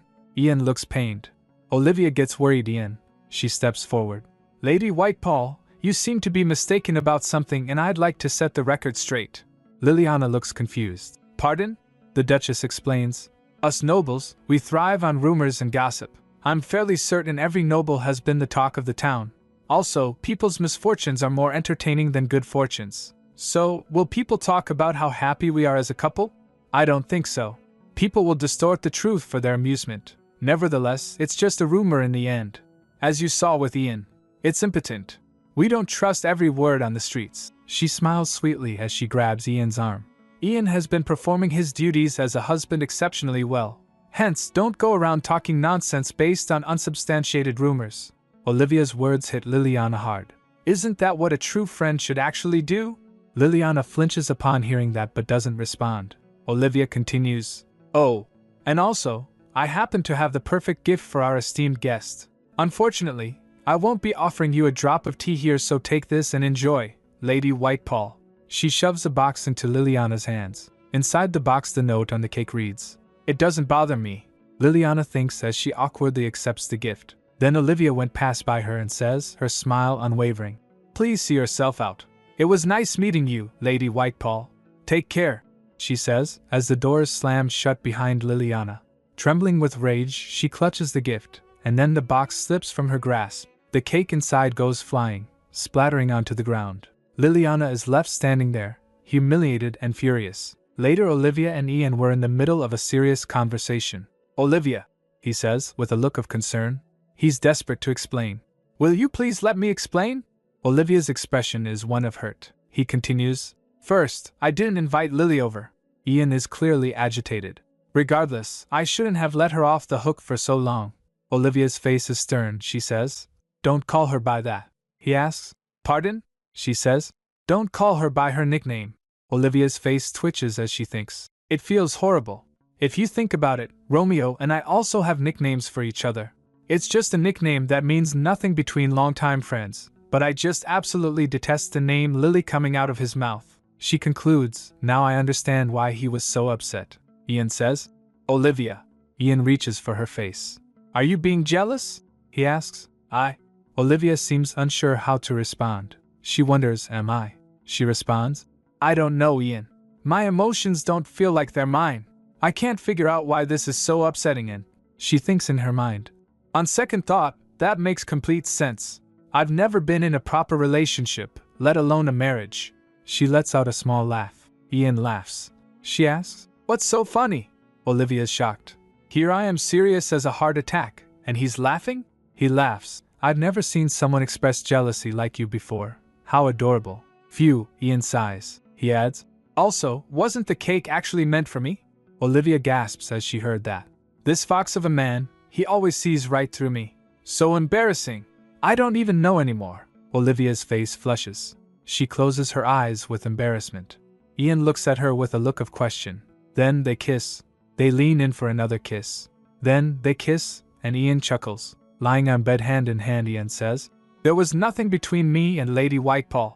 Our relationship, it's not what you think. Although not bound by blood, our bond was akin to that of siblings, Ian says. Well, at least until Liliana found out about my royal heritage. The story goes back to Ian's past. Former Duke Tyrone, who simply treated me as the Emperor's brother. The Duchess, who received no explanation as to the sudden arrival of a random child. They couldn't give me the love I needed as a newborn baby. They departed this world without giving me an ounce of affection, and I met His Majesty for the first time at their funeral. He told me everything. Since my reign is not yet stable, your royal lineage, I'd keep my mouth shut about it. From the outset, destined to be unloved. And it was none other than Marquis Whitepaw who approached me. Marquis says, you must be my brother's son. Ian responded, yes, sir. Marquis patted him, you poor thing. Come on in and make yourself at home. Upon the passing of Duke and Duchess Tyrone, I was placed in the care of Marquis Whitepaw, and he treated me as if I were his own. He was like a father to me, and I felt loved for the first time.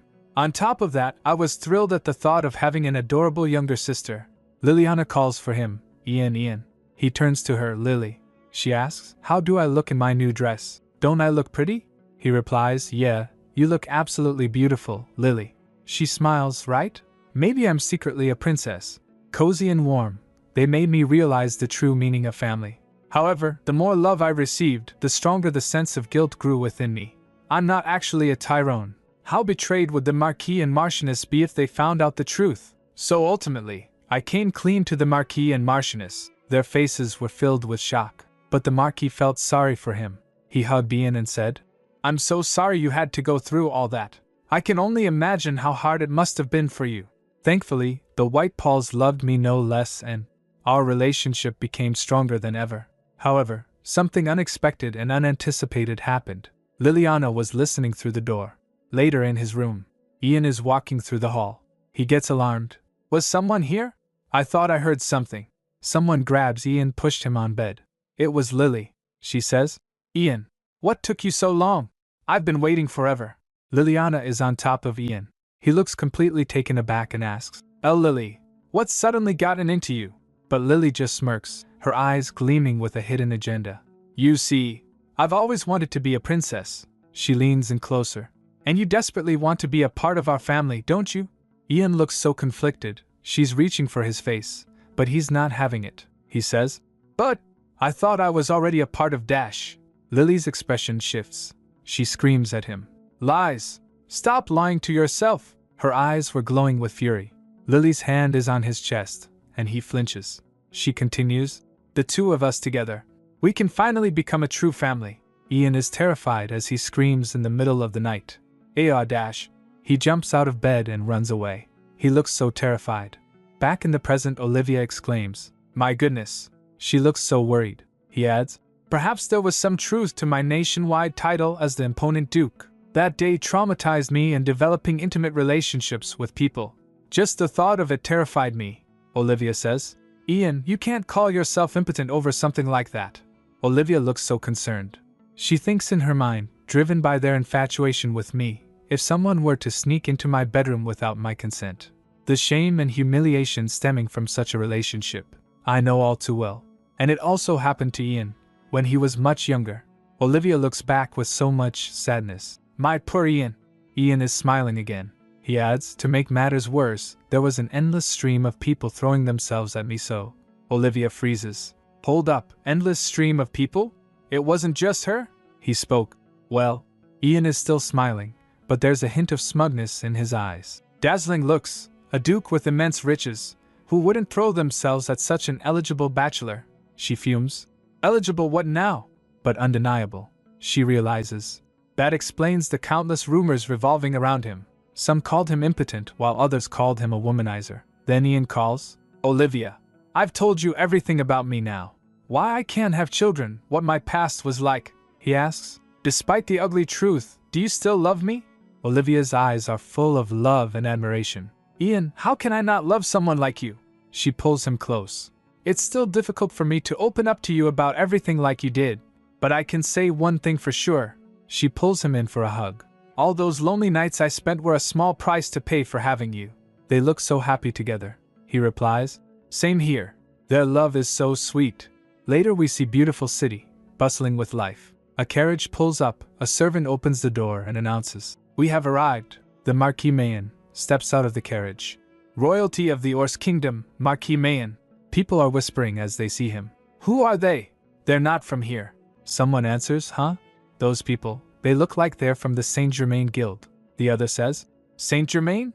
One replies, You know, the renowned guild from the Orse Kingdom. Oh, why didn't you lead with Orse? So that's the guild everyone's been talking about in the continent. Speaking of which, the head of the guild. I heard he was Orsian royalty. Anyway, what's he doing in the Empire? Marquis Mayen glances around, and he looks so composed. So this is the Empire. He thinks in his mind. It's already been 20 years since I began my search for her. He's clutching his cane. He looks so determined. Now, the Empire is the only place left. He's looking for someone, maybe the love of his life? He says internally. Melissa, where are you? Then he says to the servant, Let's go. The servant replies, Yes, sir. 4 days later, at the Imperial Palace, the day of the three-party meeting with James, Olivia is back, and she is stunning. She thinks in her mind.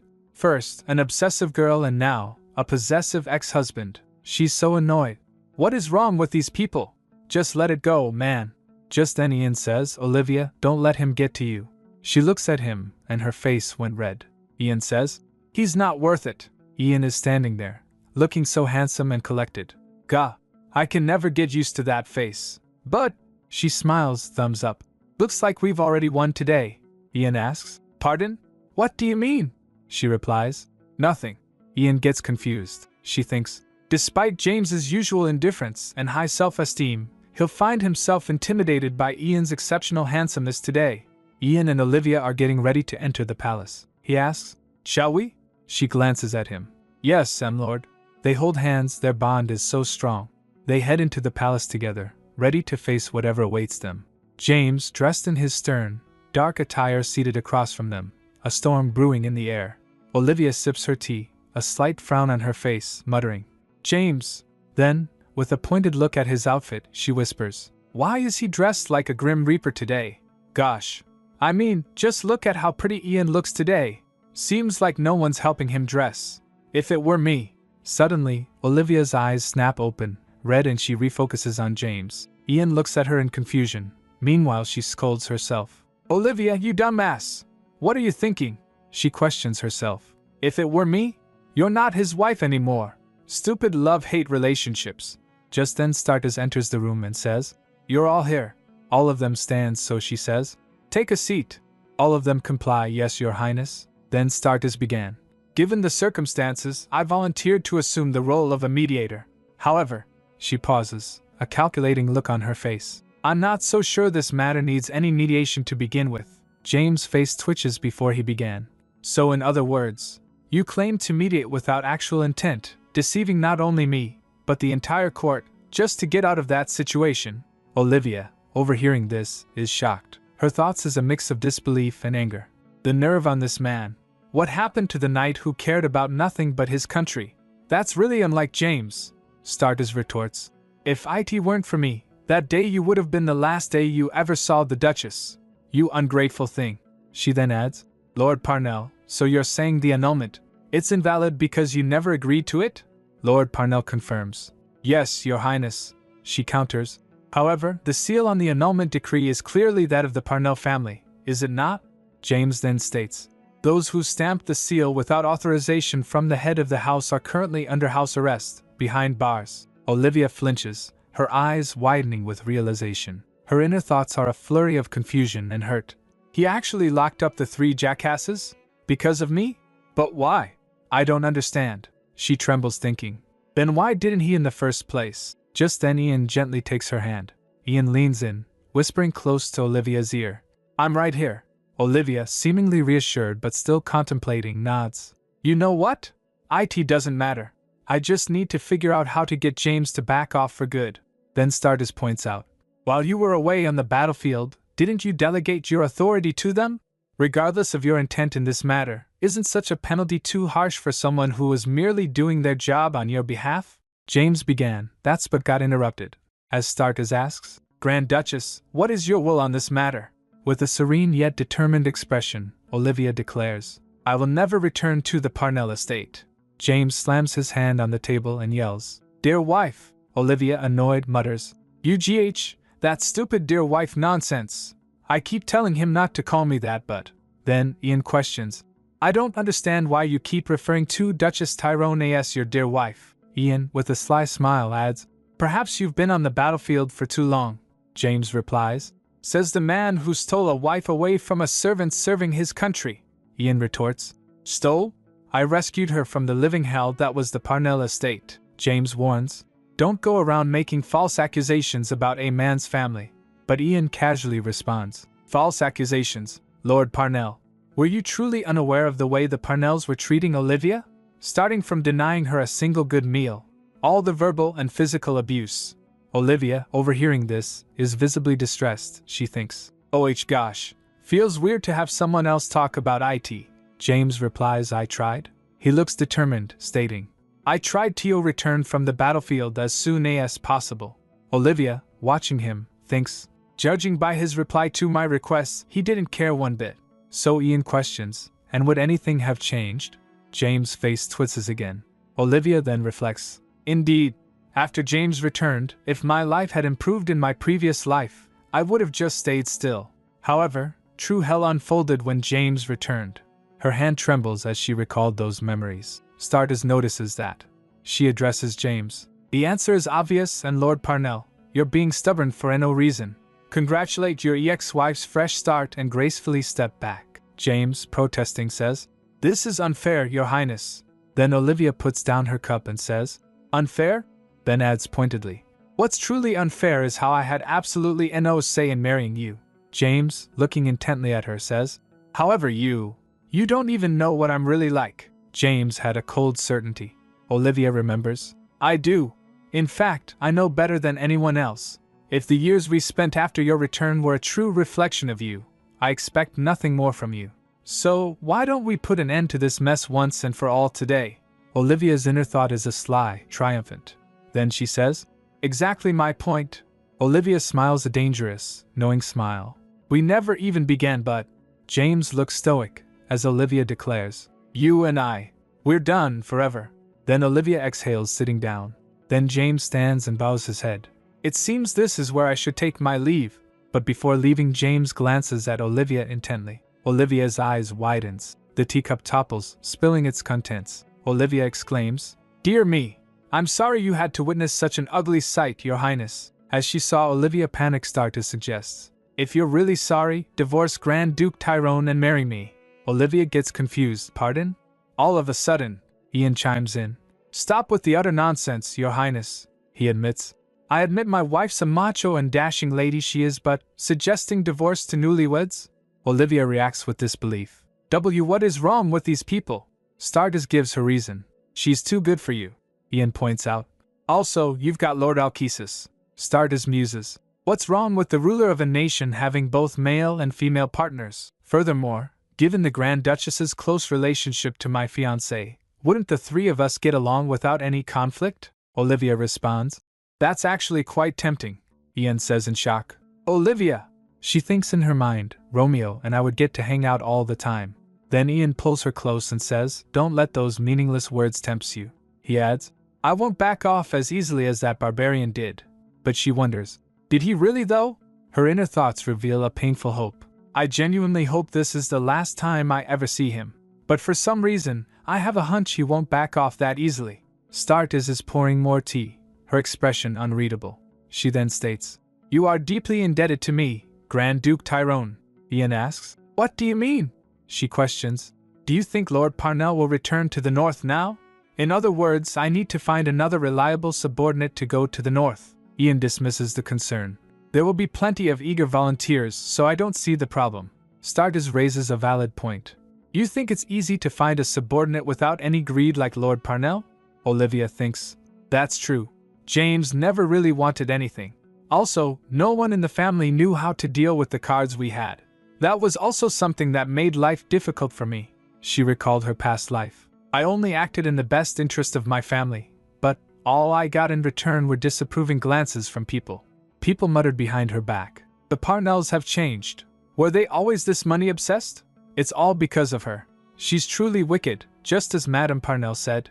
At that time she thought, "My husband was risking his life for the country and I was just trying to get him the proper compensation he deserved. How is that being greedy?" Back in the present, Olivia thinks, "I had my doubts, but even within the palace, he's a complete pushover." She then muses, "Perhaps it's a good thing he returned from the north. He's currently obsessing over me, but he'll soon take the time to look back on himself, and sooner or later, he'll meet someone new."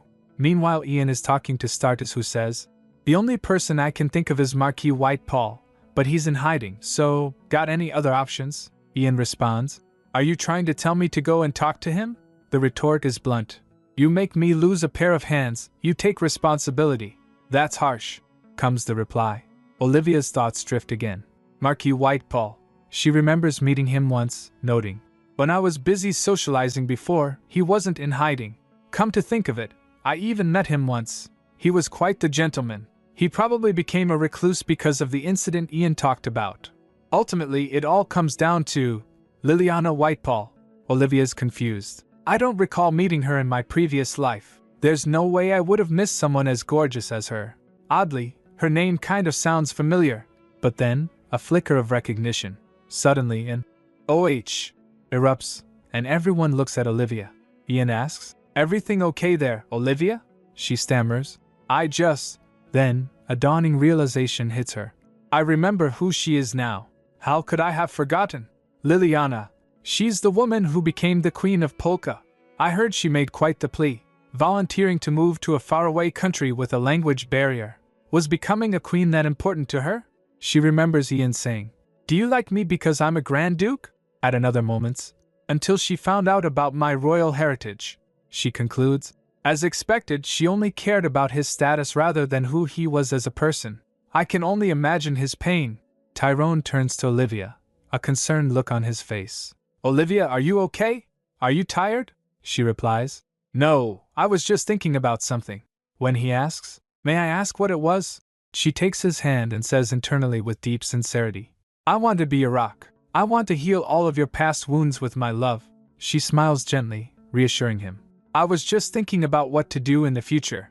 Nothing to worry about." They sit together, holding hands, and Startis watches them. He calls out, "Olivia."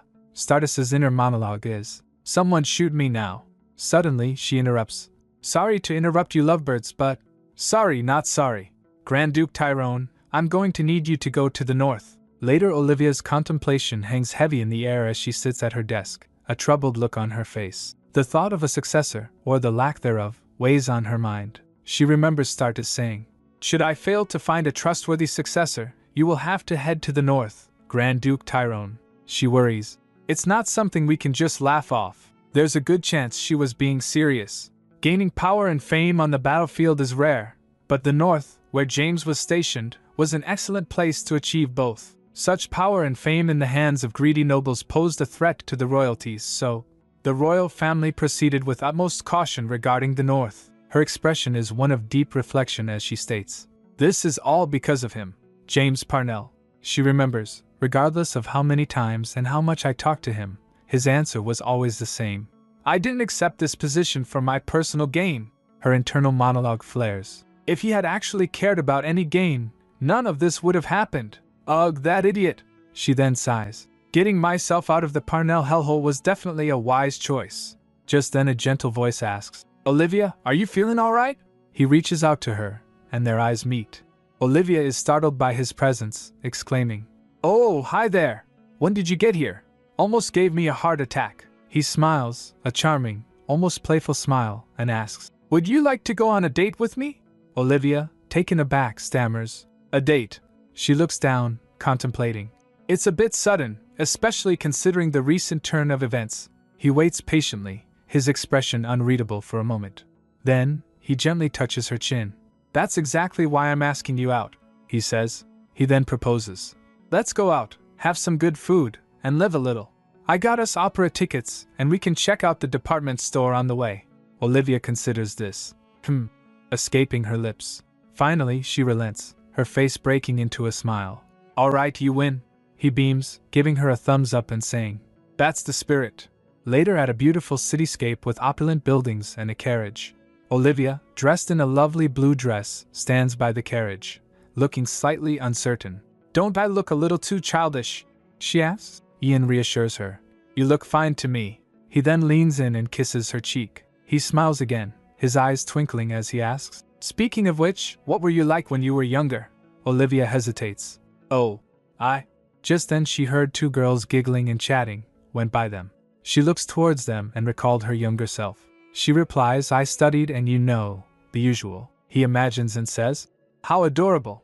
I bet you were a really sweet and lovely child. Olivia giggles. Haha, I don't know about that. He takes her hand, and they walk towards a grand building. Ah, we're here, he announces. Olivia's eyes widen in surprise.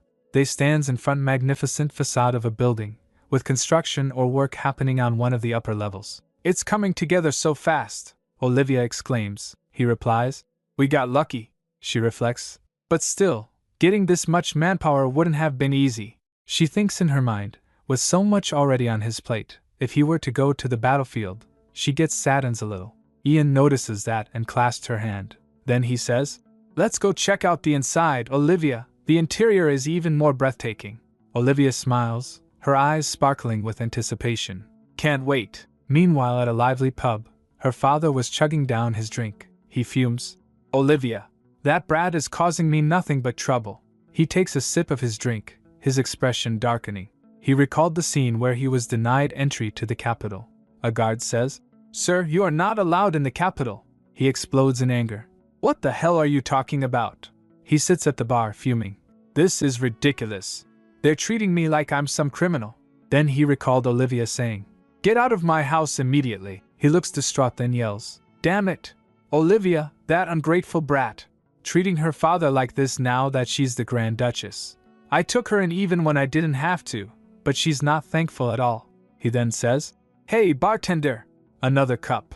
Before he could finish, another man pours him a glass. He gets confused. He's asked, Are you Lord Florence? He nervously replies, Why yes, but who's asking? The man who asked leans in, his eyes narrowed. It's our first time seeing each other, isn't it? He then introduces himself. I'm James Parnell. Inside, Ian meticulously outlines the department store's layout. Cosmetics on the first floor, ladies' apparel on the second, and, he pauses, looking at Olivia, men's apparel on the third. Is that how you want it? Olivia, with a gentle nod, confirms. Yes. He praises her foresight. That's fantastic. You've factored in accessibility and made sure there are plenty of rest areas. You're amazing, Olivia. She demurs. Oh, it's nothing. I just hope the department store does well. Ian's gaze is steady, a confident smile playing on his lips as he assures her. It will. You have my word. Olivia looks at him, a flicker of concern crossing her face. A thought crosses her mind. If Ian dispatches, we won't be able to have these casual conversations anymore. A faint throb echoes in her chest. Just when I've finally found happiness, I'm left alone again. Just then Ian calls out, Olivia? She's lost in thought.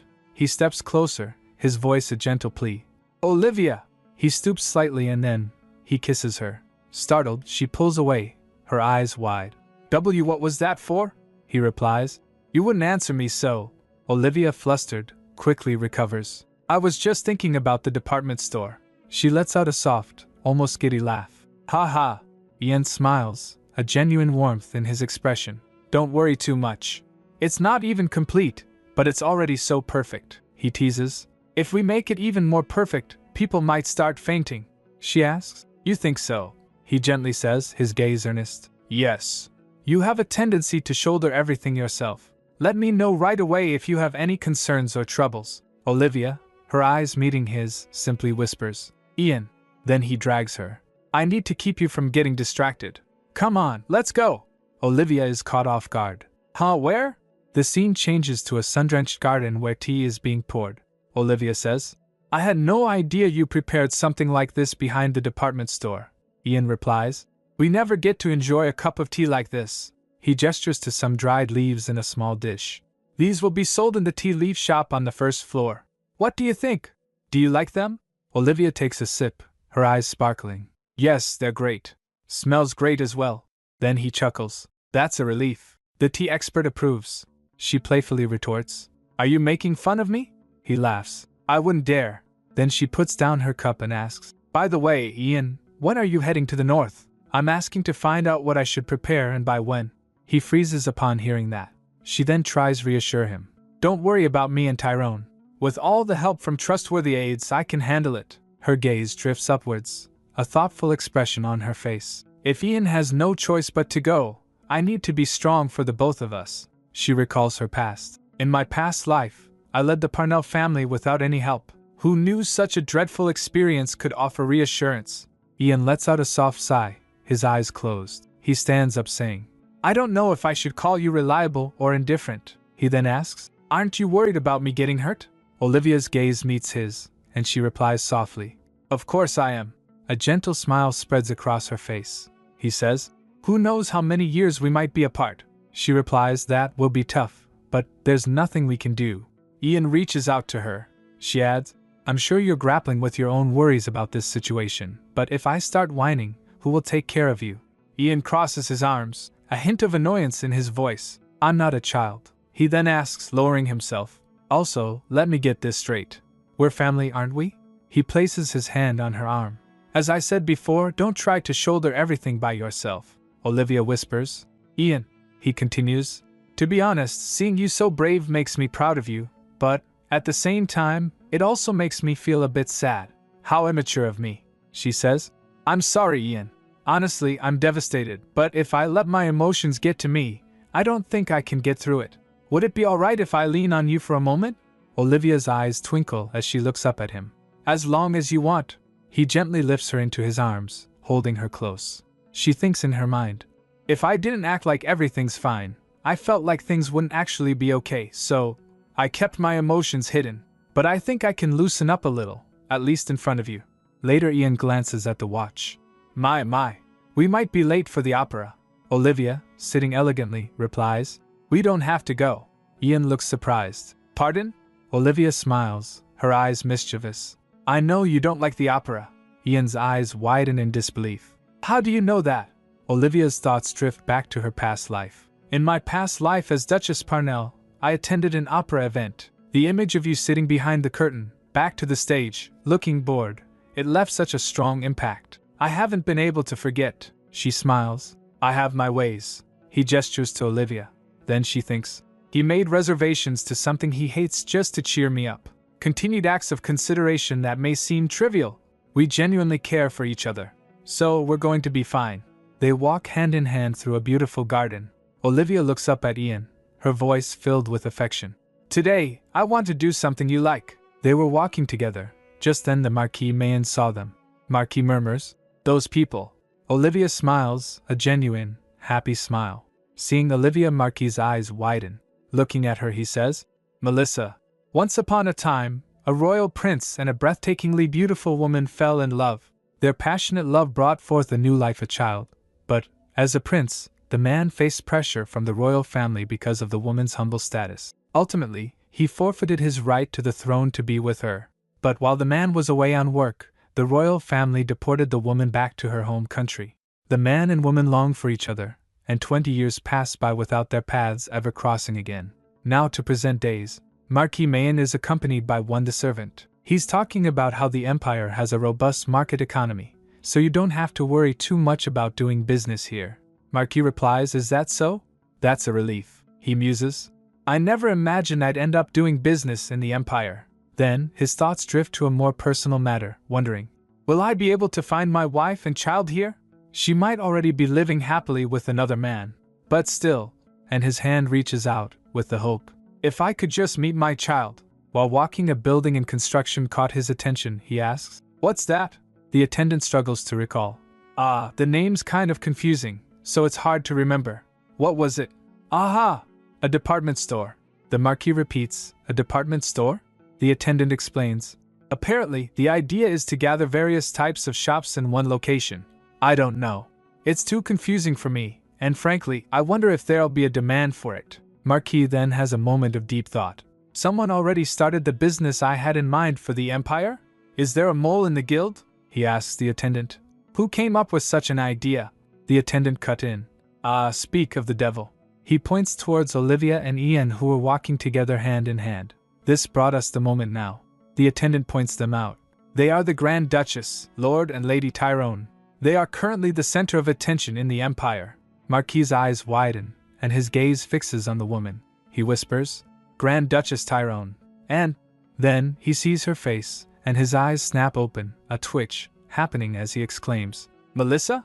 He wobbles in shock. She looks so much like her. What in the world is happening? He asks, Who is she? The attendant clarifies. That's Grand Duchess Tyrone. Originally from a lowly viscountship, but she suddenly became the Grand Duchess and became the talk of the town. Marquis, still processing, demands, Get me everything on her, and find out how I can meet her. The attendant looks bewildered. Pardon? Then the Marquis started walking. His attendant follows, thinking, Goodness, I am so lost right now. After their date, Ian and Olivia spent every following day together. They're looking at papers together, and then we see them walking, holding shopping bags. Olivia confides, I thought we were getting along well without any issues, but occasionally Ian expressed his dissatisfaction. He confronts her. You're spending an awful lot of time and energy packing for me. It's as if you want me to leave, she replies. Pardon? Olivia, flustered, replies. No, it's just that we don't know when you'll be forced to leave, so. He complains. Olivia hates me. Olivia tells that to Ramana. Ian said that today as well. Ramana replies. I think he has every right to be upset. Olivia gets confused. And she explains. Well, for starters, you're packing for His Grace as we speak and… Olivia gasps. Stupid habits. She remembers when James was on the battlefield, she'd put together a care package and send it to him in the north every month. She recalls her mother-in-law scolding her. That's your duty as his wife. So stop being lazy and get to work. The jackasses didn't let me do anything as the lady of the house, but they always insisted that I pack for James every month. But always the complaint. You were going to send my son this garbage? Are you out of your mind? Gosh, poor people. They have horrible taste, Olivia thinks. In retrospect, they were just looking for excuses to torment me. Just then maids come in, asking, Your Grace, we'll take care of things like this. One of the maid exclaims, My, have you done this before? It's perfect, Your Grace. They compliment her packing. Olivia looks a bit stressed. Ramana observes her, then asks, Your Grace, may I overstep my bounds and say something? Olivia replies, Oh, of course. Ramana, who looks a bit stern, says, The way you're behaving could give Master the impression that you're looking forward to his departure. Olivia gasps, Iya? That's preposterous. Ramana adds, Of course I know that's not true at all. However, looking at it from Master's perspective, it might seem that way. Realization hit her. Olivia then thinks, Now that I think about it, she's right, especially since nothing was actually set in stone. She remembers Startus saying, We're going to explore our options and, if none works out, you're the last resort. And then, with determination, I'd better clear up this misunderstanding, she declares. All right, I'm going to go and talk to Ian. She opens a door and finds Sir Reginald. He greets her. Your Grace, she asks. Sir Reginald. He nods. I was on my way to see you, she replies. Me? Did something happen? Then, a tray with an invitation from the Imperial Palace is presented. Olivia looks at it with a questioning expression and wonders, Does it have to do with Ian's deployment? She then reads the invitation, which says, My dear sister-in-law, how are you? I thought it'd be nice to catch up over some tea. hence this invitation. Olivia reads the invitation and says, "It's not what I was worried about. Thank goodness, wait, hold up." Then she reads the back side of the invitation. "No time to waste, see you in 2 hours." She yells, "What the hell is wrong with him?" Later, Ian and Olivia sits in the Imperial Palace. Ian assures her, "No need to stress out, just think of it as your chatty uncle inviting you over for a casual tea sesh." But she's not having it, exclaiming, "Chatty uncle? Casual? He's an emperor, for crying out loud." She's definitely feeling the pressure, adding, "He invites us over so often, the palace is starting to look familiar." Suddenly, the door creaks open, and there he is, beaming and waving. "Sister-in-law," he calls out.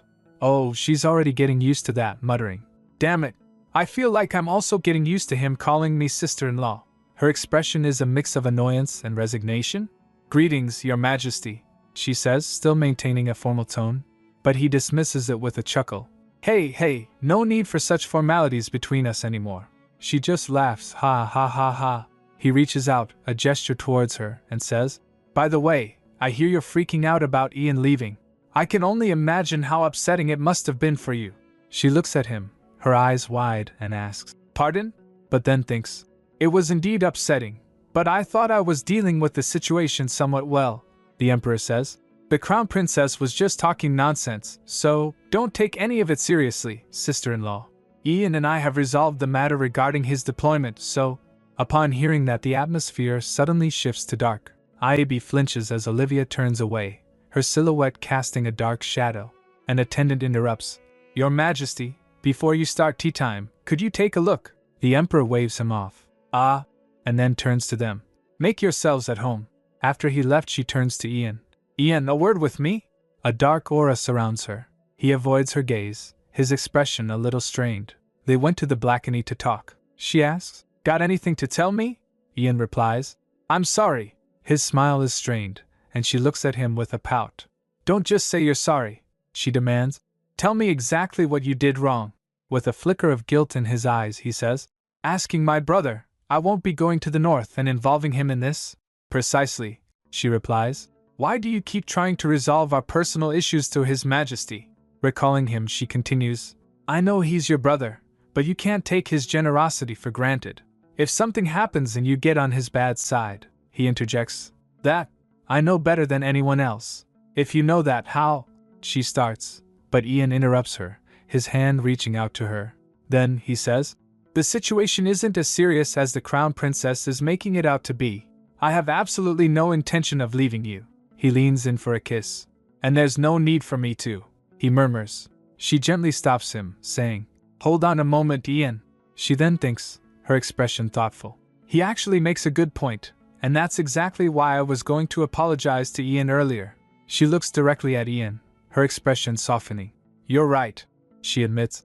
"I was being too close-minded, and I apologize for that." She smiles, a genuine, warm smile this time. She remembers, James always left for the north willingly, so it never occurred to me that he had the option of refusing. And in Aramir, James clearly said, "The north will be safe for a while, even without me." He said the north will be safe for a while. She is thinking, that means James is planning to return.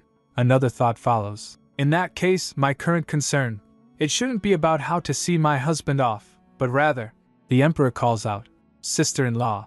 They looks at him, a hint of suspicion in her eyes. Inside, the Emperor asks, "Were you two talking about me behind my back outside?" She turns to the Emperor, her expression serious. "Your Majesty, I have something to tell you." The Emperor takes a sip of his tea, seemingly unbothered. "What is it?" "If it's about Ian," I said, "don't worry about it. I'm not going to send my one and only brother to the north." She shakes her head. "No, Your Majesty. For Duke Parnell's service to his country in the north, I ask that you reward him accordingly." The Emperor pauses, a thoughtful expression on his face. She recalls her past. James rarely talked about what happened in the north. A part of why was because of his innate reticence, but she recalls his nights where he would abruptly wake up shouting, "Book," his arms. She thinks, unbeknownst to anyone, he was haunted by trauma from the war. The Emperor repeats, "Reward him accordingly?" Olivia replies, "Yes, Your Majesty. You yourself admit he's gone through hell." Then the Emperor asks, "You're not particularly fond of Duke Parnell. Why are you looking out for him?" She replies firmly, "This has nothing to do with my feelings." She then looks away, her expression troubled. I think that's where everything started to go wrong. A butterfly effect. In her mind she thinks. In fact, didn't all the problems originate from thoughtlessly sending an inexperienced young boy onto the battlefield? The way His Majesty treats James is unquestionably wrong. The Emperor smirks. So, he says, his gaze fixed on her. What will you do if he demands you as a price for his loyalty? He asks, his voice dripping with malice. Upon hearing that, Olivia thinks, me? That's definitely a possibility, she states. He's going to demand from me every chance he gets. As you can see, he's not really thinking straight right now. Most likely due to his traumatic battlefield experiences from a young age. For continued loyalty of your subjects, I believe it is necessary for you to award Duke Parnell accordingly. The Emperor thinks for a moment. Just then Ian interjects.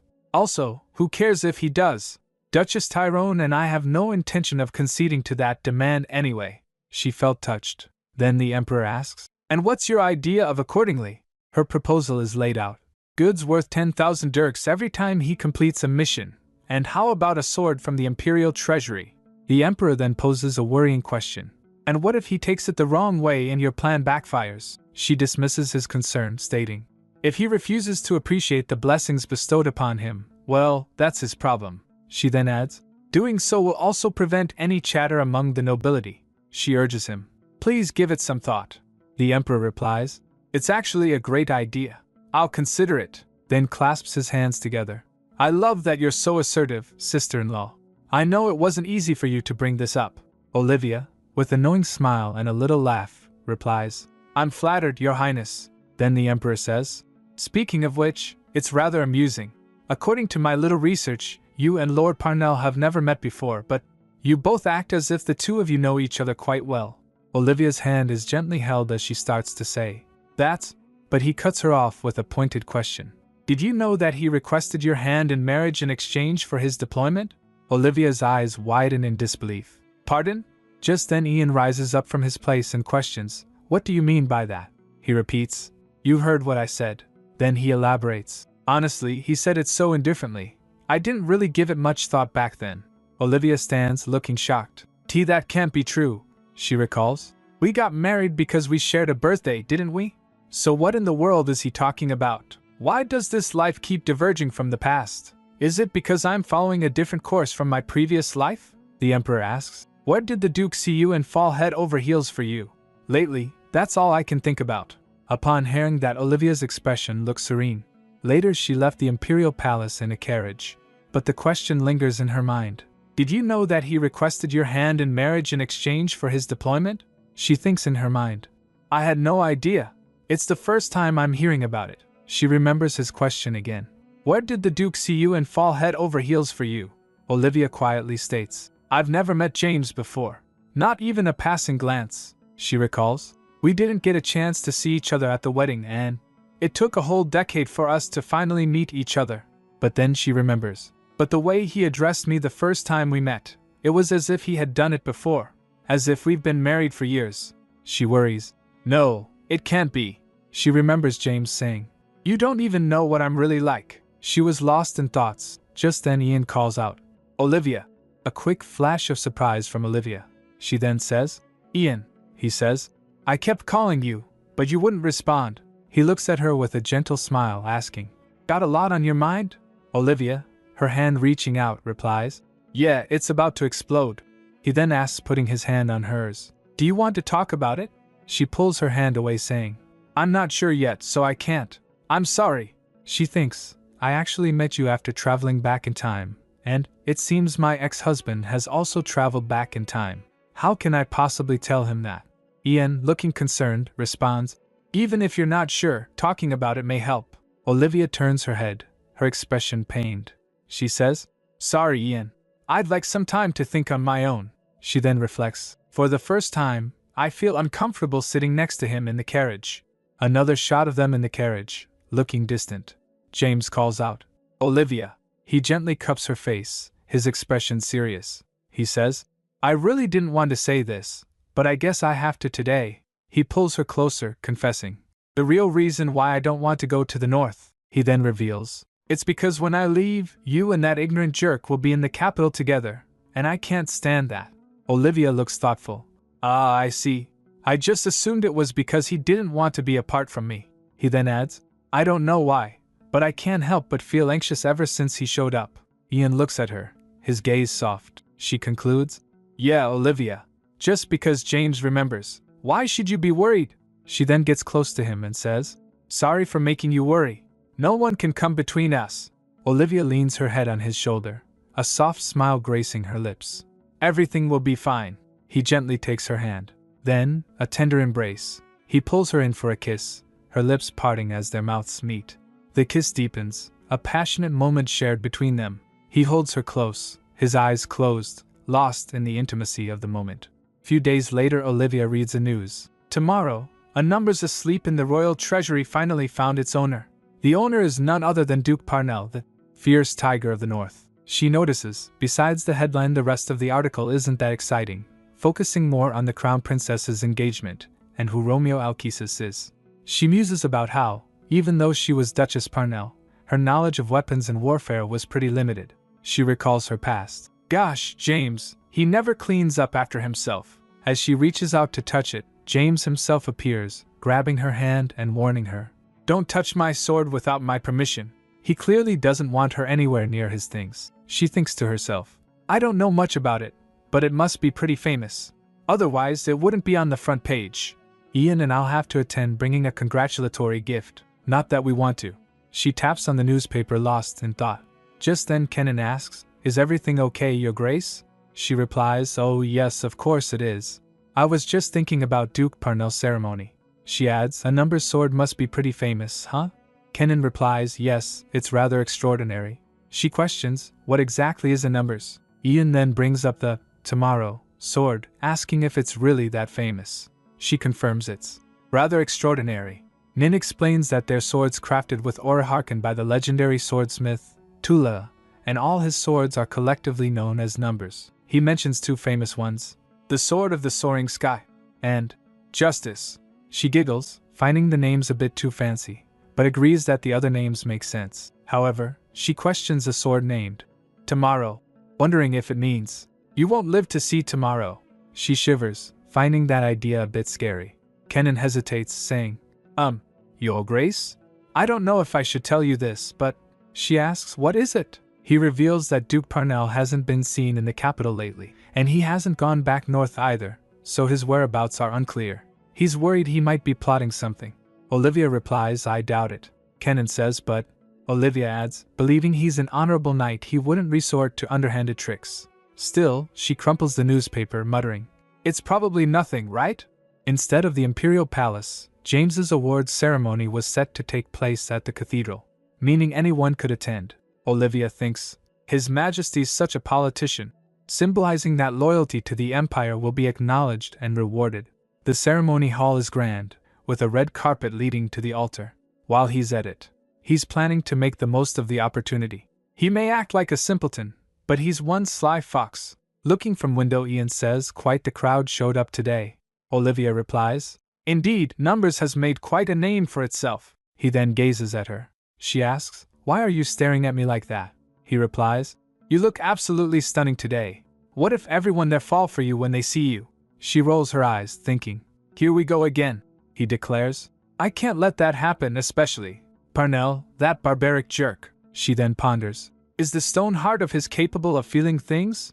Impossible. However, if it were to happen, she says, we'll just make out in front of him and let that speak to him. He looks surprised, asking, Really? I'm actually going to. She quickly retracts, saying, Please don't. He chuckles, she adds, Gosh, I can't say anything to you. Let's go back to our seats. He comply, Yes, Malady. Back at the cathedral, they are seated, and she observes, They must be envoys from the Orse kingdom. It's customary to throw an extravagant reception for envoys, and this awards ceremony is serving that purpose, saving them from organizing another event. Smart move, she thinks, her eyes glowing red. His Imperial Majesty has arrived, a voice announces. After him, James Parnell enters. Looking at him, she thinks, Goodness, why does he look like that? He didn't even bother to comb his hair on his big day? What on earth are the servants doing? She then shakes those thoughts away. You know what? That's none of my business. I'm getting out of here as soon as the ceremony is over. These stupid thoughts keep popping into my head. The emperor bestows the number sword upon James, saying, "A great sword has been bestowed upon a great warrior. Hence, go and vanquish those who oppose the empire." James looks thoughtful as he receives the sword.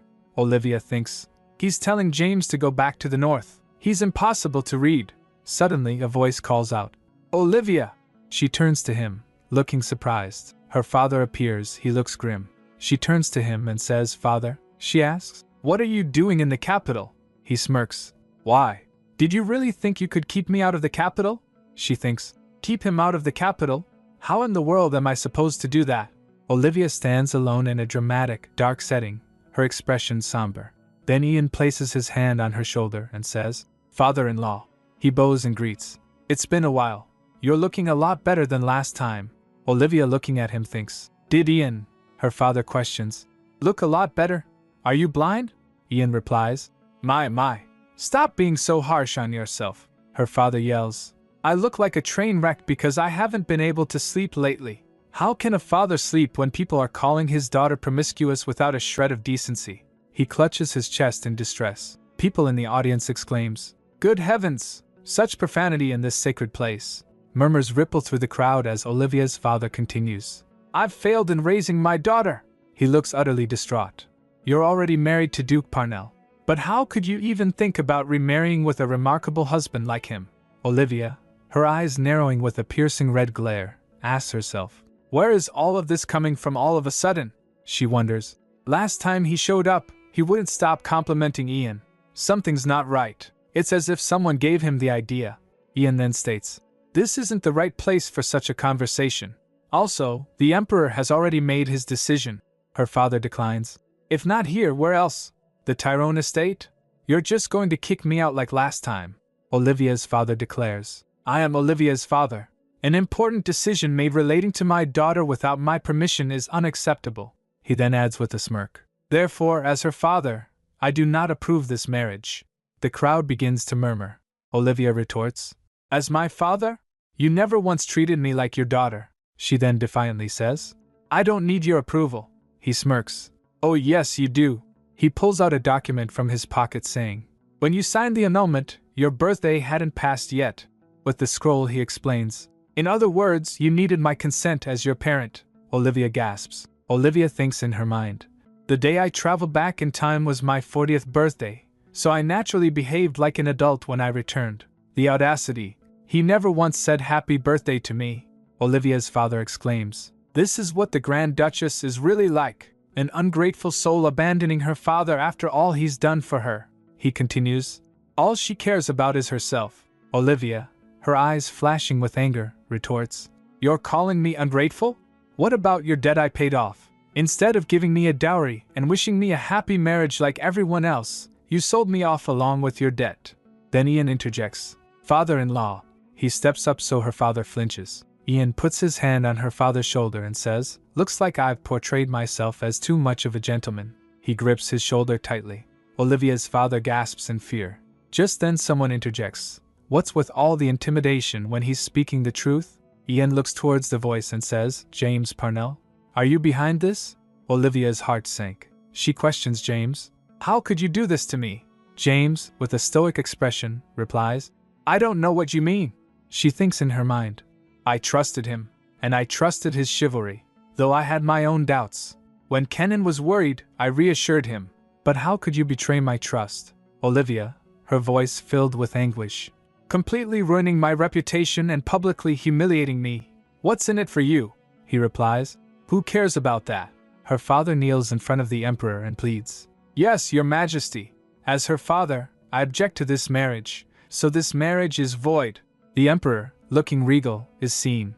His hand tightens as he says, "The crown I bear." His expression turns to shock and anger as he shouts, "Does that mean nothing to you?" Murmurs spread through the crowd.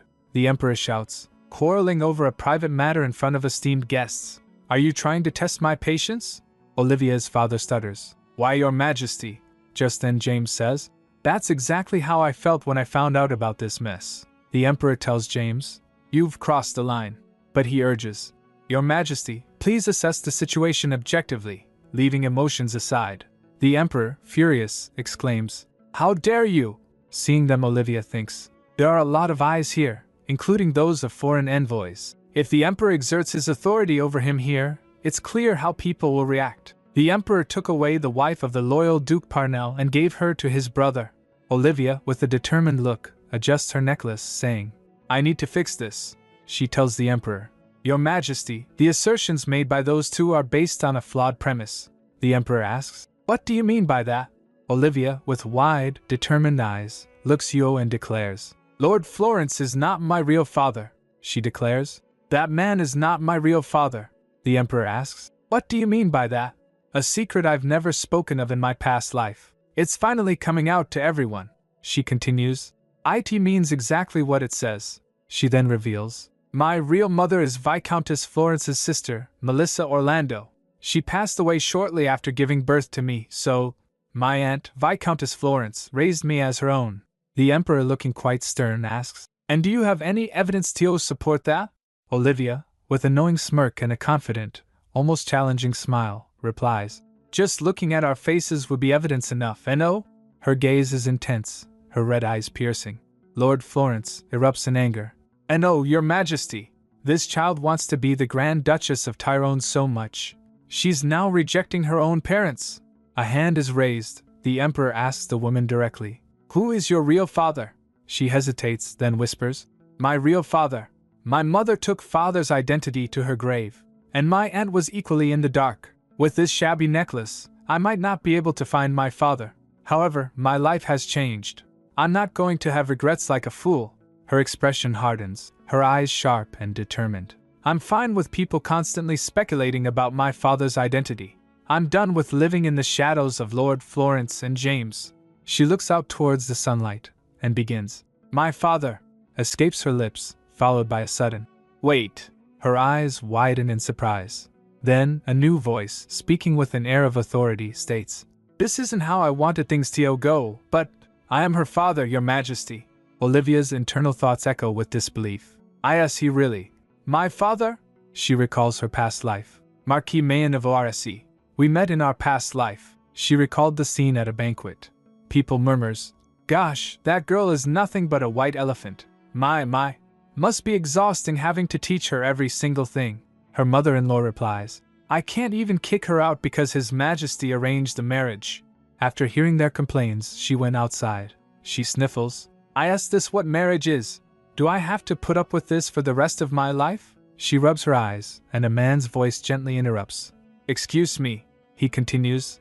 "I apologize if I'm being nosy, but rubbing with your hands can irritate the eyes." She looks at him, her expression softening slightly as she replies, "Thank you for your concern." She then addresses him directly. "Marquis Mayen, right?" He smiles kindly. "Yes, please pardon me. It's just that you reminded me of my daughter." She muses. "A daughter. He has a daughter, I see." And she says, "She's so lucky to have a loving father like him." She remembers.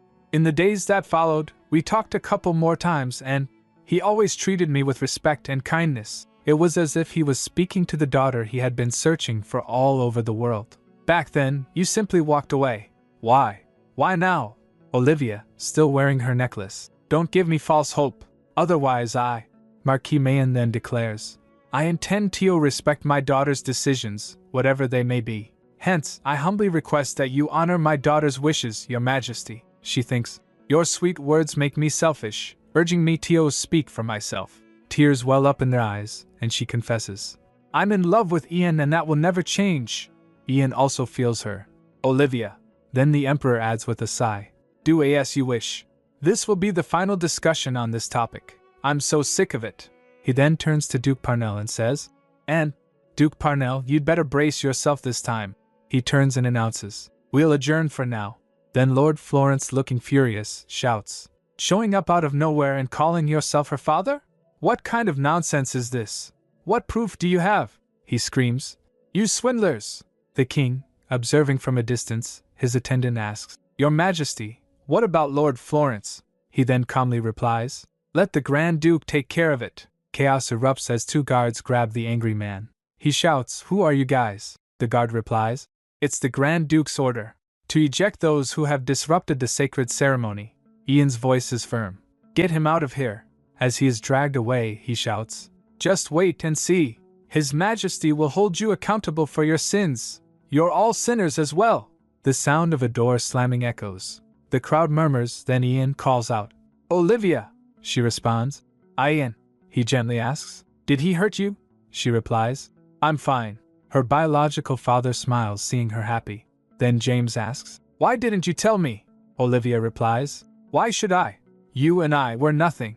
Her red dress seems to mock his distress. He retorts, But you told him. He cuts him off. Well, I am Olivia's husband after all. Ian puts his arm around Olivia, a possessive smirk plastered on his face. She thinks, should we make out? It's practically written all over him. Olivia glares. Don't. If you do, I won't talk to you for a month. Ian sulks. Dang it, you brought it up first though. James watches the scene unfold, his expression unreadable. He turns sharply, his cape billowing behind him as he walks away. Olivia sighs and thinks, now all that's left is... The crowd exits the cathedral still murmuring. Olivia, Ian and Marquis Mayen stays. She asks him, Are you really my father? He gives a knowing smile, then presents her with a necklace. Would this answer your question? Olivia gasps, recognizing it immediately. That's, she says, yes. It's the same as the necklace I have. Her father's smile widens. I personally carved that pendant. Just two of a kind in this entire world, he adds. Initially, I had my doubts when I saw your face, but after seeing your necklace today, I became certain, he tells her. You are my child, the one I've been searching for. She thinks in her mind. If it weren't for this necklace, I wouldn't have been able to find my father again in this lifetime. She recalls the scolding of her previous mother-in-laws. Ugh, look at that cheap necklace she brought with her. How could His Majesty do this to us? Is that how little he thinks of the Parnell family? Olivia vows to herself. To survive, I need to keep something like this hidden. She then says, You really are my father. Tears stream down her face as she asks, I'm not dreaming, am I? He reassures her. Of course not. I miss you, my child. Olivia wakes up in her bed next to Ian, blinking in confusion. When did I dash? Ian answers. In the carriage. You were sound asleep, so I carried you up. Olivia says his name softly. Ian, she thinks. I must have cried myself to sleep. Ian cuddles her and Olivia apologizes. I apologize for making you carry me. You must have been exhausted too. Ian responds. Not at all. With everything that happened today, I would have been surprised if I didn't have to. Olivia is silent, but thinks to herself. James, the Viscount, and even my father. It feels as if I went through both hell and heaven in a single day, she says. Ian. She grabs him and asks. This isn't a dream, is it? It's real, right? Ian replies. All of it is real. You meeting your father, you being in my arms, Olivia confesses. You can't possibly understand how anxious I am, Ian. I'm so scared that one day, I'll wake up and realize everything was a dream. I'm terrified I'll wake up in that cold room as the miserable Olivia Parnell. She looks at him with pleading eyes and asks, Ian, is it okay for me to be this happy? Ian assures her. Of course. Everyone has the right to be happy, and that includes you. Just like happiness, you found me, someone who would have been forever labeled impotent and alone. Olivia looks up at Ian with love, she pulls him closer, and they kiss. But it doesn't stop there. Ian starts nibbling on her neck. Wait, Olivia says breathlessly. Ian then slides her nightgown off her shoulder. She says. Ian replies. It's okay, as he continues to slip her nightgown off. Just leave it up to me. And with that, they continue their intimate moment. Ian still smirking, musing. She's usually so shy, but today, this cutie. By the way, she cried a lot today, so I'm worried her eyes will be sore. Should I get some ice or something? Just then someone knocks at the door. Someone dares to interrupt their alone time. A servant stands outside the door. Sorry for bothering you at this hour, Your Grace, but you should come and see for yourself. Ian, looking less than pleased, heads out. Ian turns to him. Kenan Bose, all the preparations you spoke of have been completed. There was quite a bit of resistance, so the staff had a hard time. Ian says. He still doesn't know his place, does he? I must have gone too easy on him. Kenan nervous says. Ever since you married Her Grace, you have been much nicer. Kenan complains in his mind. Of all days, why did I have to be on duty today? As if knocking on their bedroom door wasn't enough, I have to cope with my liege at his crankiest. Then Ian started walking and says, How funny is it? I only opened my guard to Olivia, but everyone thinks I'm some pushover they can walk all over. He then commands, Let's go. Ian and Kenan enter another room. Lord Florence is kneeling on the ground. Why, Your Grace? You came to check up on me, he says, clearly terrified. Kenan scolds. How rude! Address him properly as the Grand Duke. The man apologizes, stammering. My apologies. You wouldn't just leave me out to dry, would you? Olivia is, after all, my eldest, and she has a duty to support her parent. Ian's had enough. But you're not her parent, he states flatly. The man looks confused. Pardon? Ian smirks. Olivia found her real father, and yet you still refer to her as your eldest? The man protests. We may not be related by blood, but I raised her. Ian points. It's not just about raising her, is it? It's how that matters. The atmosphere darkens as the man insists. In that case, pay the price for my youngest daughter. Ian and Kenan are shocked. What? The Duke asks, clearly unprepared. Kenan, his face contorted with disgust, thinks, what a waste of skin. The man continues. You two basically stole my daughter from me, didn't you? Naturally, parents have rights over their children. Otherwise, why bother raising them? He's really laying it on thick. Ian's had it. He grabs the man by the collar, his eyes filled with rage. You son of a... But Olivia intervenes. Ian, stop. She steps up. Ian begins. Olivia, how did you? She quickly interrupts. I got this. Olivia firmly places her hand on Ian's arm, gesturing him to release the man. The man coughs, trying to regain his composure. Olivia calmly addresses him. Lord Florence, Ian has been very generous to you. I heard he promised you a luxurious mansion and living expenses, as long as you didn't set foot in the city. Florence, defiant, retorts. I know my rights. Even if it's His Majesty's order, it's unjust. Olivia is not impressed. So, you decided to partner up with Duke Parnell? You scum. Her eyes narrow and she says, if we don't do anything, you're going to cause bigger problems. Ian, would it be alright if I call the shots on this one? Ian replies, of course, milady. He smiles adoringly at her. Go ahead and do as you wish. Olivia smiles back and he pecks her on the cheek. Turning back to Kenan, Olivia says, Kenan. Kenan responds, yes, Your Grace. Olivia gives her order. Transfer this man to our territory, the Roland Republic. Kenan comply. Yes, Your Grace. Florence is horrified. What are you talking about? The Roland Republic? Why would I go there? Olivia's expression turns cold. Now you're within our control. There, you'll pay for everything you've done.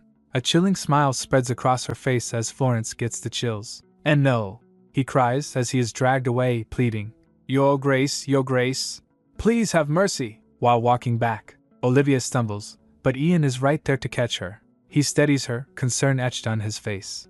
Olivia, he says softly. Don't worry, she reassures him. I just need to lie down and I'll be fine. Ian hugs her close.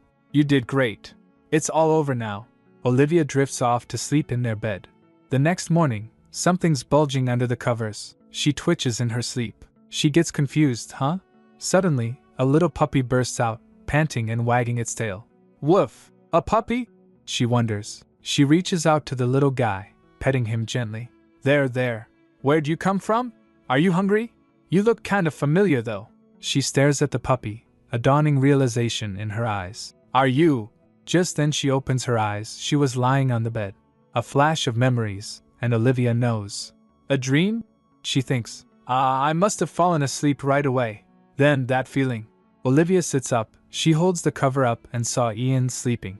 Gosh, she says, then continues in her thoughts. Why is he sleeping so uncomfortably? It must be stuffy. Sharing the bed with someone. I used to hate it so much. But now, it feels empty without him. Ian stirs. Olivia, did you sleep well? Olivia smiles. Yes, all thanks to you. In her head, she thinks. Even when he's half asleep, he's looking out for me. She smiles. Thanks to you. I dealt with the Viscount and could finally get a good night's sleep. What are you thanking me for? Ian asks. He pauses, considering. Even if he's a complete scoundrel, it must have been a difficult decision, she thinks. But then, actually, it wasn't difficult at all. She remembers. Over his past life and this one, the Viscount committed numerous atrocities. Despite that, I felt obligated to repay him for taking me in. But that day, it dawned on me that my small act of mercy, it could put not only me but also my loved ones in danger. I'm sick of being taken advantage of, Olivia says. I did it to keep our family safe. Ian smiles, leaning on his hand. You're right, Olivia. You're absolutely right. A rotten branch that's ruining the entire tree needs to be cut off. Olivia's eyes sparkle as she thinks. Indeed. Branch by branch, we'll tidy up the tree. Just then her stomachy growls. Both get surprised. She laughs. I am hungry. He also smiles. Well, you skipped dinner last night, so that makes sense. Let's go eat. Later, they're at breakfast when Ian breaks the news. Olivia, I'm going to have to make a trip to the Roland Republic. Olivia looks up, surprised. Ah, she thinks. The Viscount's there and the Republic needs some overall restructuring. We should have gone earlier, but we've been swamped lately, so… For how long? Olivia asks. He replies. About 2 weeks. There are quite a bit of matters to be taken care of. Olivia starts to say. All right, I'll get ready. But Ian cuts her off. No, I think it'd be best if you stayed here. Someone has to manage the department store and take care of Annie. Olivia thinks. Annie will be fine on her own. But the problem is that Annie and I have become somewhat like strangers. What happened yesterday must have spread like wildfire, and there's no way Annie didn't hear about it. If I go and leave Annie behind, she might get the wrong idea. Ian reassured her. It's okay. Also, you finally got to meet your father.